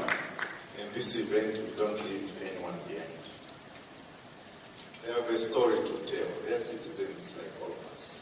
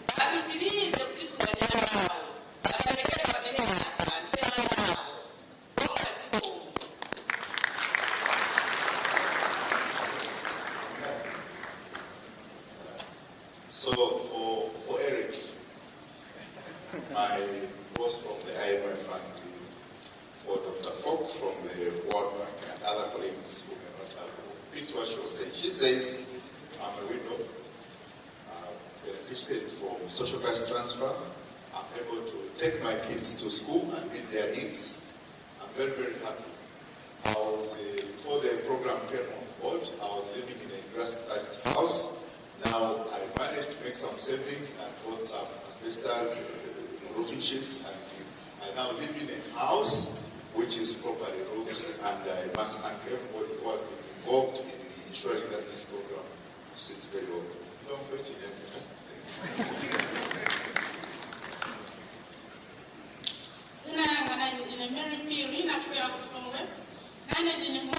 Beneficiaries of social gas transfer. Nyami kasiko makuru wa president kahaga inechema. Because na kwa sababu mama ndizira kukushinga munga izo kuona kupanga mawindows. Nene family service ya mafula development zo futika. Awito kosa ko bezo tse.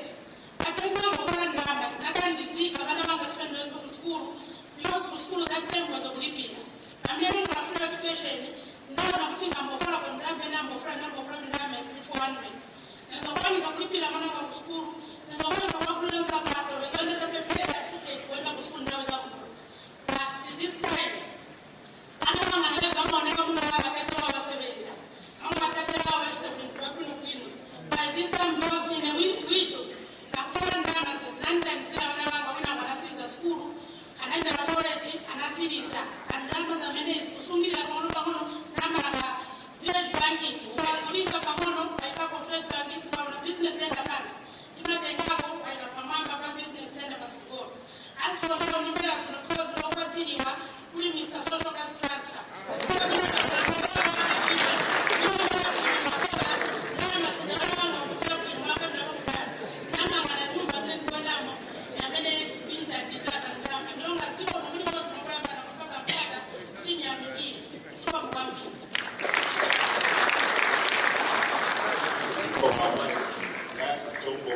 To also come, please, before we go to the chairperson of the Bankers Association. The lady who gave us a prayer, please come and say something also. So she's saying, I'm also a beneficiary of the social cash transfer. Kids used to go to school without shoes. Now they look proper and good like everybody else, and they are performing very well in school. One of them has gone up to college education because of the savings that she was making from the social cash transfer, but she was also involved in a community level, financing facility called village banking, where she's able to get some resources out of it. She says, like her colleague, she's also used some of the benefits of the social cash transfer to build a house at their level. Proceed, my lady, and give your account.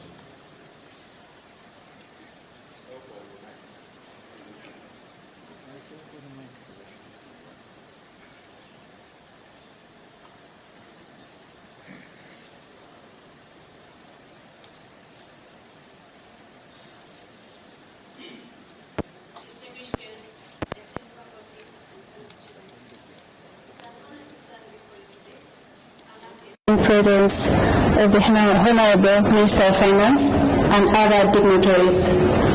My name is Given Chando, an international relations degree student at the University of Zambia. I'm also visually impaired, and it's a great privilege to share with you my testimony of how I benefit from the Higher Loans and Scholarship Board student loans. Before I go any further, allow me to express my sincere appreciation to the Higher Loans and Scholarship Board for its efforts in considering awarding students with disabilities and special needs student loans. I acknowledge your efforts in promoting inclusivity, diversity, as well as equal opportunities. Student loan has really elevated financial burden for higher education. As a student with a special need, I face unique challenges that makes it difficult for me to access resources as well as opportunities. However, the student loan has enabled me to concentrate on my studies, participate in academic activities, as well as focus on my dreams without having to think about the financial constraints. The student loan has not only evaluated financial burden for higher education, but it has also instilled in me hope and determination. My vision, determination, and focus has led me to find the way, lead the way, and lead the way to success regardless of my disability.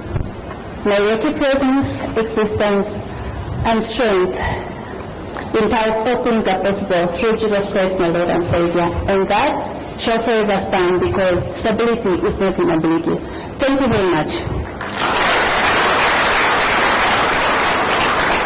Thank you very much, my colleague, Given. I now invite the chairperson of the Bankers Association of Zambia to come and deliver a presentation. Thank you.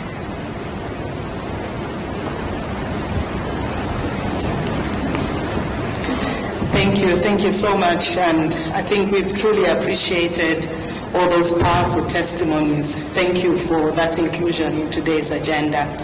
Allow me to ride on the protocols that have already been established, and I do believe that I'm probably the second but last.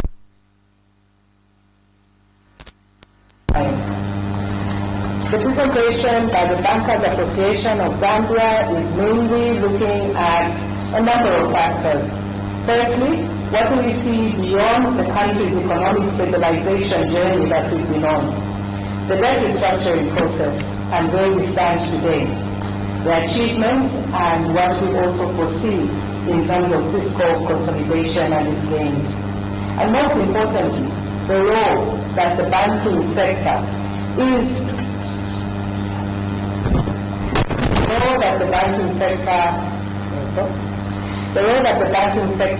in our beloved country, Zambia, what we see in terms of where we can add value, what we intend to be working on, what we are also foreseeing from an investment attraction perspective, productivity and growth, which has already been touched on by previous speakers, and lastly, the most important elements for our country, which is human capital.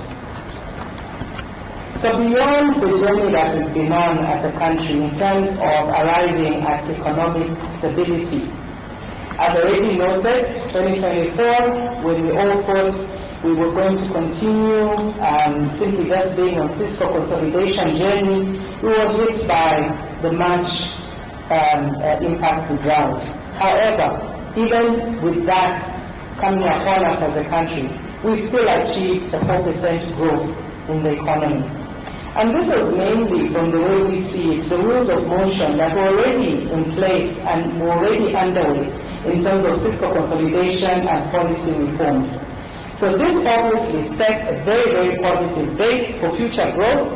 Economic reforms already mentioned, the debt restructuring, also the robust recovery in key sectors, mining, agriculture, ICT services, and the tourism sector, leading to even the growth that we are seeing 2025 and even the projection for 2026, which we are anticipating to be about 6.5%. Inflation, as already significantly covered, remains a critical factor for us as a sector. And furthermore, we are truly aligned with the aspiration that the central bank has continuously mentioned in terms of arriving at 6 to 8%. So we do believe in that aspiration, and I think a lot of us now can see that we are well into getting to those figures, even with just the inflation number that was announced yesterday of 9.4%. The monetary policy stance that the central bank has undertaken obviously has played a significant role in where we are today. And as a sector, we do foresee a reset in lending rates in the medium to long term. It's a very common topic for bankers.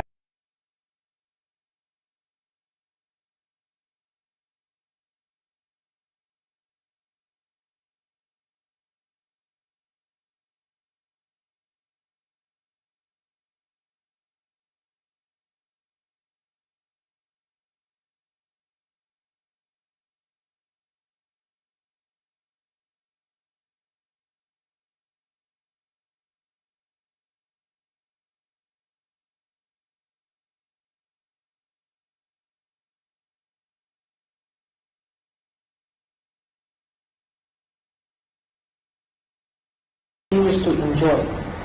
With that said, currency regulations, as already mentioned, also have played a significant factor in that regard.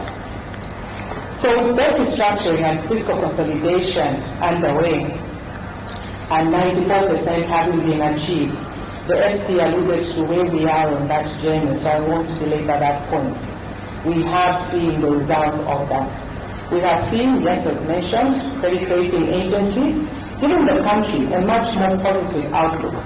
This plays a significant factor in our sector because it speaks to the level of confidence that we see from foreign market players and also simply in terms of being able to raise capital for us to be able to fund our key sectors. So we do think that as all these things come into play, and something that we continue to see, we will start to concede more surplus in our fundamental numbers. More importantly, this slide is important for us because it speaks to, as a sector, what we have achieved, what we have noted, even just on a year-on-year perspective. So the banking sector has grown its loan book by 117%, from 53 billion in 2021 to 116 billion as at 30th September 2025. Top sectors obviously supporting this: manufacturing, agriculture, wholesale and retail, transport and logistics, mining and quarry, and also households. It's also important for us to be able to applaud the sector in terms of the prudent credit and risk assessments that we have been able to achieve. So, to that effect, we have truly kept our non-performing loans with good figures being recorded. In 2021, we had about 8%. This has since reduced to 4% in 2025. So the banking sector continues to record resilient, stable, and well-capitalized positions for these years that we're looking at. So as a sector, we continue to support the agenda of the government of Zambia. Energy is a topic that continues to resound even in this room today. Projects of 2025 have about 200 megawatts of electricity coming onto the grid, were funded by the banking sector. We know we can do more, and that is obviously an onward journey and a key focus for us. The sector is also one that appreciates, I think it was mentioned earlier, that lawyers see the level of interest in this market, so do banks. We have noted that we have renewed investor confidence in Zambia post-debt restructuring and also improved sovereign ratings. And yesterday, as an association, we attended the 2025 Private Sector Foreign Investment and Investor Perception Survey report that was launched. And the numbers that were being recorded, just from an investment perspective, were phenomenal. So with over 119 billion of FDI pledges, as reported in that report in 2024, of which 87% has come from the mining sector. 2.4 billion was actualized investments in 2025, all due to policy reforms that the ST alluded to earlier on. Again, as a sector, we look out for certain things. So with the increase in the cap on the offshore participation in government bonds that was announced recently from 5% to 23%, we noted in the first auction of the bonds of 2026 last week, we recorded a historic performance and interest from foreign participation levels. This speaks to the focus and interest that we continue to attract as a country. So we do applaud the Ministry of Finance, we applaud the Central Bank as well for that phenomenal performance of the auction.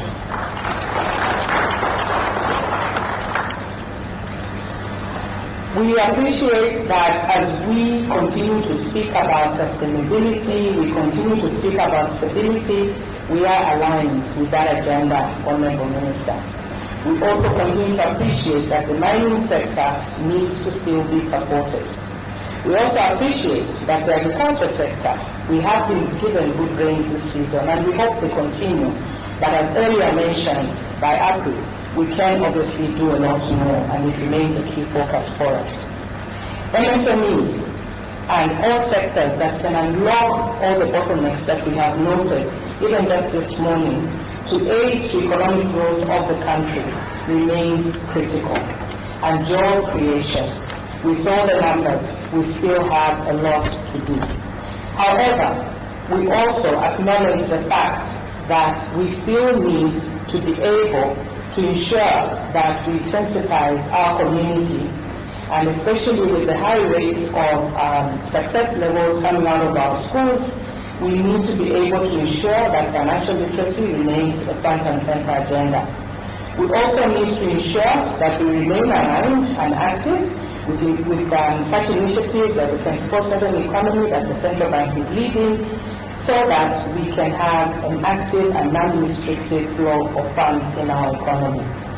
So with that being said, we remain aligned. We are on the good path as a country. And we'll continue to do our bit, Honorable Minister and Governor, in terms of the onward years to come, and also aid our support to the growth, the sustainability journey, and also the stabilization of our economy. I thank you.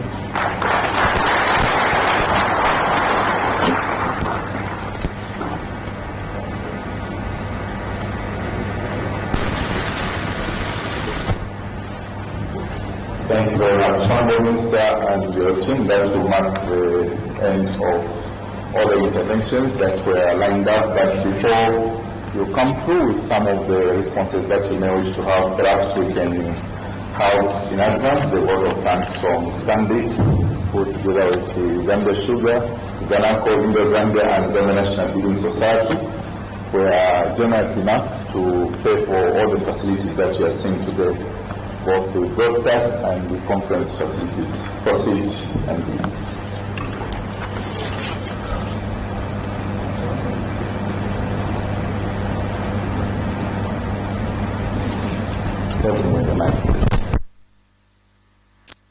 looks like the technology is working now. Thank you very much. So, Honorable Minister, I'd like to recognize you. I'd like to recognize the Secretary to the Treasury. I'd like to recognize the Bank of Zambia Governor. I'd like to recognize the Zambia Revenue Commissioner General. Should I simply say all protocols observed? I'd also like to recognize my Bankers Association chairperson, who just gave her remarks just now. Our presentations will be very similar. We come from an industry that is very intertwined, but you will note that in my presentation, I'll give a few things that are specific to Stanbic Bank. So it is a privilege, ladies and gentlemen, Honorable Minister, to deliver a vote of thanks on behalf of Stanbic Bank, following what has been a robust and informative town hall meeting on the 2021 to 2025 performance and 2026 budget and economic outlook that was well delivered by the speakers earlier today. We are elated by the various strides that the government has made over the years in stabilizing the economy and in setting a very strong foundation for further growth. Honorable Minister has highlighted in the presentations that were done earlier, with the country consistently achieving positive growth. We heard from the ST earlier that we're seeing about an average of a 5.2 in the last 4 years. That's a good achievement. In the period under review, we also see that annual inflation has started to come down. It's decelerating. And we've actually seen that over the past year. We are now in single digit, as we heard earlier from the Central Statistics Office. We are seeing a stable foreign exchange market with appreciation of about 16% that we heard earlier, just from January to now from the Bankers Association chairperson. We've also observed the currency appreciate, as I've just mentioned.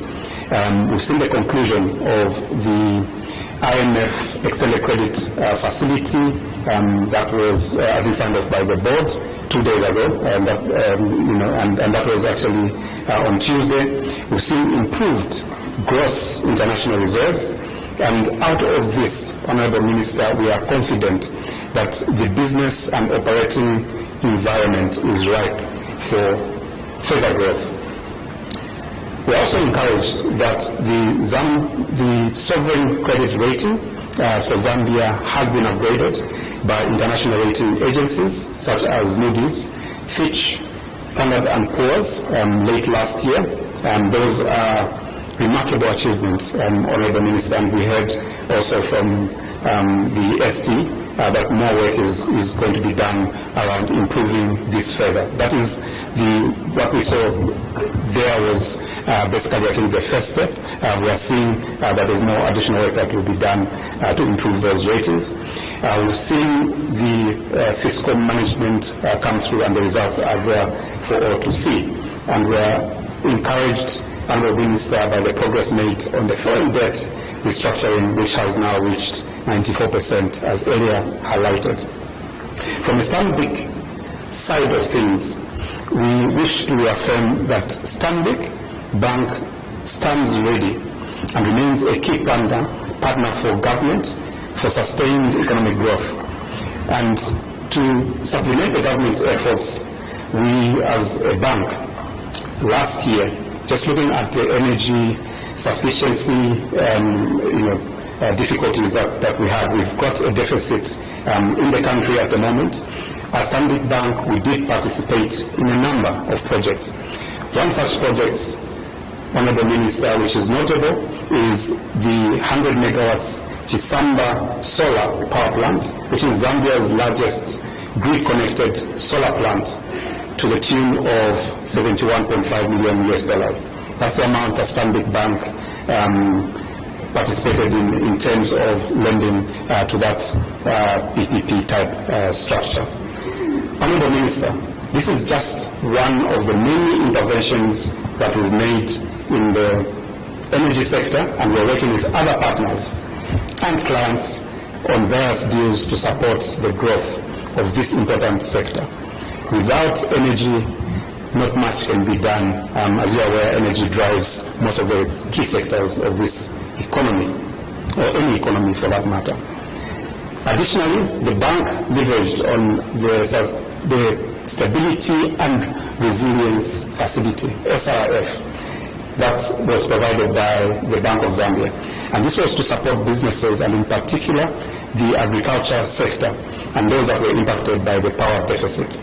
We thank the government through the governor and the Bank of Zambia for the initiative to support economic growth via the SRF. This is in addition to what we heard earlier from the governor, that earlier, which was I think during the COVID period, we did have a 10 billion kwacha facility, which was the targeted medium-term financing facility that was used to ensure that we go through as an economy the difficult times that the COVID pandemic brought onto the economy. To further support micro, small and medium enterprises, or MSMEs, who are the primary engines for growth, and they support actually the manufacturing sector as a big part of the ecosystem in manufacturing and other sectors. We have increased the limit on the Tamanga loan, an unsecured and pre-scored lending solution tailored for SMEs, to 500,000 kwacha from 250,000 kwacha earlier. This is collateral free, and this helps entrepreneurs to access working capital quickly and efficiently. Further, we have also looked at another facility which is assisting our MSMEs in terms of financing for orders of up to 70% of the purchase order, and this facility is unsecured and is at up to about 2.5 million kwacha. So order finance, Dr. Mulenga from IAPRI, is available at Stanbic for the MSMEs to ensure that we grow that agriculture sector that we were alluding to earlier. As I conclude, allow me to commend the government for its bold economic reforms, and we point out the reforms in the energy sector, net metering, as well as the agriculture side of things. We've seen SAF and the other initiatives under the agriculture sector. The mining sector is also another area where we saw a lot of good initiatives around how we then look at reforms. The gains already realized thus far, including stronger gross international reserves, renewed investments, job creation, expanding growth, introduction of business engagement platforms such as the Public-Private Dialogue Forum, commonly known as the PPDF, and not forgetting feedback sessions such as this very town hall do create transparency in terms of how the economic affairs of the country are being run. And we thank you for this initiative that then helps everybody understand what is going on in the economy. Honourable Minister, this year we remain confident that the coming together of the public and private sectors will continue to deepen these gains that we've made, with particular emphasis on employment creation, productivity, and inclusive economic growth, and we will continue to support these efforts as Stanbic Bank. A big round of applause for the top table representing government and our cooperating partners, the IMF, the World Bank are in the room, and other partners that I may have left out, and indeed to you, the private sector. I thank you.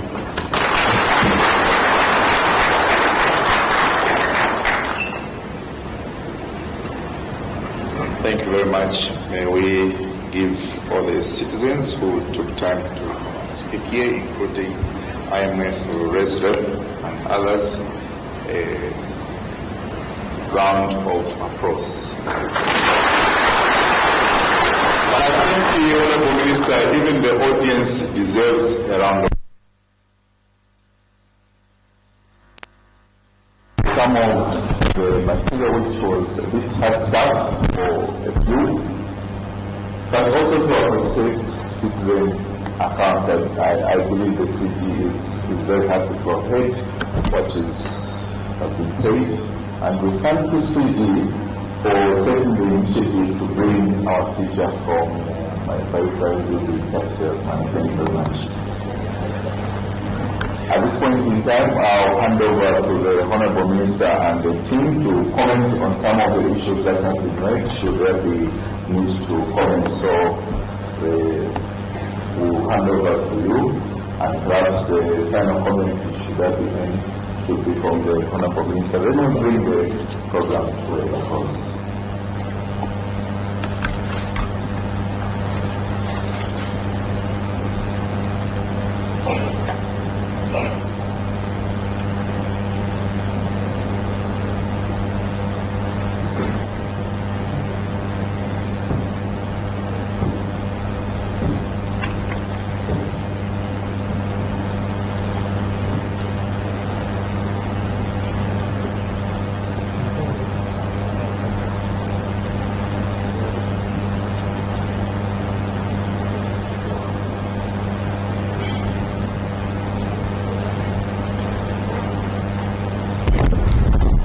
Thank you very much, for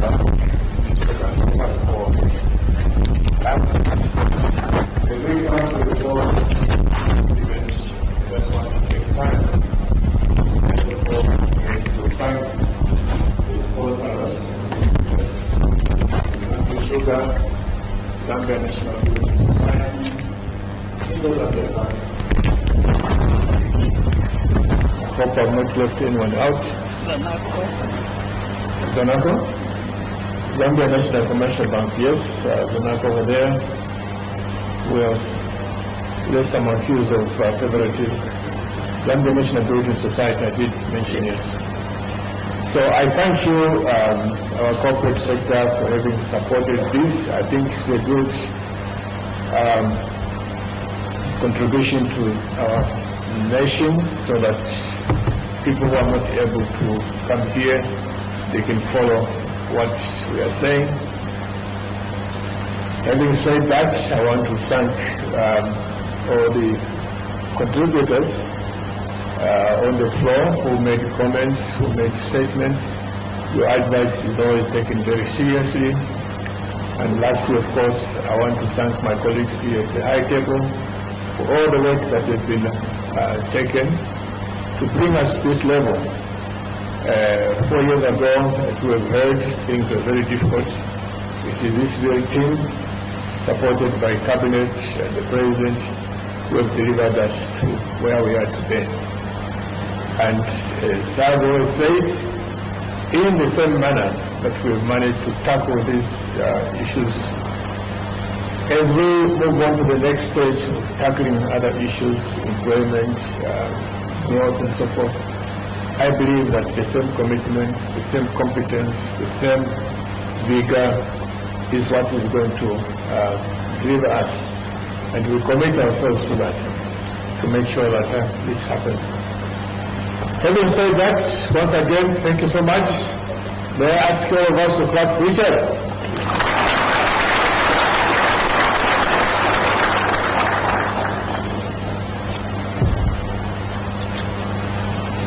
Thank you very much, Honorable Minister. So, those very forward-looking remarks will bring the program to a close. However, I do have one of the announcements to make. There is some lunch served for everyone here. And because of space issues, I would suggest that maybe the minister, the reps from the cooperating partners,